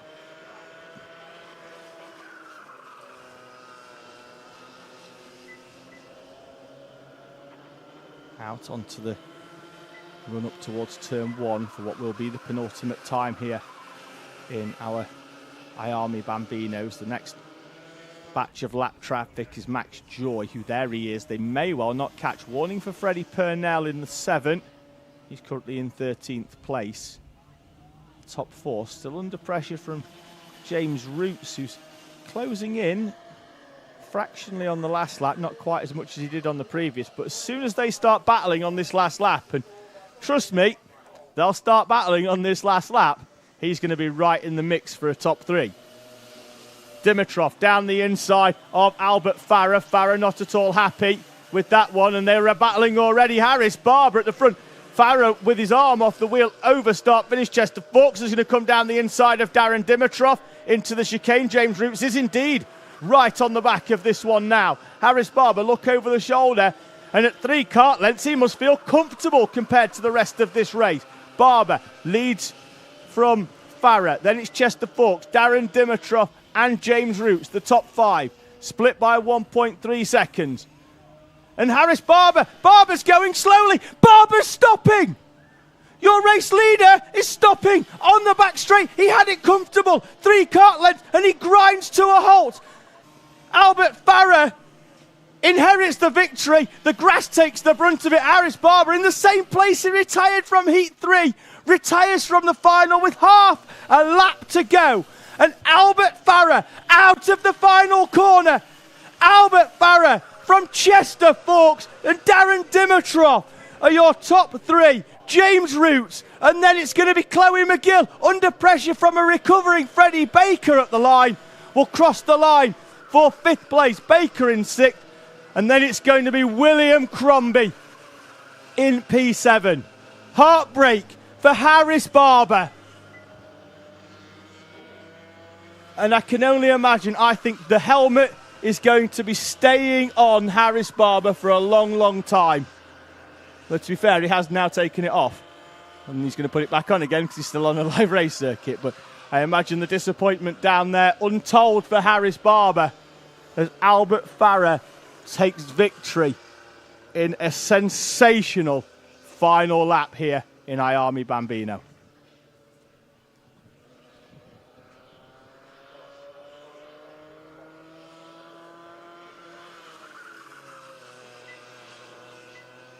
Iami's then rolling into the pit lane. And we'll now have our Minimax final about to grid up. There they are, ready to go. It's time for the final in Minimax.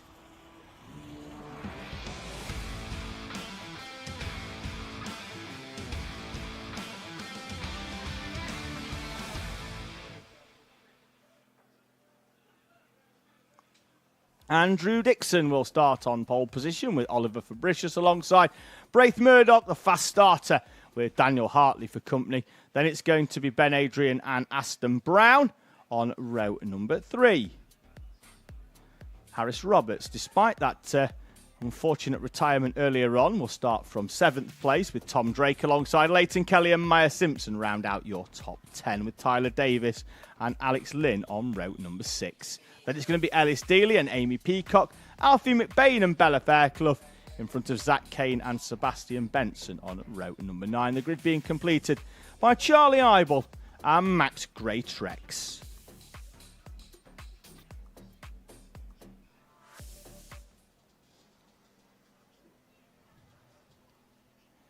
There's Andrew Dixon then, the pole sitter in the all-black kart with his brand new helmet,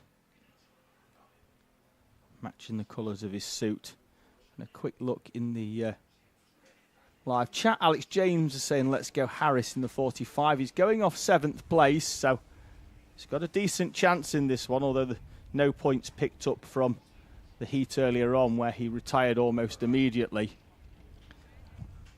Bubby 15 cents, it is Micromax Racing. Yeah, we've got to get through Juniors and Coma Bambino first after this mini race, and then we'll have Micromax and Mighty Bambino. So you've got time to get yourself a sandwich or some Sunday dinner down you before micros. We've got 4 more races before they get going out here on track, so roughly in the region of about an hour before we get them going, because we've got minis at 12 minutes and everybody else as well for their finals. Just waiting for the green flag from the marshal on the right hand side down there before we can head out onto the circuit. We're just waiting for it to be fully clear. Harris Barber's kart just being recovered, and the driver as well just being consoled on his way off the circuit off what is a harsh result for Harris Barber in Iami Bambino.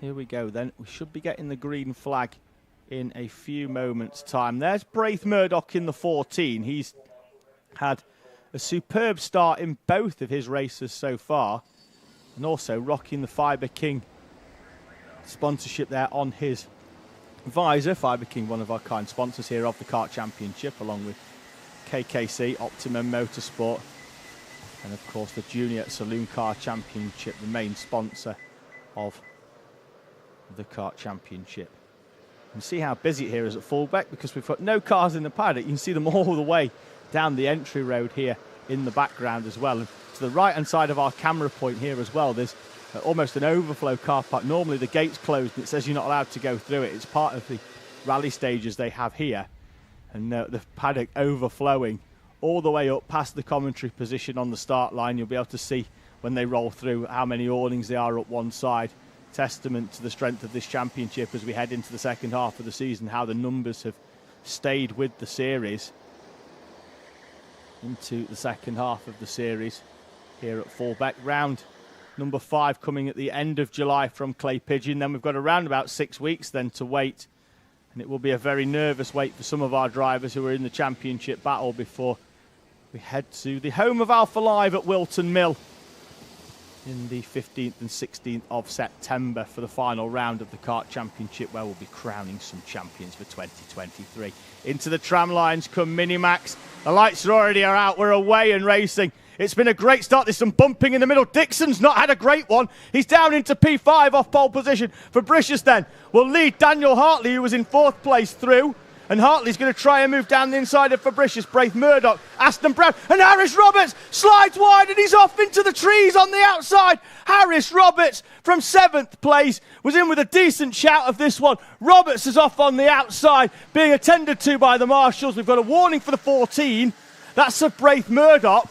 He was in front of Harris Roberts, though, so it won't have anything to do with that. And we're already under Battenberg. We're slowing this one down as we attend to Harris Roberts at the far end of the circuit. So we're going to have this one calm down a little bit, and the field will come together behind your race leader, Oliver Fabricius. And not for the first time in Minimax, we are under the Battenberg flag. So the field will slow down to around about 1/4 pace. As you see now, they're just going to try and keep some heat in the tyres, having worked hard on that opening lap.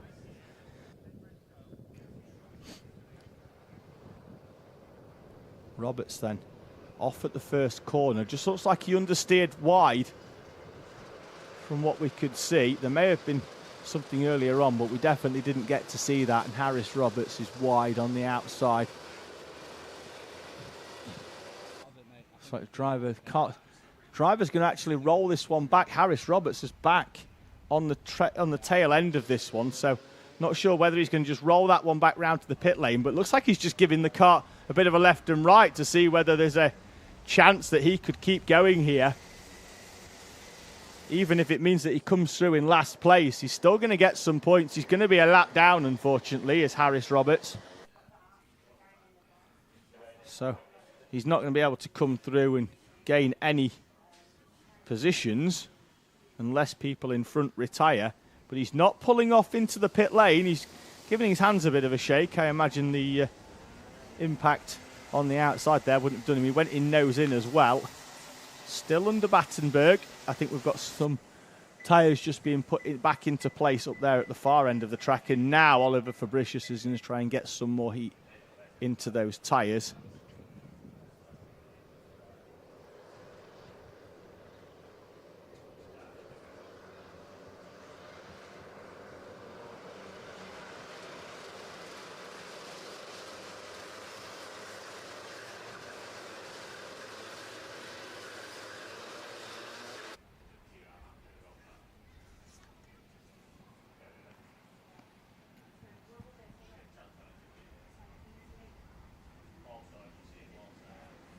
Here we go then, half a lap further under Battenberg conditions for Oliver Fabricius to roll this down. It's going to be like a heat, because by the time they come round, it's going to be roughly about 8 minutes, probably 8.5 as they roll round. So Fabricius, Hartley, Murdoch, Brown, Dixon the pole sitter in 5th.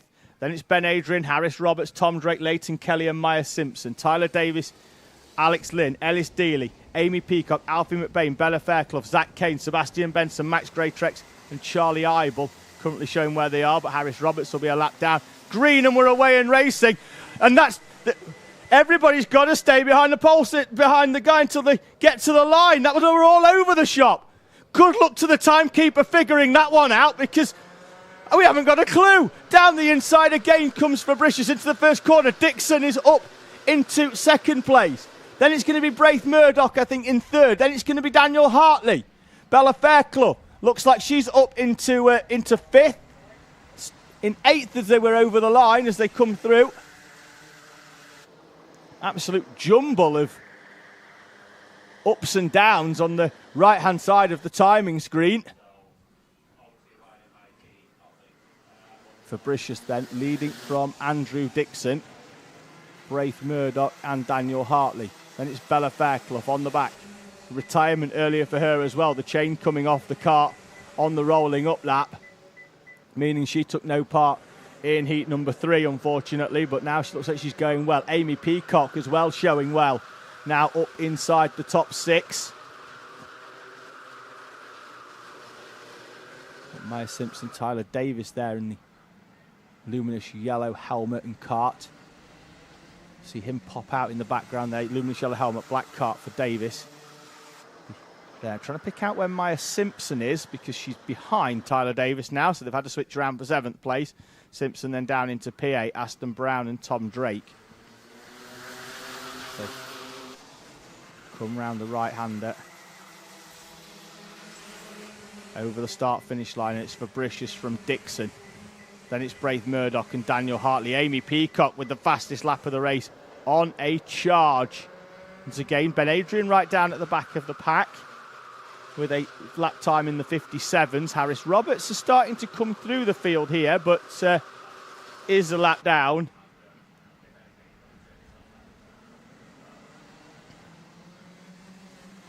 So currently still classified in 20th place, but is currently just having some fun overtaking, as is Amy Peacock. She's down the inside into the turn 4 hairpin, and Amy Peacock is up inside the top 5, a track that she knows well here at Fulbeck. She's raced everything from cadets, minis, which she's in now. She's had a bit of an outing in junior as well as Amy Peacock this season. She is old enough. She's 12 years old. After a strong season last year, saw her finish in 8th in the Cadet Championship. She was 3rd in Honda 160 here at Fulbeck, as Harris Roberts, in his quest to unlap himself, goes down the inside of Aston Brown. He's only got to get past 7 more people now to get himself back on the lead lap.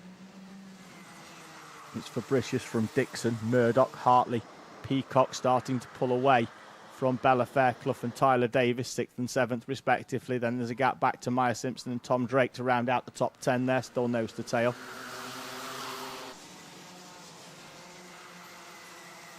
Five minutes to go for Fabricius and Dixon at the front of this one. Murdoch, Hartley and Peacock now nose to tail. 8/10 of a second splitting the top 5, and once again Amy Peacock sets the fastest lap. We've got Zach Kane off in the background, and he looks like he's either grinding to a halt or he's going to come back on, having trimmed the grass here for us at Fulbeck. So it's going to drop him down to probably around, should drop him down to 19th on the tail of the field. Timing not picking up Harris Roberts on the screen at least. He is on the timing link, but not showing on the timing stacker down the left-hand side. The gap for the lead on the previous lap was 0.2 of a second. It's out to 3 as Oliver Fabricius sets the fastest lap of the race. 4 to go. Around about half a heat, 1/3 of this final remaining for Oliver Fabricius to hold off Andrew Dixon. Down the inside goes the 16 of Ellis Dealey. That's going to allow Max Gray-Trex through as well on Maya Simpson. Gray-Trex doing well. He's come through from 20th place on this mini grid. And it's a move down the inside. Braith Murdoch down the inside of Andrew Dixon for second place. And it could allow a few others as well. Amy Peacock is through on Daniel Hartley. Then Hartley has a little bit of a bump into the back of Peacock as a field concertina together. Peacock, though, now close enough to Andrew Dixon to potentially make a move up towards this first chicane. They all stay line astern. But now Oliver Fabricius has got Braith Murdoch to worry about here.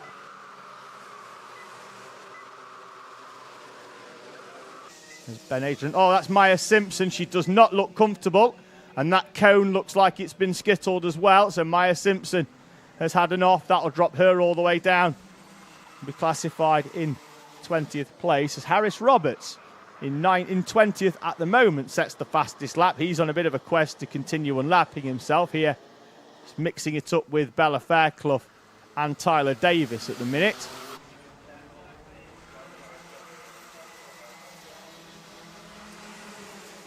Oh, I think that might explain why Maya Simpson is no longer taking part in this race. We've got a black flag for Max Gray-Trex.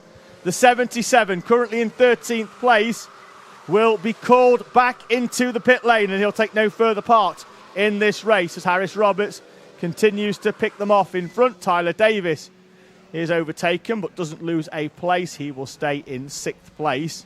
Just needs to be careful now that he doesn't get embroiled in a battle that could see him incur a front fairing penalty. Fabricius, Murdoch, Dixon, then your top 3 with Peacock and Hartley behind, heading towards the business end of this race. 2 minutes to go. There is Maya Simpson walking back home. Unfortunately not with her cart. That's stationary and will be pushed into the centre green. There is Max Gray-Trex coming into the pit lane.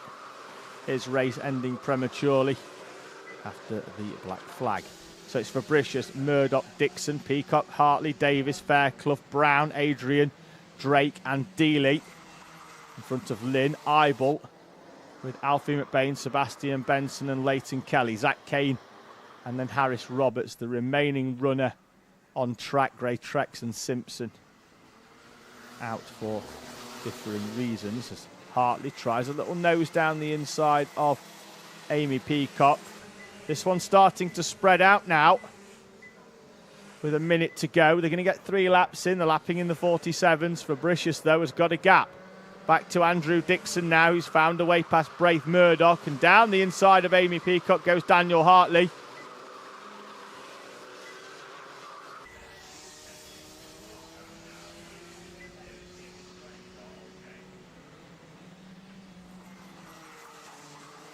Andrew Dixon there. A little bit of side pod sticking up in the air. A little bit Nemo-like on the right-hand side there by the look of it. But looks like at the moment. I don't want to say anything about Oliver Fabricius at the front. I've already cursed one driver in Army Bambino, so we're not going to potentially incur the wrath of another parent for the second time.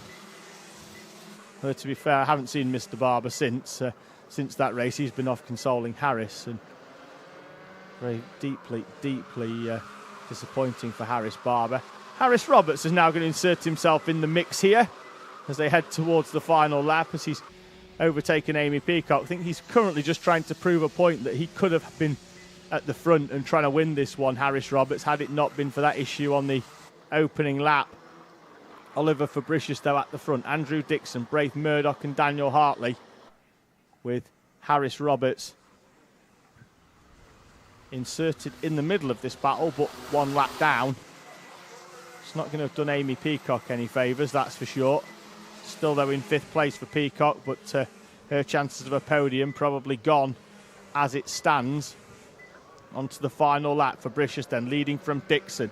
Then it's Murdoch and Hartley. And Hartley's going down the inside of Murdoch. Harris Roberts is coming down the inside. Yes, he's quick enough, but this is quite silly now, getting himself involved in a battle for the podium and trying to put moves on drivers that are running inside the top 5, particularly when they've got a podium at stake here and maybe championship points as well. Fabricius at the front. Now there's going to be another move by Murdoch down the inside of Daniel Hartley. Fabricius looks comfortable at the front. Where's Hartley gone? We've missed him. He's disappeared, Daniel Hartley. Outside the top 3. Fabricius is going to come through for the victory.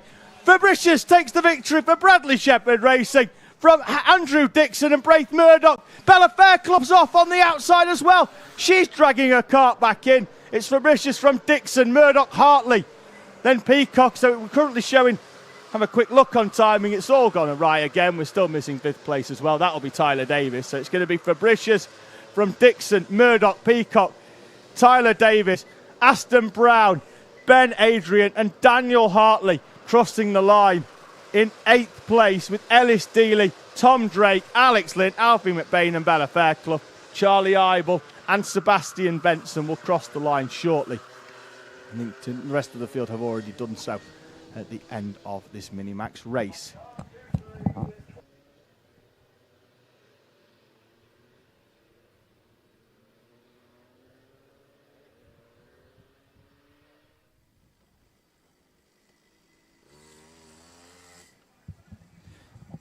Leaders being rolled in. They'll just be checking the front fairings here to make sure that there's no issue. The top 3 are safe. Harris Roberts has just been pointed to one side. He's good to go. Amy Peacock in the 17 is having her name taken from 4th place. And now it's going to be a fairly nervous wait for Peacock because looking at the timing, she needs 2 of the remaining 3 to incur penalties as well. Looks like Tyler Davis has got one. Waiting for Aston Brown and Ben Adrian here. The next ones to come through. There's Aston Brown. He's clear. Ben Adrian is having his name taken as well. Amy Peacock may well hold on to P5 here. Cross the line in 4th.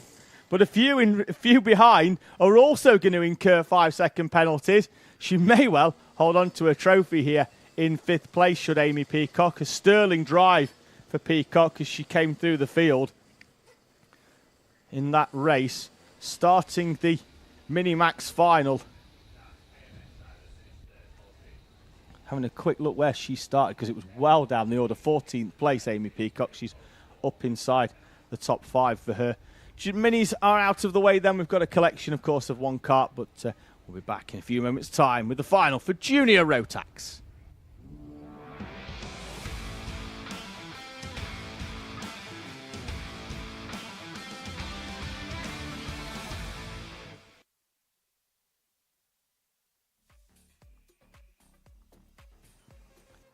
Kasper Tomilewski starts on pole with Callum Foster alongside. Then we're going to have Sam Stoner and Gregor Reed on row 2, Harry Hurst-Grover and Emily Cooper on row number 3.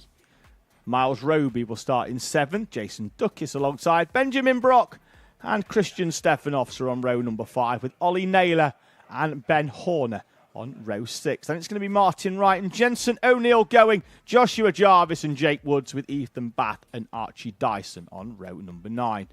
Ellis Garrett and Archie Carter are on row number 10. Then it's going to be James Kell and Travis Dolby. Amalie Ackitts and Harrison Bishop are on row number 12 in front of Reese Owen and Melissa Adrian. Then it's Marcel Poppercull and Molly Pugh with Jacob Anslow and Harrison Purnell in front of Ewan Stevenson in 31st place.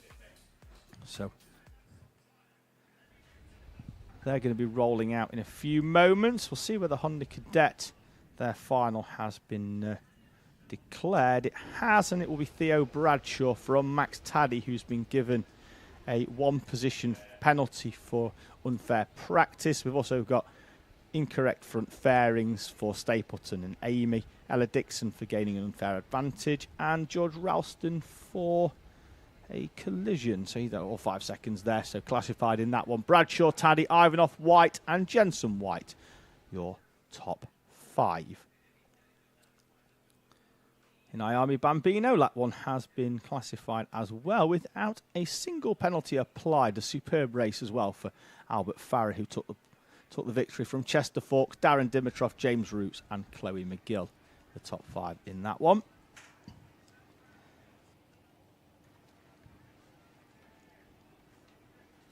So we've got our junior Rotaxers just into getting themselves into position.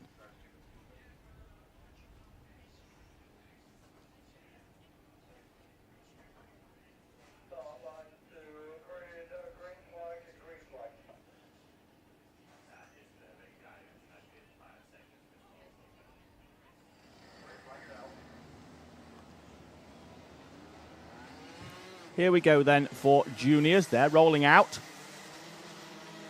into their grid, and we've got a slow. Have we got a slow mover there? Just unable to get away. Or did we get a couple of carts hooked up? That looks like it could be Mr. Duckis.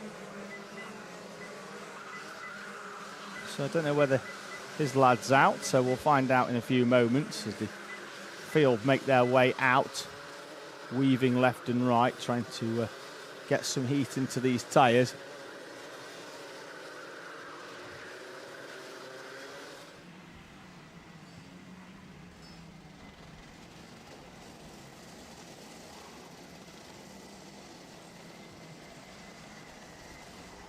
So the field spread still quite a lot, but Kasper Tomilewski at the front will begin to slow them down now as they head up towards that hairpin on the far side.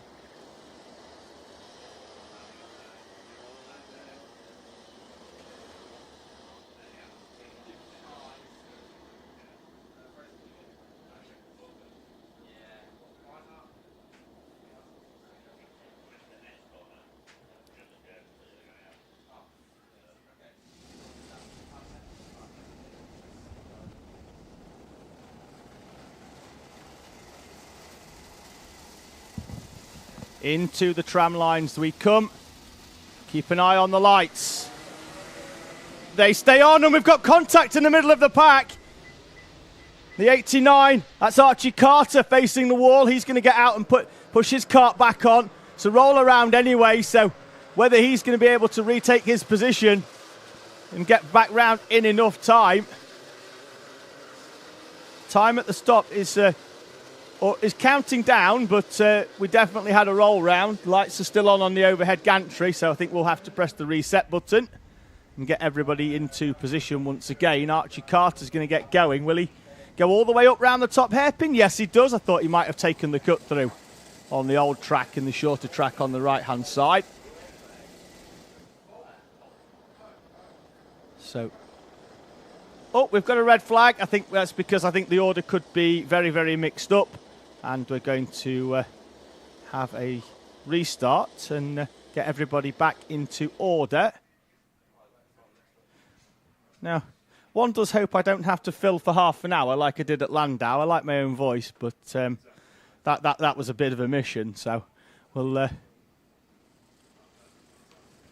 see what happens here then in this junior Rotax race. They're all going to get themselves up into position and head down towards the start line. They're going to get started, they're going to be stopped, I think, at the line. Whether this is a case of them now being completely out of order because of that, or whether it's because the race director's not happy with the midfield, who decided to skittle, we'll find out. But the race director has left his overhead gantry and is making his way down there in the white shirt on the left-hand side. So once we're in position, we may well get a signal that everybody is to get up and out once their engines are off and safe. So we'll sit and wait and see what happens here. There's a bit of a conflab going on down there.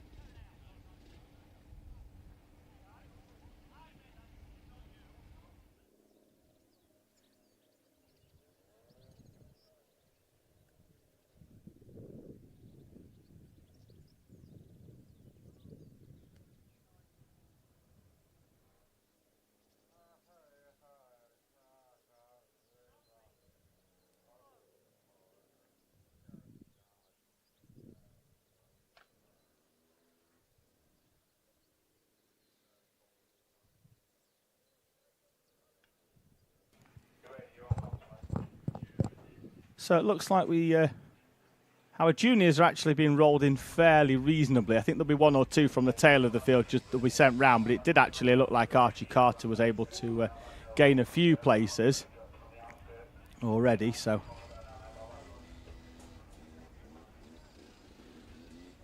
whilst we're at this, I'm going to steer away from the on-track action ever so slightly, and I'm not dipping into the live chat either, although actually I have seen that Dale Lewis has said good luck to Jason Duckis, Ben Horner and Emily Cooper, as has Jack Tinker, who's wished Emily Cooper good luck, and Tim Winters saying Sam Stoner for the win, and there's some love coming in for Callum Foster as well. I'm going to see what's happening at the British Grand Prix, and I'm not going to ruin it for any of you, but looks like it's been decent so far.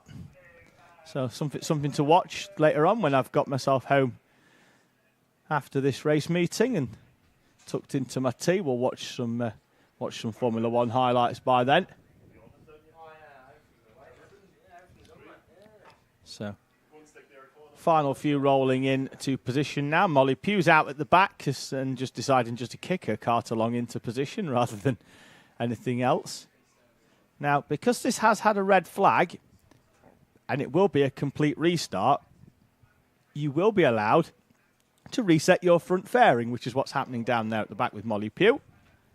So, and also with Ewan Stevenson as well. So, any drivers that have got a front fairing issue already, because we've gone into a complete restart because we've not completed sufficient of the race for us to then restart it, and in which case we'd restart in a single file format behind the Battenberg if that was the case.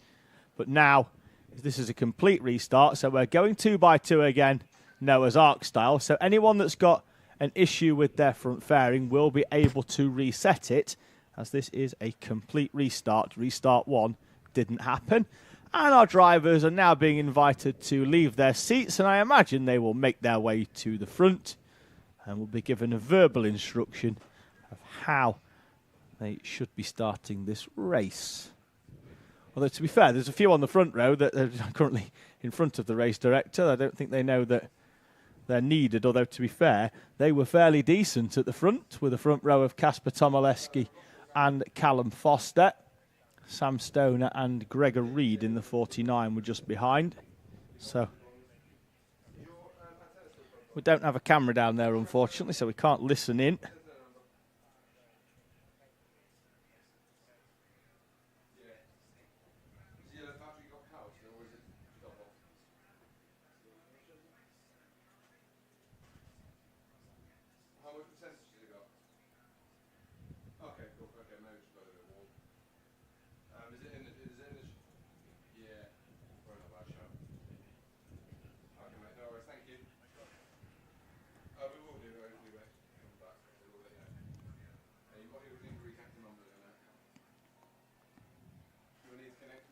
The instruction's still going on then.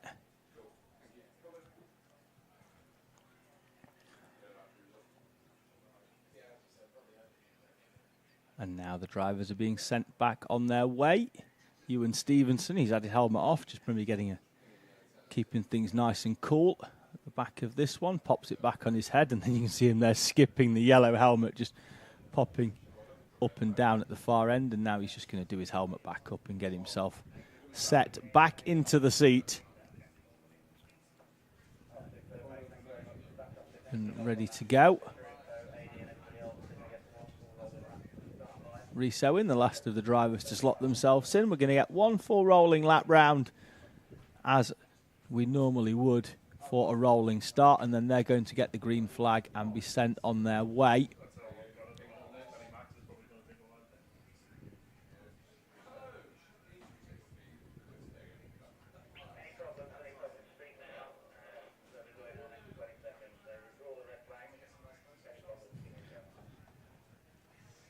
So drivers now will just be looking up at the overhead gantry. They'll probably get a green flag here just to roll themselves round. The instruction to start the engines being given. And they will now head off on their way for one rolling up lap here at Fulbeck. And we will have another go at getting this race underway. Still 12 minutes on the clock. And the timing will get reset at the start of this, so no time delay.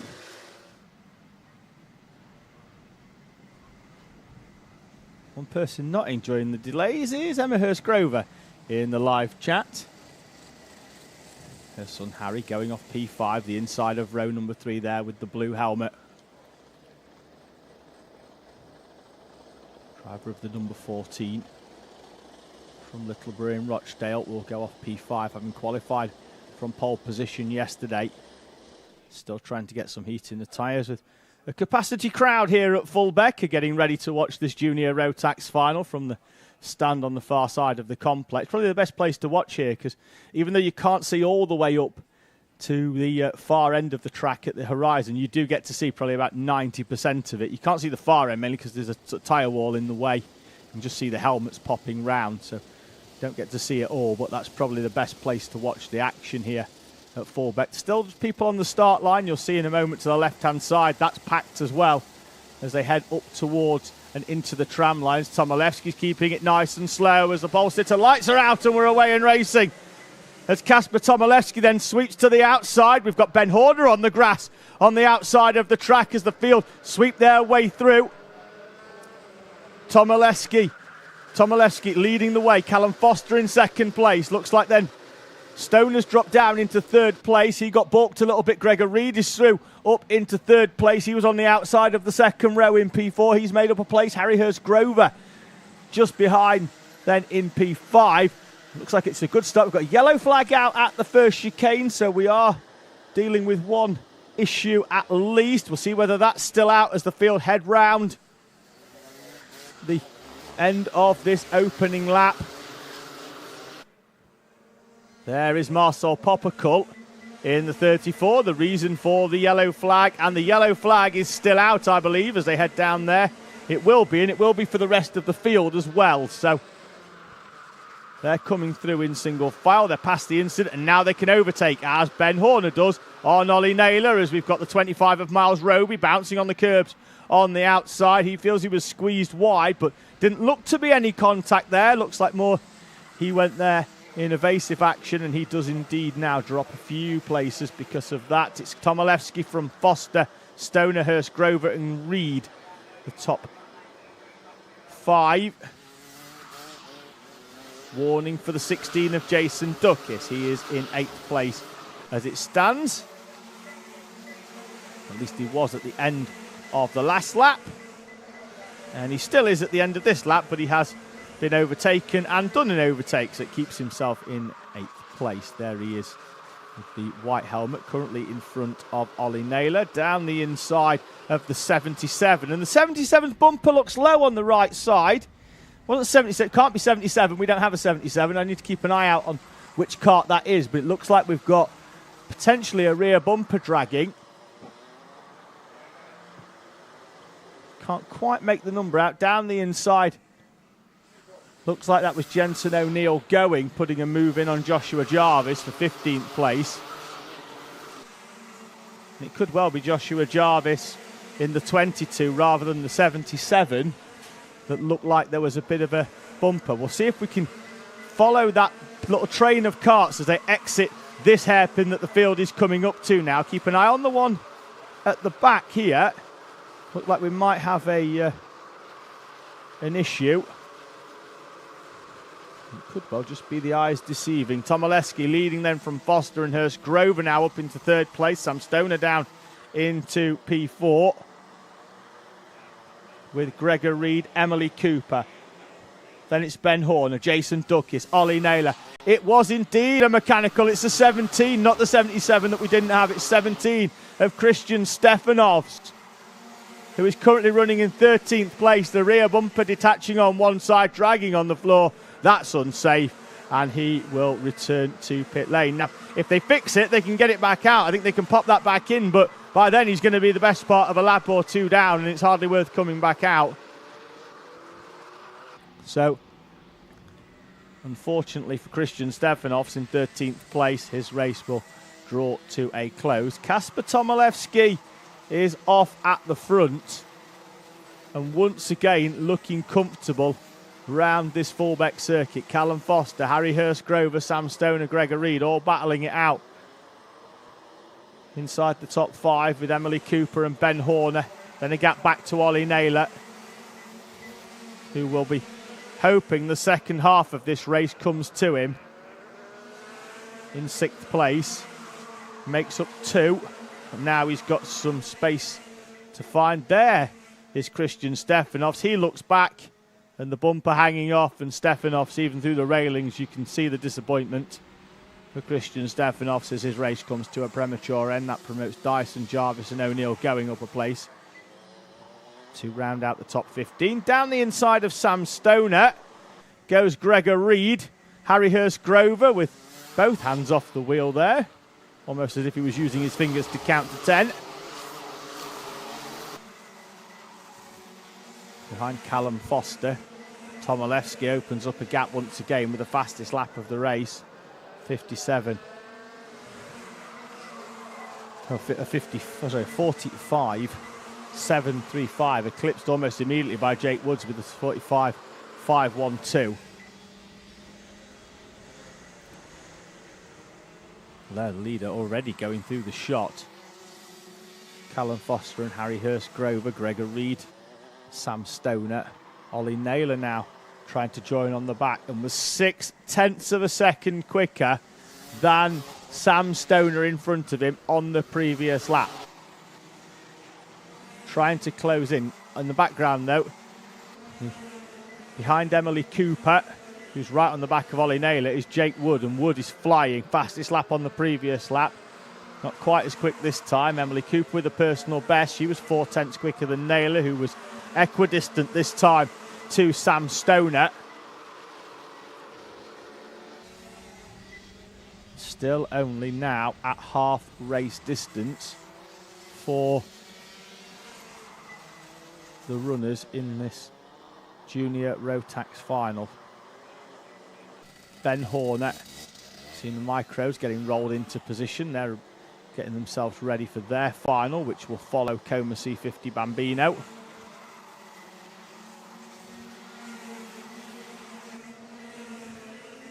Over the start-finish, Tomilewski's gap opened up even further this time, another 1/10 of a second. Callum Foster, who's looked comfortable in 3rd place at the moment, although Hurst-Grover doesn't seem to be doing too much in the way of attacking so far.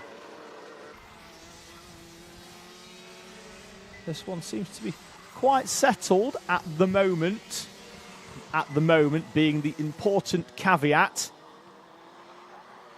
because you just know that something's coming in junior Rotax. Might not be for the win. But further down, Ben Horner setting the fastest lap of the race. We'll figure out whereabouts he is. He was running up inside the top 10 and currently lost sight of Ben Horner. Might be a transponder issue. He's down in 27th place at the moment, Ben Horner. And it is not where he started this race, so it looks like he's had a problem at some point, but now setting fastest laps whilst he's got clear track in front of him, trying to close in on Ewan Stevenson in front of him. Just trying to get somewhere back near the top 20 for Ben Horner there in 27th place.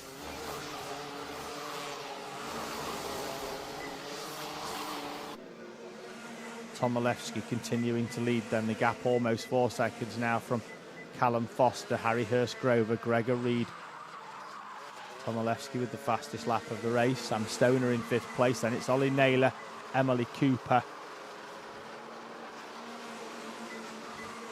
and the 40 of Jake Woods, Miles Roby and Martin Wright, rounding out your top 10.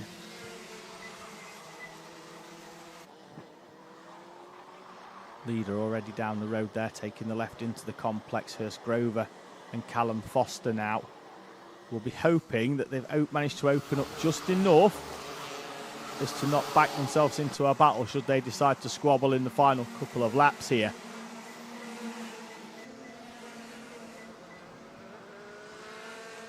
Ollie Naylor hasn't been able to break free. He had some great pace in the early phase of this race to come through. And now Emily Cooper defending off Jake Woods. And Woods looking very, very racy in the number 40 machine. On the back of Emily Cooper. Bouncing up and over the curbs. Cooper in the middle of a Naylor-Woods sandwich. Behind them, though, Miles Roby looking like he could be closing in. Once again, then we've got Martin Wright rounding out the top 10.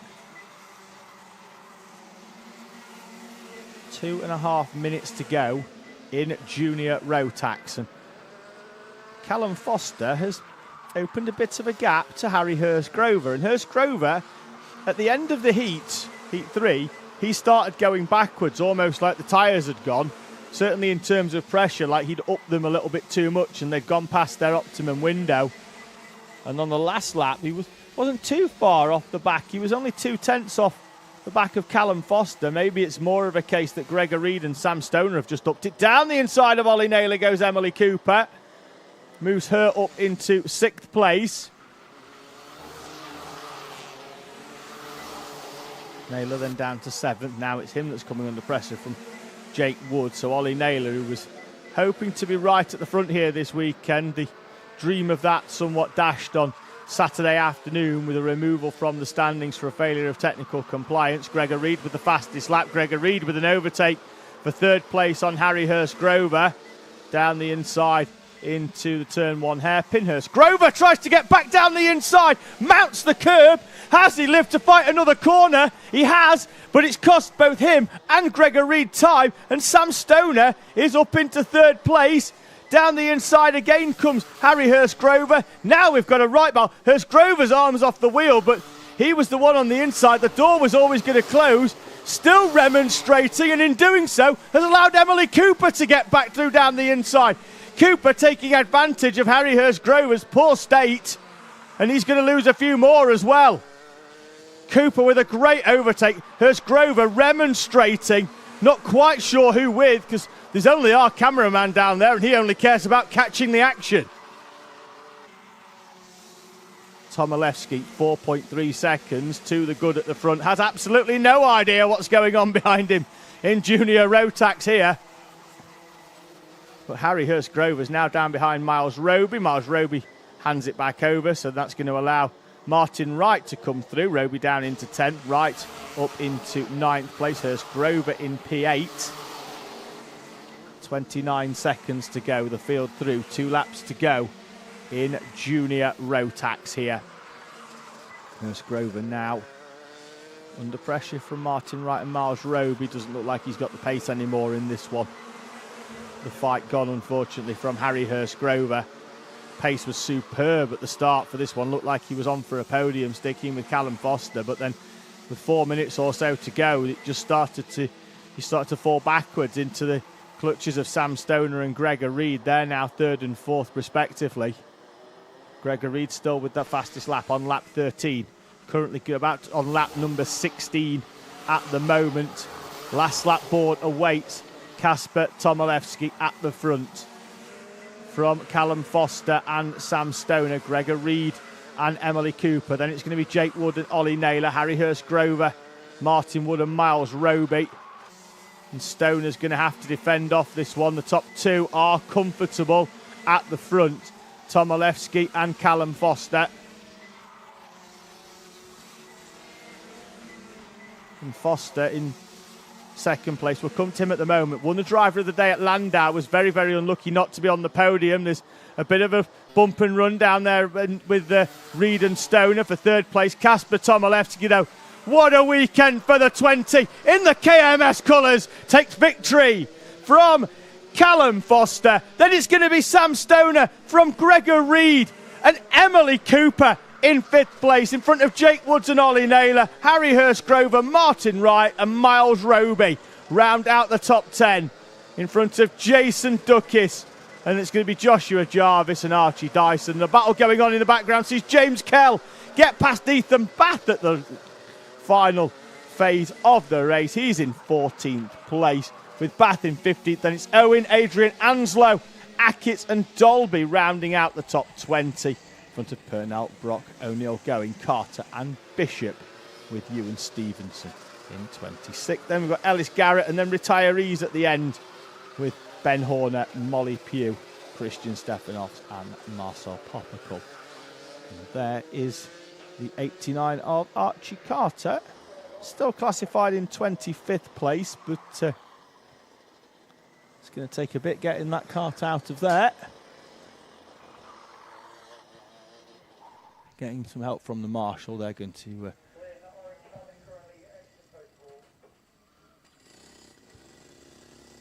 cart's being pushed to safety, so he's not going to drive that one home. He's going to have it sent round. Just having a quick look at any front fairing penalties. Gregor Reed is safe. Emily Cooper is good as well. The way she was there, it looked like she closed her eyes. So we could just about see them through.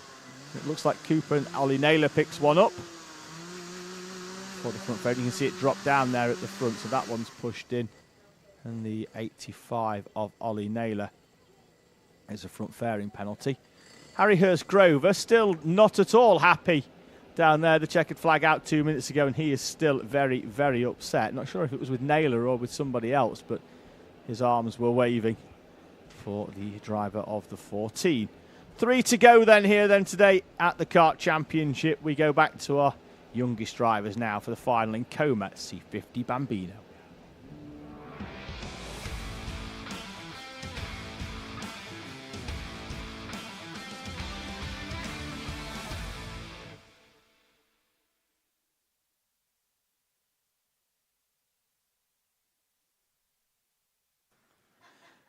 So Grid will be joining us on the screen in a few moments' time, I think, here at Fulbeck. We've had a great race in the Coma C50 class so far because it's just been a great battle all the way at the front between Mason Hibbert, Henry Algar and Rex Pooley.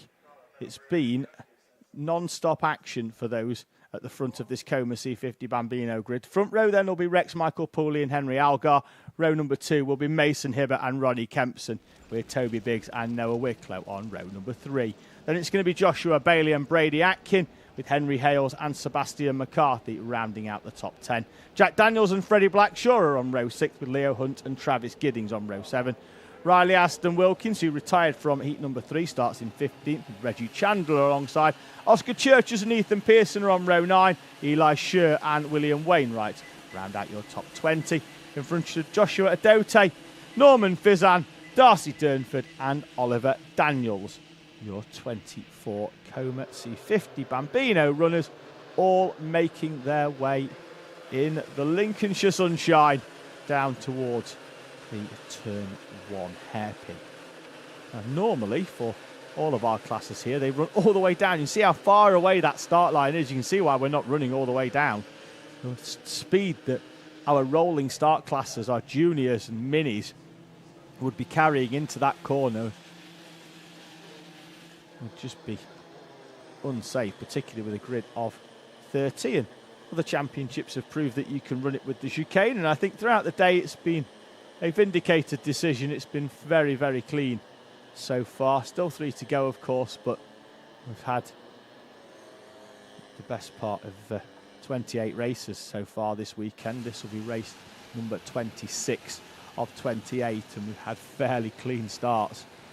You know, probably better than what most people would have imagined when they were told they were running that first chicane. So seems to be working rather well. And here we go then for this one. So just a few combers at the back, just rejigging themselves.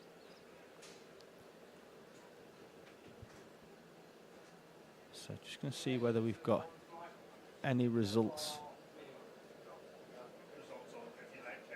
for any of our other classes so far, or whether we're still in abeyance. Honda's obviously been declared. Iami Bambino was good earlier on, but still waiting for all of our other classes to be cleared. Just watch the man with the green flag at the back. There it is. Now it's all about the driver's eyes on the lights. 5-second board. Lights go out when we're away. It's a good start from Noah Wicklow in the 53 on the outside there. You see him moving his way across. He's going to hopefully make up some place of him. Started in P6 on the outside of row number 3. He's going to go into the chicanes in P5 in front of Ronnie Kempson. We've got a driver going very, very wide there in the 13. So it was 13 Kempson going wide. It was Biggs in the 66 who was slow away. And Joshua Bailey is down the inside of Noah Wicklow in the 81. Ronnie Kempson's going to be on the inside, but he's at the mercy at the moment of the field getting into a train and pushing through. At the front, Rex Pauly and now Mason Hibbert are pushing away. Henry Algar needs to go with them. He's had the pace throughout the day to battle for this victory as Brady Atkin tries a move down the inside of the 81 of Joshua Bailey. Door closed though. And Brady Atkin in the 23. Probably his best weekend so far in the Bambino Kart Championship. So they're making their way round over start finish. So Paulie leads then from the E plate of Mason Hibbert. And then it's Henry Algar with Toby Biggs. That's your top 4 at the moment. Lost timing down the left side, so we're not going to be able to bring that for you. So I'm going to have to do the memory and call them as they come through. So we'll try and get them as they come through and over the start line. We've got a visual out of the commentary box, so we should be able to get enough of a visual on the numbers for us to be able to pick up on who's in what position. Rex Pauly, though, currently leading from Mason Hibbert. That's Henry Algar and Toby Biggs just behind in the 66. That's your top 4. Joshua Bailey. And it looked like Ronnie Kempson was side by side into the complex. As they come over the line, it is indeed that top 4 as we spoke about. Then it's going to be Kempson from Bailey. Then it's Brady Atkin from Noah Wicklow in the 57 of Henry Hales. Then it looked like it was the 28 of Freddie Blackshaw. Wicklow with a good run on the inside of Brady Atkin in the run-up. Atkin, though, closing the door. Blackshaw in front of Sebastian McCarthy. Then it's the 16 of... I don't know who the 16 actually, because it should be Mason Hibbert, but he's been afforded the luxury of running that E-plate. The East of England champion. And the top 3, as has been the case throughout most of the day, are nose to tail and starting to break away at the front of this race.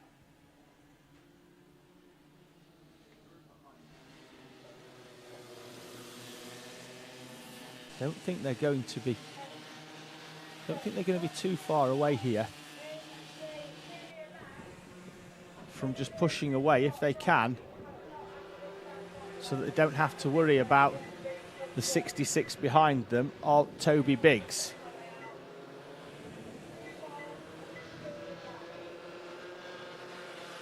Still the top 3, and I just expect them just to try and stay nose to tail for the best part of the early part of this race. We've got no timing. We also don't have a timing on the screen or on the time in how long this race has gone. We do have one over the start-finish line. We're currently at 8:20, so we're heading down towards 1/3 race distance. Now, roughly at 1 minute a lap, the Comas, so it's going to be 12 minutes, so they're going to get 12 or 13 laps in for this final. It's the top 3. Nose to tail into the complex. Behind them, the 66 of Toby Biggs. In 4th place. Looking comfortable, but unable to stick with the trio in front. 5th place is going to be Ronnie Kempson in the 13. Then it's Bailey, Wicklow, Atkin, then the 57 of Henry Hale. So it's pretty much as you were inside the top 10, although you can see in the background they are having a right little scrap of things. And just about catch them there. It goes all the way down from Kempson in 5th to Eli Scher there in the orange, and then there's 2 more carts behind as well.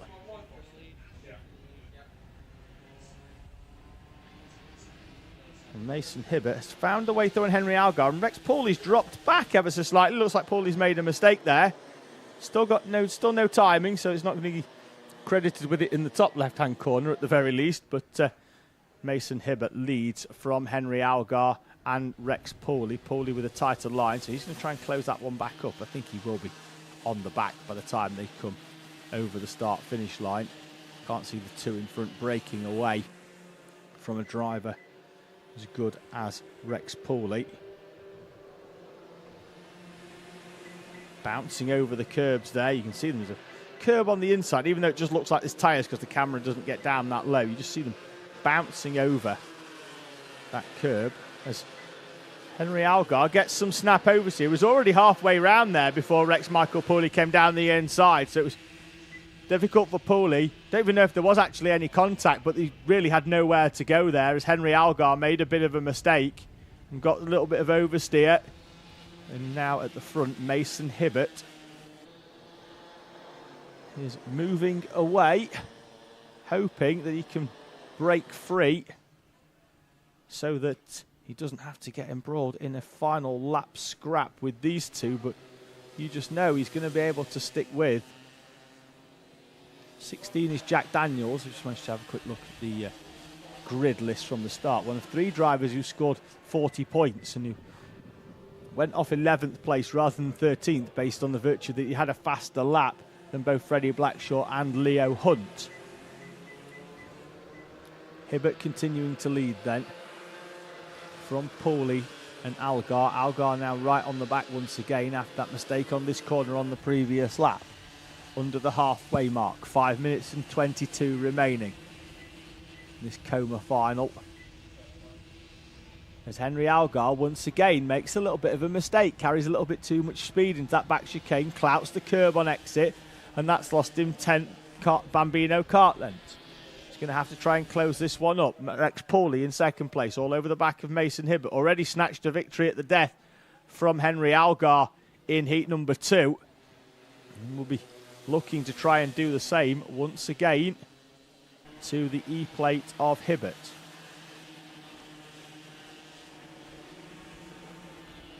Four minutes and 40 seconds to go. You just saw it there on the overhead gantry as the field made its way through and over the start line into that dip. And Algar now takes the opportunity as the one at the back not having to defend anything in taking a wider line to try and get a quicker run down the back straight towards the back chicane.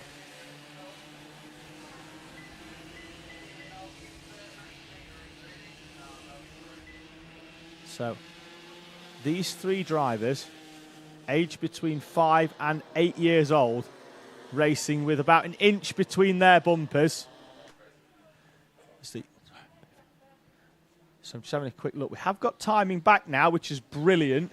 So we are at least on the screen, so that's great. I've got it in the commentary box, so I'll be able to, that'll help out a little bit. Not sure, we're going to get it down the side of the screen before the end of this race. 3:45 to go. Mason Hibbert leading them from Rex Pooley and Henry Algar, Toby Biggs and Joshua Bailey, Ronnie Kempson and Henry Hales, with Brady Atkin, Noah Wicklow and Sebastian McCarthy rounding out the top 10 in front of Eli Scher, Freddie Blackshaw and Jack Daniels. They've all crossed the line pretty much nose to tail. We've got Bailey in 5th all the way down to Jack Daniels in 13th, all split by less than 2.5 seconds. 3 minutes to go.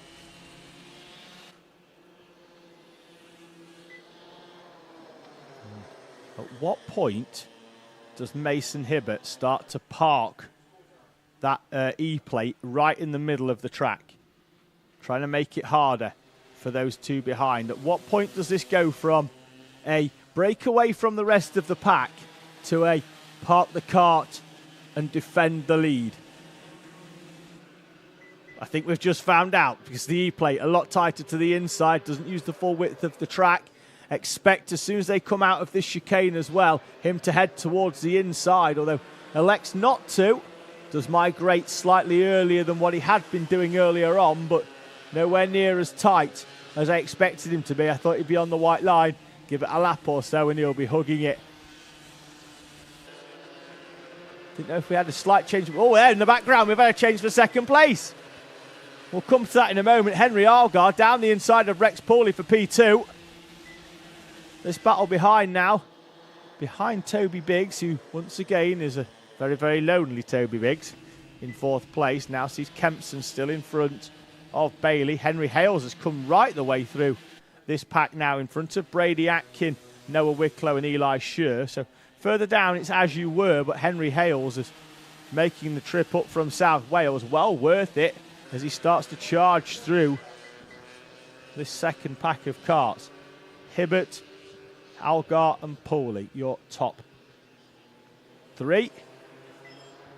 Kempson and Bailey, they swap round on the previous lap and they stay as they were this time round.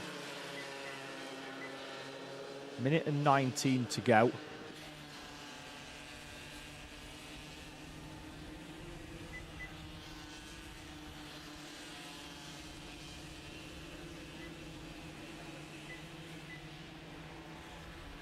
Into the left-hander before the right.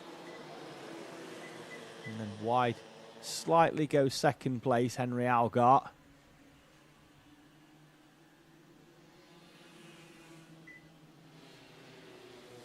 Through the 2 right-handers before the left to complete the lap here at Fulbeck. 45 seconds on the overhead gantry. As they come through, so the penultimate lap now sees Henry Algar down the inside of Mason Hibbert into the first chicane.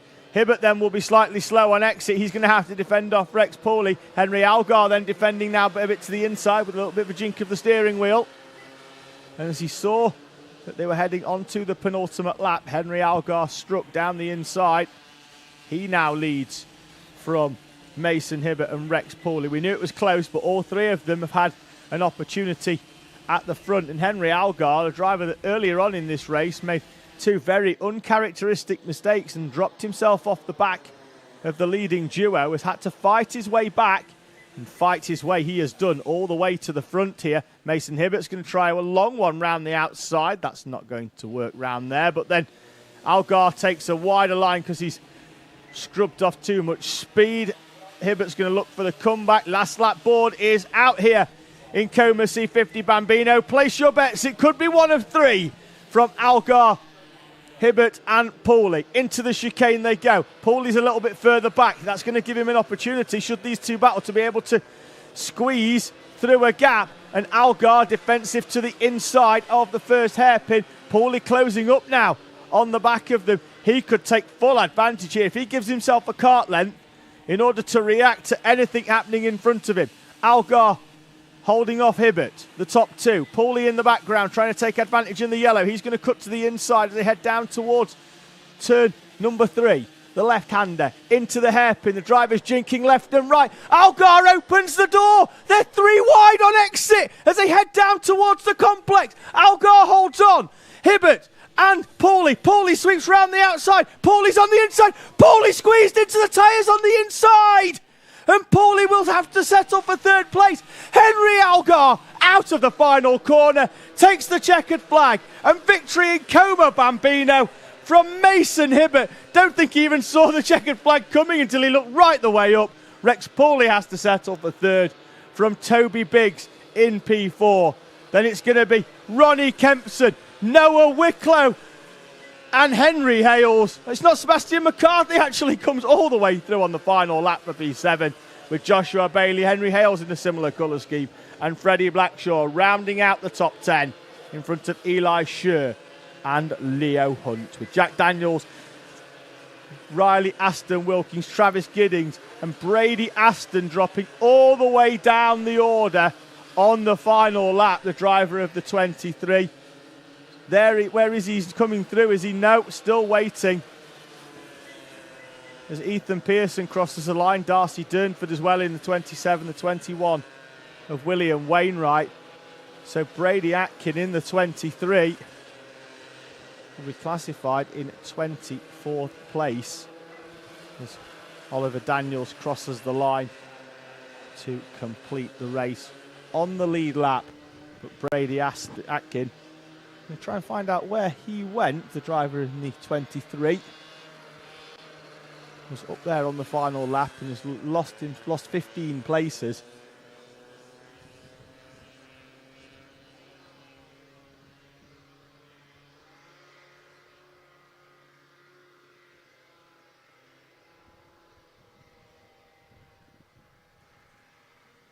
So that's Coma. We're still trying to find out where Brady Atkin went at the end there in that one.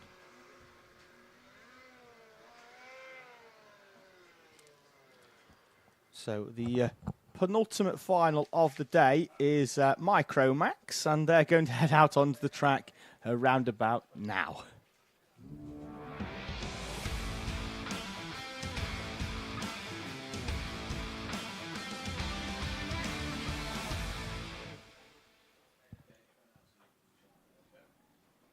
So in terms of actually viewing them on the screen, we're not going to be able to bring you grids for probably the rest of the day. We have only got 2 races left, but we have got them on I'll be able to run through. So off the front row, we've got the 15 there of Alfie Mare, running in the Mark Baines Motorsport colours. But on the front there, you can see the MP Coaching sticker of Michael Pebbody off the front.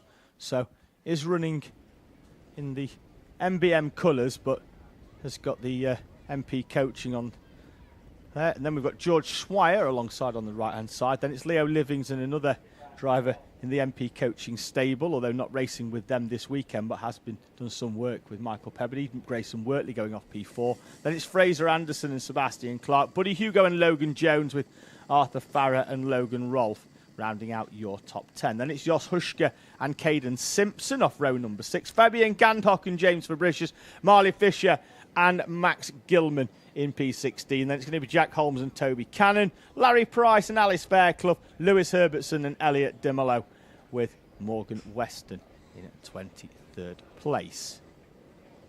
So field is gridding up nicely.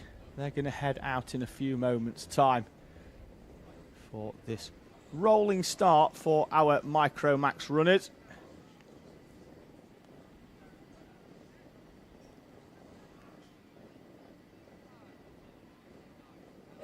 Just waiting for the go-ahead from the start line gantry to let us know that we are good to go. We're not going to have timing on the screen. We have got it in the commentary box.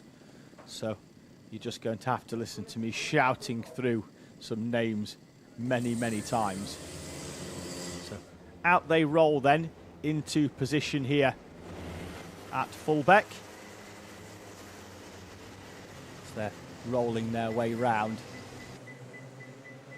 Great to see Jos Huschke back out in this one. The issue that he had, he was running right on the pace, and then we just saw him peel off into the pits in heat number 3, was that he'd had a fuel spillage, and that had gone onto his race suit, and it was burning him throughout. So that's why he's out in a different race suit for this one. So normally in the blue, he's out in the orange for this final. So, but great to see Jos Huschke managing to get back out, and obviously putting a different race suit on, having had the fuel spillage on there, not wanting to put that back on again for obvious reasons. So they're going to all roll round into position. And we will see how this one goes. Now, they did carry a lot of speed round in the heat number 3 with Alfie Mare on pole position. Whether that's a preferred tactic for himself in terms of where he wants to go. Slots himself round the complex of corners. They are still very, very quick once again round that final corner into the tram lines. Let's see if we get going. We do not get going, and the pace clearly too quick for our race director's liking. Still some bumping and boring in the middle. Reminder that you can still get a front fairing penalty on the rolling up lap. You don't want to add 5 seconds to your race time before you've even got started, so drivers just need to be very, very careful. Particularly with these false starts, what you don't want is to not notice it and then there be some contact later on. So we will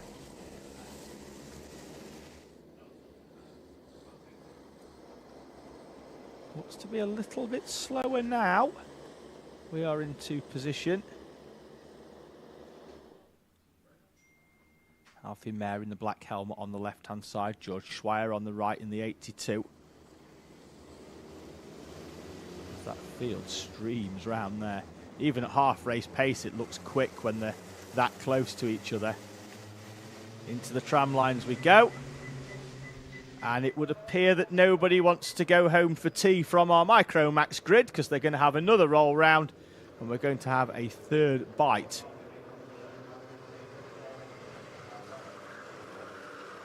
Of the cherry. They do really need to just slow this one down a lot. As soon as they're coming out the final corner, they're powering down. The acceleration line is some 40 metres further up the track. They've got a yellow cone and a big yellow line across it. So now being told that they're going to get one more opportunity to get this one.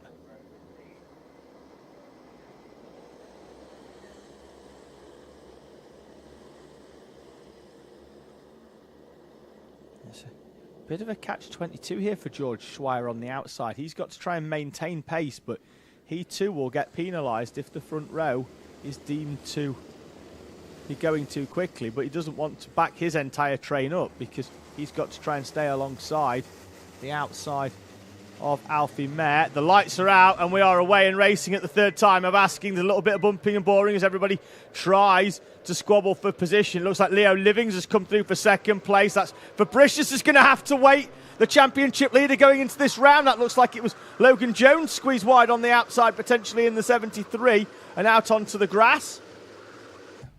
Not sure it was, but we definitely have one driver trimming the daisies as Grayson Wortley hands over third place to George Schweier as he recovers. Now he's going to have to defend off Fraser Anderson. Buddy Hugo with a good start. He is up from 7th into 6th place. As we've got one off on the grass. Going to get it stopped. They can't. And the field just has to take evasive action on the outside. One of the gear-up drivers onto the grass could not get it stopped.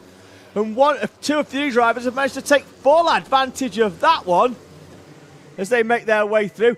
Gilman is up into a great start. The 24 of Arthur Farrer signalling to the driver in front of him, which is Sebastian Clark, regarding something as they come over the line at the end of lap number 2. It's going to be at the end of lap 1, start lap 2. It's Mayer from Livings, Schweier, Wortley, Anderson, Hugo, Clark, Farrer, Hushka and Gilman up from 16th into 10th.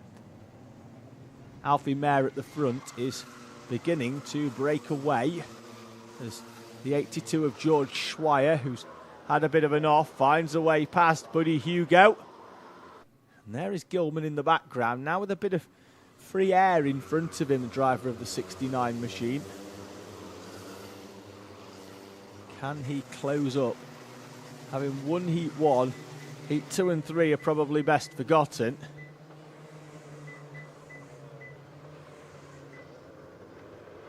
So they bounce their way up and over the curb, and that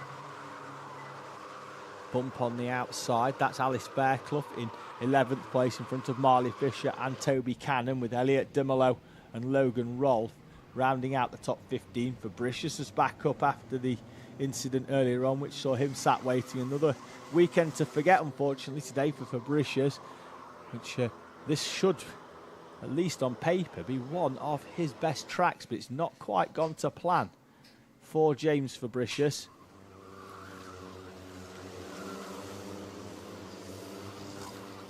One of Anderson in the KMS colours, sandwiched between the two gear-up drivers of Leo Livings and George Schweier. Almost 3 minutes into this 12-minute race, so at 1/4 race distance.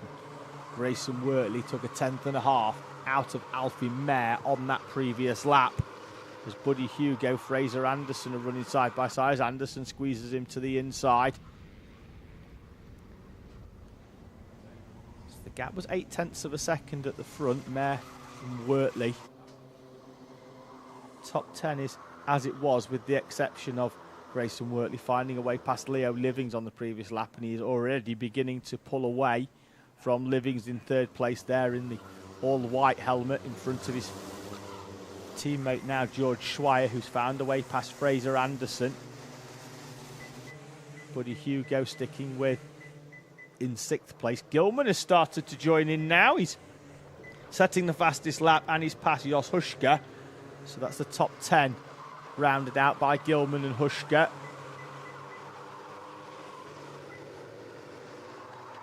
Top 2 again sees Grayson Wortley take another 10th out of Alfie Mayer.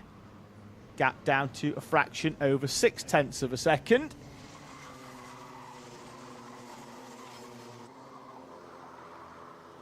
So make their way up. Gilman down the inside of Farrett. That's him up into 8th place. It's going to be a great recovery from 16th at the start of this final for Gilman. If he can get up into the top 5. He's trying to move on Sebastian Clark down the inside. Gilman is through, is he? No.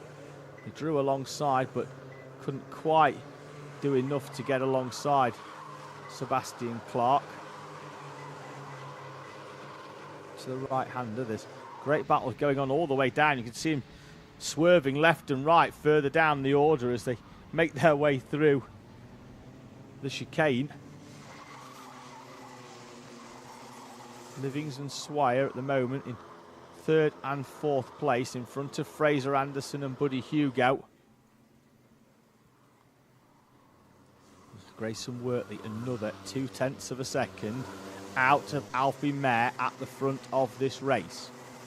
On the previous lap, what's happened this time? Mayer gets the 0.2 back. The gap goes back out to 0.6 of a second.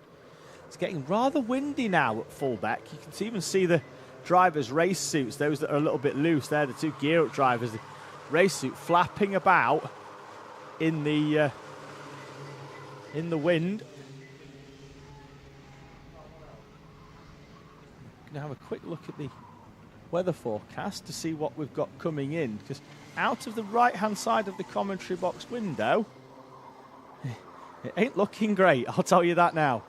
We've got Mighty Bambino still to come, but it's looking very, very ominous out of the right-hand side of the commentary box window that we might get something before the end of this race meeting. It's currently saying roughly around about 20 minutes, so we might just get wrapped up. We might get wet packing away, but we might get the race day done on a dry track. Mayer and Wortley, the top 2. Wortley a 10.5 out. The gap down to 0.5 seconds once again. They're bouncing over the curbs. George Swire, Leo Livings, Fraser Anderson, Buddy Hugo, and Max Gilman up onto the back now with Buddy Hugo as they head down towards the back chicane, and Gilman is going through down the inside. Gilman up into P number 6 from 16th at the start. Into the right-hander of T4. 20 minutes or so. We're expecting some rain, so 12 minutes for the race after this one. Still 5 to go. It's going to be touch and go. Look at it there. You can see it as they come round. It looks clear as we head up to the far end of the circuit, but you can see it just as the camera pans round. There is what we were talking about in terms of the weather forecast. Sebastian Clark in 8th place there in front of Arthur Farrer and Josh Huschke. The top 10 looking fairly settled. There's a bit of a gap back then to Marley Fisher of around about 4.5 seconds, and Alice Fairclough as well behind there. You can see in the background they've got a 2-kart battle going on for 11th and 12th respectively. Now Gilman's in the mix here. It's whether he can find a way through. Probably wants 1 a lap at this rate if he can, and Buddy Hugo finds a way back. He's going to need 1 and a bit a gap, although Gilman doesn't look overly thrilled for whatever reason. And now Hugo will defend a little bit to the inside, slots back in. There's a little bit more field spread than what there was. As they head up towards the hairpin, and late move down the inside there by Farrer on Sebastian Clark. That could allow Jos Huschke to come through. It looked like Huschke was going for the move on Clark, and then Farrer sent the move in down the inside. So through he came.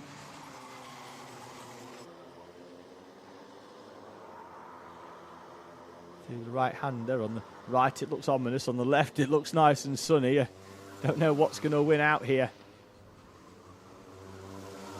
in Lincolnshire, but hopefully we get this day done before it begins to rain, particularly because most of our, I guess almost all of them will start on slicks for the final race of the day in Mighty Bambino. And it could just be a race of who can keep it on the tarmac Up towards turn 1 they go again. Anderson a little bit tighter. Defending off. The two leaders still nose to tail now. Wortley taking chunks again out of Alfie Mayer. Set the fastest lap of the race on the previous one on lap 10. 3 minutes to go. And Grayson Wortley in the number 70 is trying to find a way past Alfie Mayer, who won the 2022 Fulbeck Sprint Championship. So certainly knows his way round here. A home track for Mayer. He's only from Grantham in Lincolnshire. 2.5 minutes remaining as Gilman pops out the slipstream of Fraser Anderson. Down the inside he goes. That's going to promote him inside the top 5, unless Anderson can come straight back at him.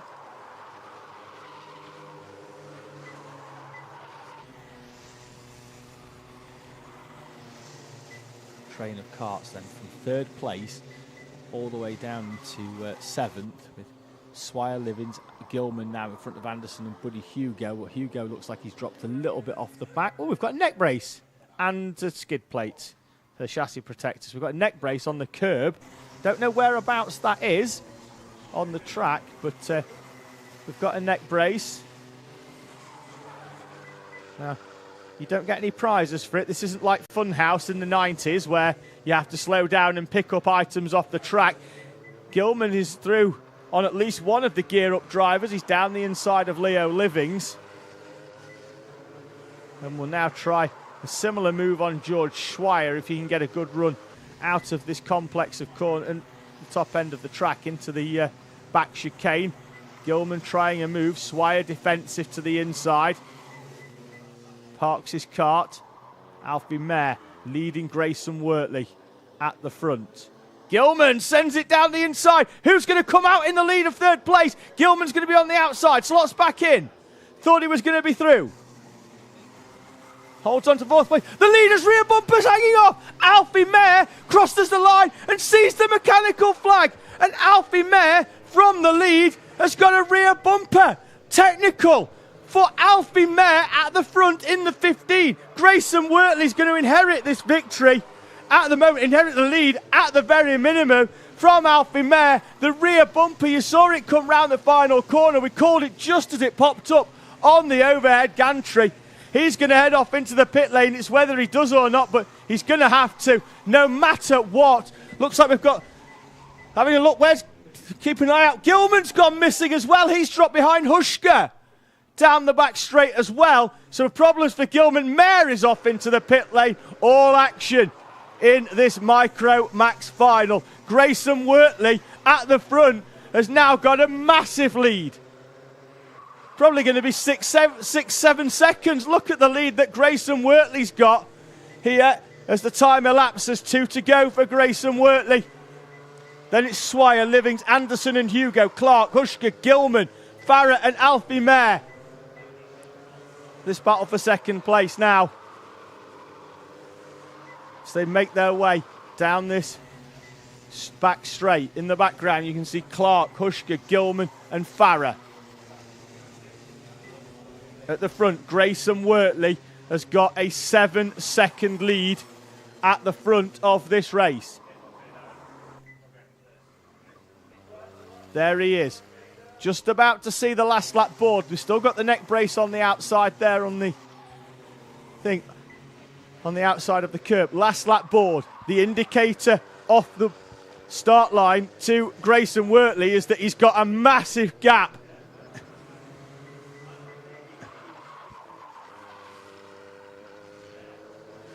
Then it's Swire from Leo Livings, Fraser Anderson and Buddy Hugo. Swire and Livings, who served up that treat for us at Landau, battling it out once again here. But at the front, Grayson Wortley in the 70 is on his way to a commanding victory in this final. Alfie Mayer, who was leading the race under a technical flag. Down the inside goes Leo Livings and George Schweier in the background as well. Looks like Buddy Hugo's trying to draw alongside Fraser Anderson. Grayson Wortley out of the final corner for Cato Motorsport. Wins here at Fulbeck in Micromax. Who's going to be second? They're going to come out in whatever order. We'll find out in a minute. It's Swire from Livings. Then it's Anderson and Hugo who cross the line, a fraction between them, with Clark, Gilman, Hushka and Farah in front of James Fabricius, who comes back through for P10, having had to sit and wait for the entire field at the end of the first lap. Then it's Fisher, Fairclough, Cannon, Jones, Dimolo, Holmes, Simpson, Herbertson, Price and Gandhock will round out the top 20. We're just waiting for them to come over the line to confirm that. There's Fabian Gandhock in the blue, just coming through now, banging the steering wheel as he does so. And he finishes in P20 in front of Morgan Weston and then Alfie Mayer and Logan Rolfe. Unfortunately, not taking the checkered flag. There is your race winner, though. Grayson Wortley rolling in. Only a formality anyway. He's got a lead of nearly 8 seconds, so even if he had a front fairing, it wouldn't have caused him a problem. George Swire rolling in as well. Keep an eye out for Leo Livings. No penalties there. Fraser Anderson is good as well. And Buddy Hugo to round out the top 5 is clear. Unfortunately, looks like Max Gilman's picked one up. That ends what was a good weekend yesterday for Gilman with pole position. Oh, not pole position. He went from P4 to win that first one. You can just see it's just nudged in ever so slightly there at the side. And then it's gone a little bit downhill since, unfortunately, for Max Gilman. Wood Heat 2 removed from the standings. Heat 3's got to come through the field, the final as well. Unfortunate for him. Fabricius has picked one up, unfortunately, as well. The final race of the day, though, is rolling round. It's Mighty Bambino, and they're already on their rolling up lap.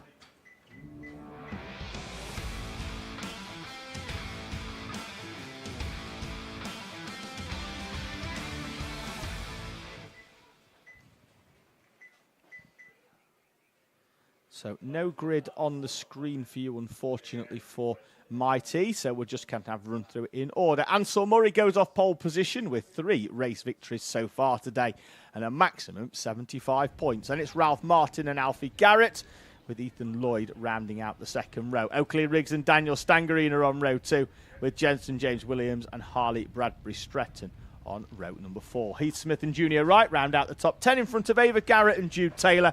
Elijah Sang and Oscar Maskell are on row number 7. Then it's Henry Ward and Hadley Jarvis, Seth State Mackey and Etienne Gardner, with Arthur Bath and Jack Morrell on row number 10. That rounds out your 20 runners in our Mighty Bambinos.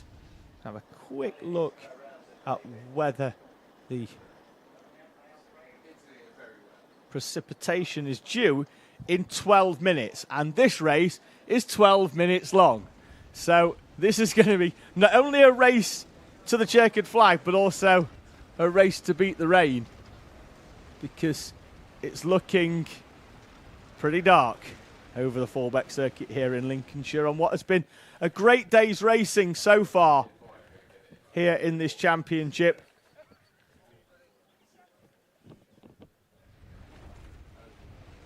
Final few runners then rolling into position for this standing start.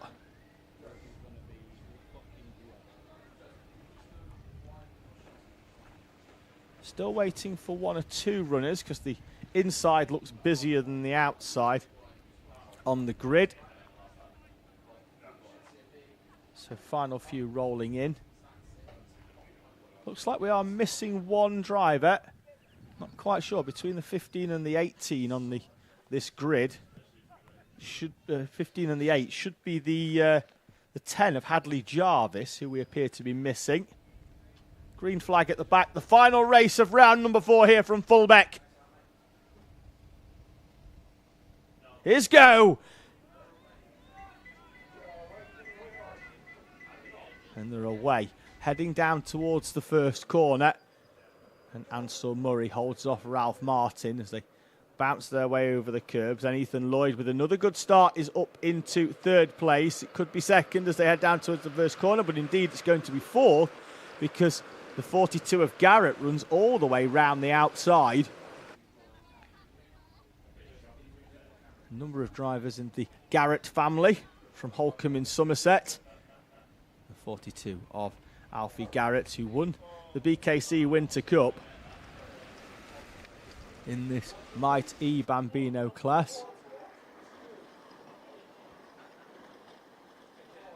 Top three starting to break away already. The one of Ansel Murray, the reigning champion, leading from the 32 of Ralph Martin and the 42 of Alfie Garrett. These three have pretty much been nose to tail, not just today, but for the rest of the championship as well.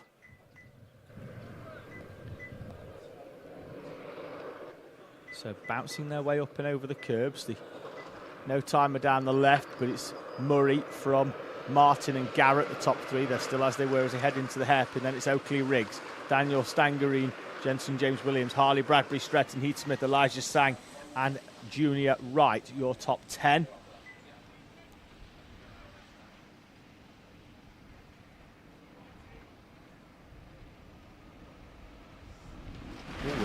Garrett there dropped a wheel off the track on the outside. Didn't do him too much harm on the outside. Lap times in the 104s at the moment, but that's off that standing start, so they'll be down to 101s mainly. But as Garrett tries a tighter line down the inside of Ralph Martin, Martin's going to get squeezed wide and then will hold on as they come up and over start finish. And saw Murray on the outside. Looked like Martin was going to try and move down the inside there. Fastest lap of the race for Murray at the front. Alfie Garrett trying to get alongside and then does. Turns in late into the corner, but then runs wide on the outside, uses the rumble strip, but will have track position. And already Ralph Martin slots into position. There's Murray, Garrett and Martin bounce up and over the curbs, making their way through. Reminder in this one that Ansel Murray leads the championship in this Mighty Bambino, looking to defend his 2022 crown. Won the final at the opening round at Warden Law, won the final at Rowrah. Only managed to third place, unfortunately, at Landau, but still leads the championship by 4 points from Alfie Garrett. The two of them have exchanged victories all season. And Garrett is down the inside of Ansel Murray. Murray, who's had a 5-point swing in his favour, so that takes his championship lead up to around about 8 or 9 points so far after this race day. But at the moment now, it's Alfie Garrett at the front of the pack here in this Mighty Bambino class. Bouncing up and over the curbs, all of our runners on slick tyres. The race started in perfectly dry conditions, so the meeting will be classed as dry. We've ran dry all day, so Mighty Bambino bringing this race day to a close here.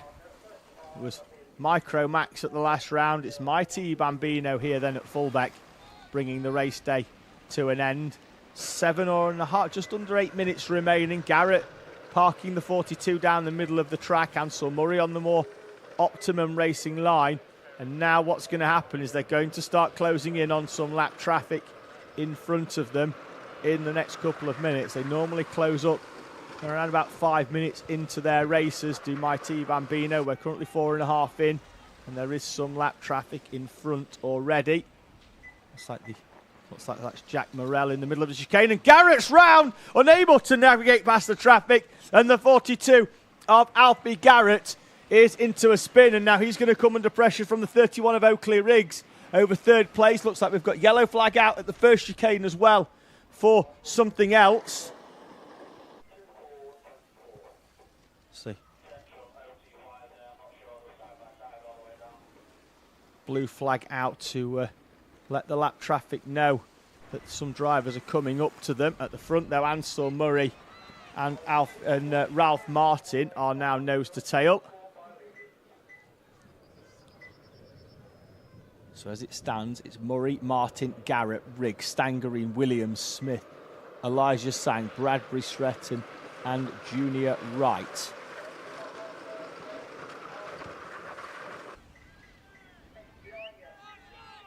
More lap traffic for the leaders to navigate here.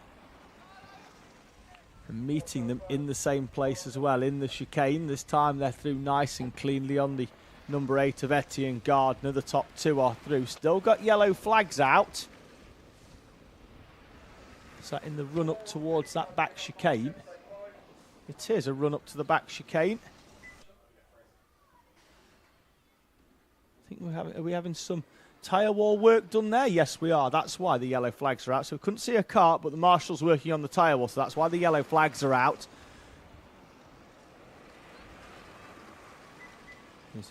Looks like Oakley Riggs has found a way past Alfie Garrett for 3rd place. He has. And we've got a change for P3. Oakley Riggs then up into 3rd place. Yellow flag still out down the back straight towards that chicane. Marshals seem to be moving away now, so they could well be in by the time Alfie Garrett and Oakley Riggs run up towards the corner. Can't see anything on the left. Ansel Murray leading from Ralph Martin.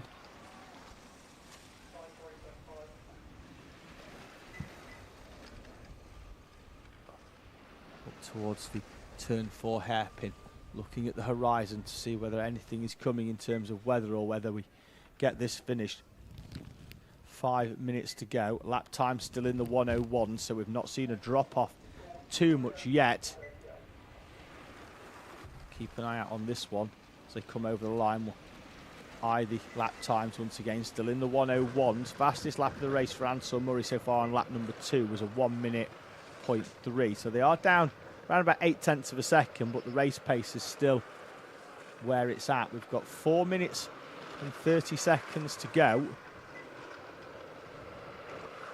And the battle for second battle. Oh, there's a bit of contact there from the 42 of Alfie Garrett into Oakley Riggs. Riggs still holds on though to the lead with Ralph Martin on the back of Ansel Murray. More lap traffic for the leaders to contend with as they head down towards the hairpin, and Ansel Murray down the inside, up and over the curbs. That's found a way through, but it wasn't fast. But it was necessary, and he managed to find a way through. Leaders still nose to tail. Under 4 minutes to go. Top 2 nose to tail, split by less than 1/10 of a second. Lap time still as they were previously. The 21 is round and looks to be stationary. Daniel Stangerine from 6th place is stopped on the racing line. We've got slippery surface flags out because the rain is coming down here at Fulbeck with 3 minutes and 40 seconds to go, and our entire Mighty Bambino field on slick tyres. This race, what's going to happen? Will it even finish? Because with the rain coming down so hard and all of our young drivers on slick tyres, they're going to be given an opportunity, are they? They are not. The red flag comes out. The situation deemed too unsafe for our young drivers on slick tyres as the rain comes down here at Fulbeck. That's how bad it is. The marshals even hiding behind the red flag at post number 5. The red flag is out. The field coming into the pit lane. Now, we have cleared 75% of our race here at Fulbeck in terms of time. 9 minutes would have been 75%. I think this one is going to be declared as a result as it is. We're over the 9 minute mark. I'll wait for confirmation on that as to whether they're going to declare the result or whether we're going to have a shootout in the final few minutes of this race, or whether they will declare the result at 75% of the race. If it was under the 9 minute mark when the red came out, we'd definitely be carrying this one on. But as we are over the 9 minute mark at 75% of the race, the chances are we are going to declare this one as is.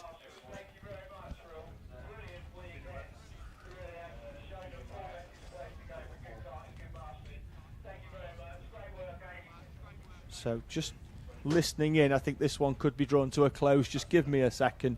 Yes, absolutely. The race date comes to an end here at Fulbeck under a red flag as our Mighty Bambinos were not given the opportunity really, because it would have just been far, far too dangerous to let them carry on their slick tyres in these weather conditions. So we'll draw the race day here at Fulbeck to a close. Thank you to all of our competitors. Thank you to our marshals who've done a fantastic job here at Fulbeck. We've seen them dragging carts out quickly so that we could keep the circuit green. Thank you for the medical team that were needed. Thankfully, only once today for Molly Pugh. She was well enough to come back out for the final. We've had a great weekend here at Fulbeck with 28 races. It's been absolutely fantastic for round number 4 of the Kart Championship. Join us again in 3 weeks' time. We head south to Clay Pigeon in Dorset for round number 5, the final weekend of the month, the penultimate round of the 2023 Kart Championship season. I'll be there. Hopefully you will be as well. Thank you for everybody at Alpha Live and from the Kart Championship. Enjoy the rest of your Sunday, and we'll see you again soon.